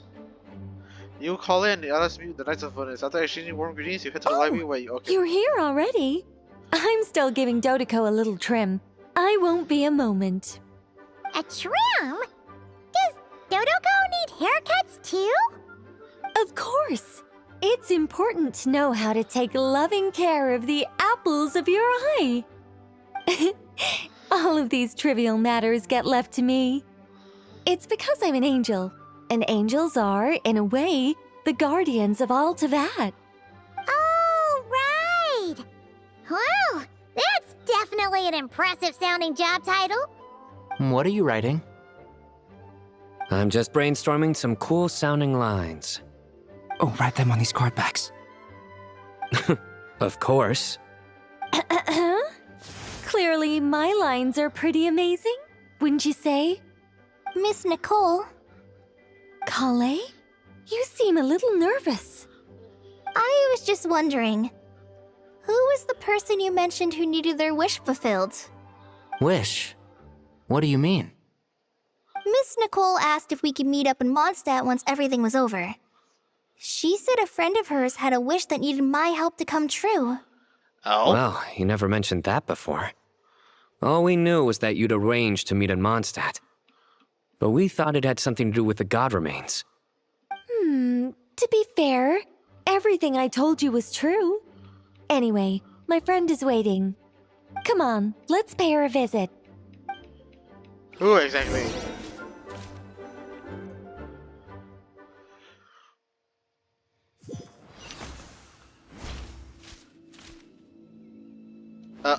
Go beneath the tree of Windrise. You know, that's right. Nice. Nothing good but good freaking slime kills. Huh? Anyway. You're... Surprised? I bet you weren't expecting to meet a woman like me beneath this beautiful tree in a faraway land. Little An oasis will spring from the place where a djinn resides. That saying falls somewhat flat here in Mondstadt, given that everywhere is already so lush and green. Lilupar, what are you doing here? I made friends with Miss Nicole. I asked her to bring me here and then invite Kale to come. The prologue to this story is that I have a wish. It has stirred within my heart for centuries, millennia even. Originally, it was merely Al-Akhmar's lie, but now it has become reality. Could this be...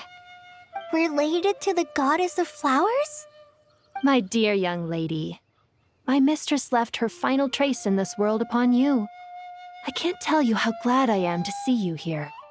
And now I have seen you, and peered into your heart. You have experienced hardships and suffered setbacks. The torment an ordinary person might expect to face has befallen you threefold. This is the source of your resilience. But, beneath all this, I've witnessed the seeds of desire. You yearn to return to the simple life you once knew, do you not? I do. I want to throw away everything that isn't mine. But how do you decide what is yours? The scars that others carve into your flesh? The kindness and love they inscribe. Are these things not yours as well? They are. This is something I've talked about with Miss Nicole. Miss Nicole said I should learn how to adjust my standards. I just want to live as an ordinary human. Anything beyond that isn't mine. Don't you want anything from the remains of the goddess of flowers? She gave me a revelation once. I think that's already more than enough. In the past, you would not have possessed such a rich heart. Your brief life has taught you to hold on to everything good, to home in on kindness. How fascinating. You're nothing like Nabu Malikata, and you're certainly not her. Of course not. I'm not some great and powerful being, Miss Lilopar. Yet I am a Jinn. We exist because of the Lord of Flowers. We revere and love her. My wish is to see her one last time, to give everything for her. Kale, can you do this for me? But her remains won't be easy to remove. Are you sure this is what you want? That's beside the point. First, I need to know. Are you willing to do something for the soul of this lonely, wandering woman?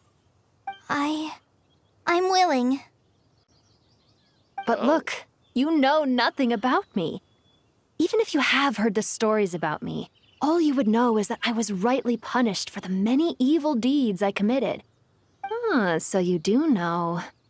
Your lips are quivering, your eyes trembling, and still you're willing to do something for me. Life has been cruel to you, and yet you've learned to be kind. My dear young lady, to repay your kindness, I too must play my part. Are you sure about this, Lilopar? I yearn to see my mistress. For this moment, the world can burn to ashes, the universe be engulfed in flame. I care about nothing else. And you, Kale, I can give you a gift. You'll become just another ordinary human. But Miss Lilopar, what will happen to you? My wish will be fulfilled, and I can die happy. Oh. Why would you wish for that? A long, unending life might seem desirable for one who has never possessed it, yet it brings torment to one who has. My remains are scattered across the yellow sands, but my soul can find no peace. Since you've promised to grant my wish, give me that release. Allow the dying to die, and let the dead rest in peace. You have my thanks. Kale, there's no pressure on you. What she said, it's all true. A wish is a genuine desire, after all. It's as if you want to use the last of your life to give me a better future. Nothing so selfless. We'll be using our futures to fulfill each other's wishes. This is a noble act, a beautiful and secret transaction between two women. I understand.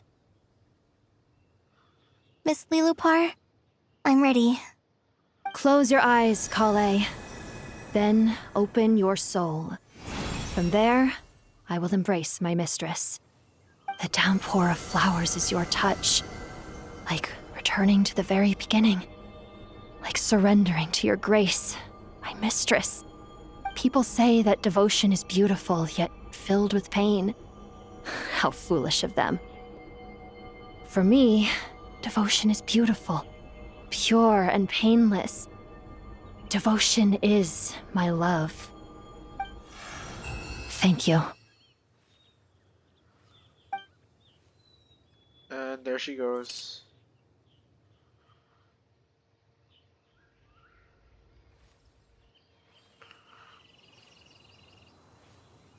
Lilopar! She disappeared? She left, carrying the blessing of flowers. Kale, are you alright? I'm fine. Now that the remains are gone, I don't actually feel any different at all. Those remains weren't hurting Kale. Not as she is now. They simply exist. Besides, I could sense a deep yearning within her. Kale must have already received what she was yearning for. I'm doing fine. I feel relaxed. There's really no need to worry. Then my wish has come true, too.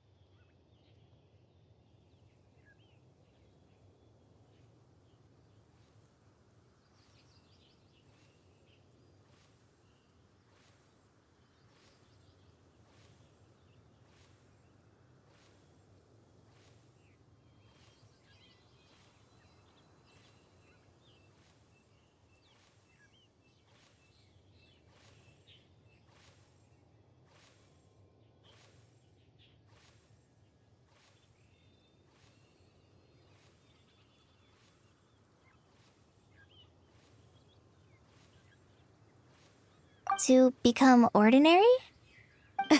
That's just one of my wishes. Actually, I have a few more. For instance, I want to protect the people I meet and help them find happiness. That sort of thing.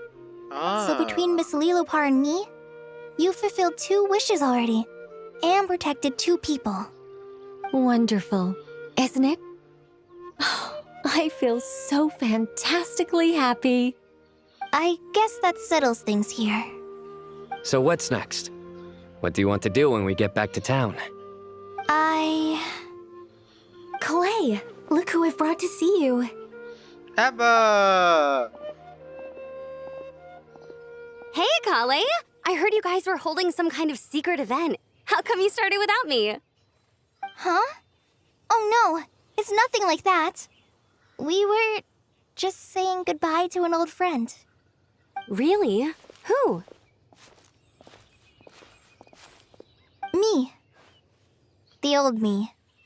So that's what this is all about. Did you come all the way to Mondstadt for that? Because we knew the old you so we could witness the change? Exactly. The old me is gone. I puffed her into the air, and she became a fluffy pink cloud, floating into the sky, before disappearing forever. Do you think, maybe up in the sky, she has friends waiting for her with test tubes, flasks, and bows? I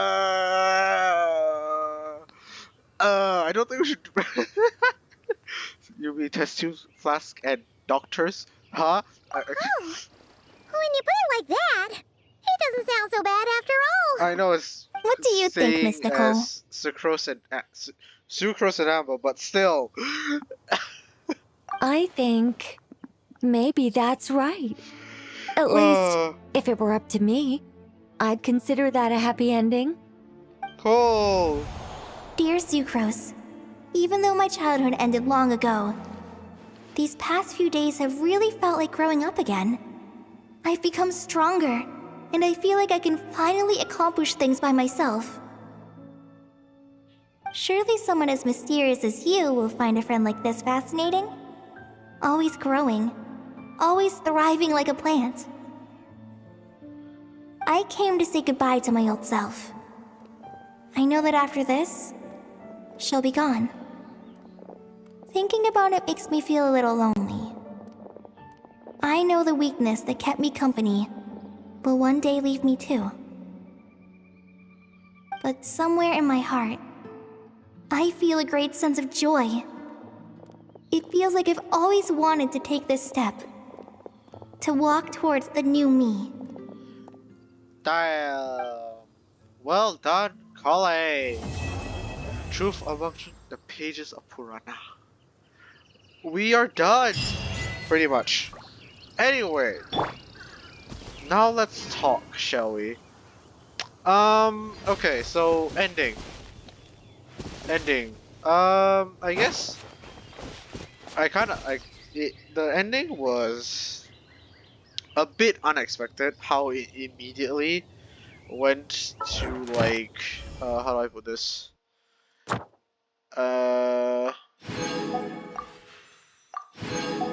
From like, all the serious stuff to the very happy-go-lucky stuff. Yeah. But overall, for the first Act 9 and Act 10, both of them, overall, pretty freaking amazing. I would say pretty much friggin' happy about this, and goddamn,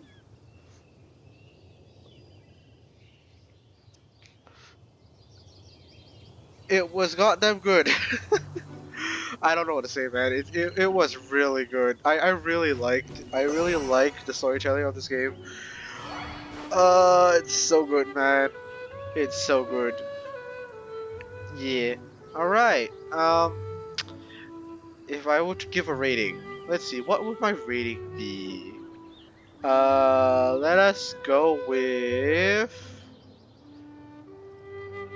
Let's go with a 9.5 because it's still really good. It's just that the way it just changes, it's not a really nice thing for me, to say the least, I guess. It's like a bit too fast of a change, I guess. I know it says a few days, but like still, it's a bit too fast. I mean, they're still working on it, but still, it's a bit too fast of a change, like indirectly. I don't know, man. But yeah, that was the whole thing. So anyway, we will see you guys next time. Bye bye. Propagate! Yeah, so just to continue on what I said. I think that this is pretty much a really good endpoint because of world building and stuff with Little Par and the what you call it, Little Par and the Goddess of Flowers, whatever you would call that. But yeah, it's pretty good. So we definitely know that Dotori is pretty much gone for good. Pretty much. I think that, like, he's able to come back probably if like something like that would happen. I have no idea, but he's definitely gone for good for now. Will he become in the future? Maybe, but we don't know. So yeah. Anyway, now let's pull for Nicole. Because I have some saved up. I think maybe. Shall we then? Let's just go for it. Oh damn. Well, will I get Nicole? Let's see.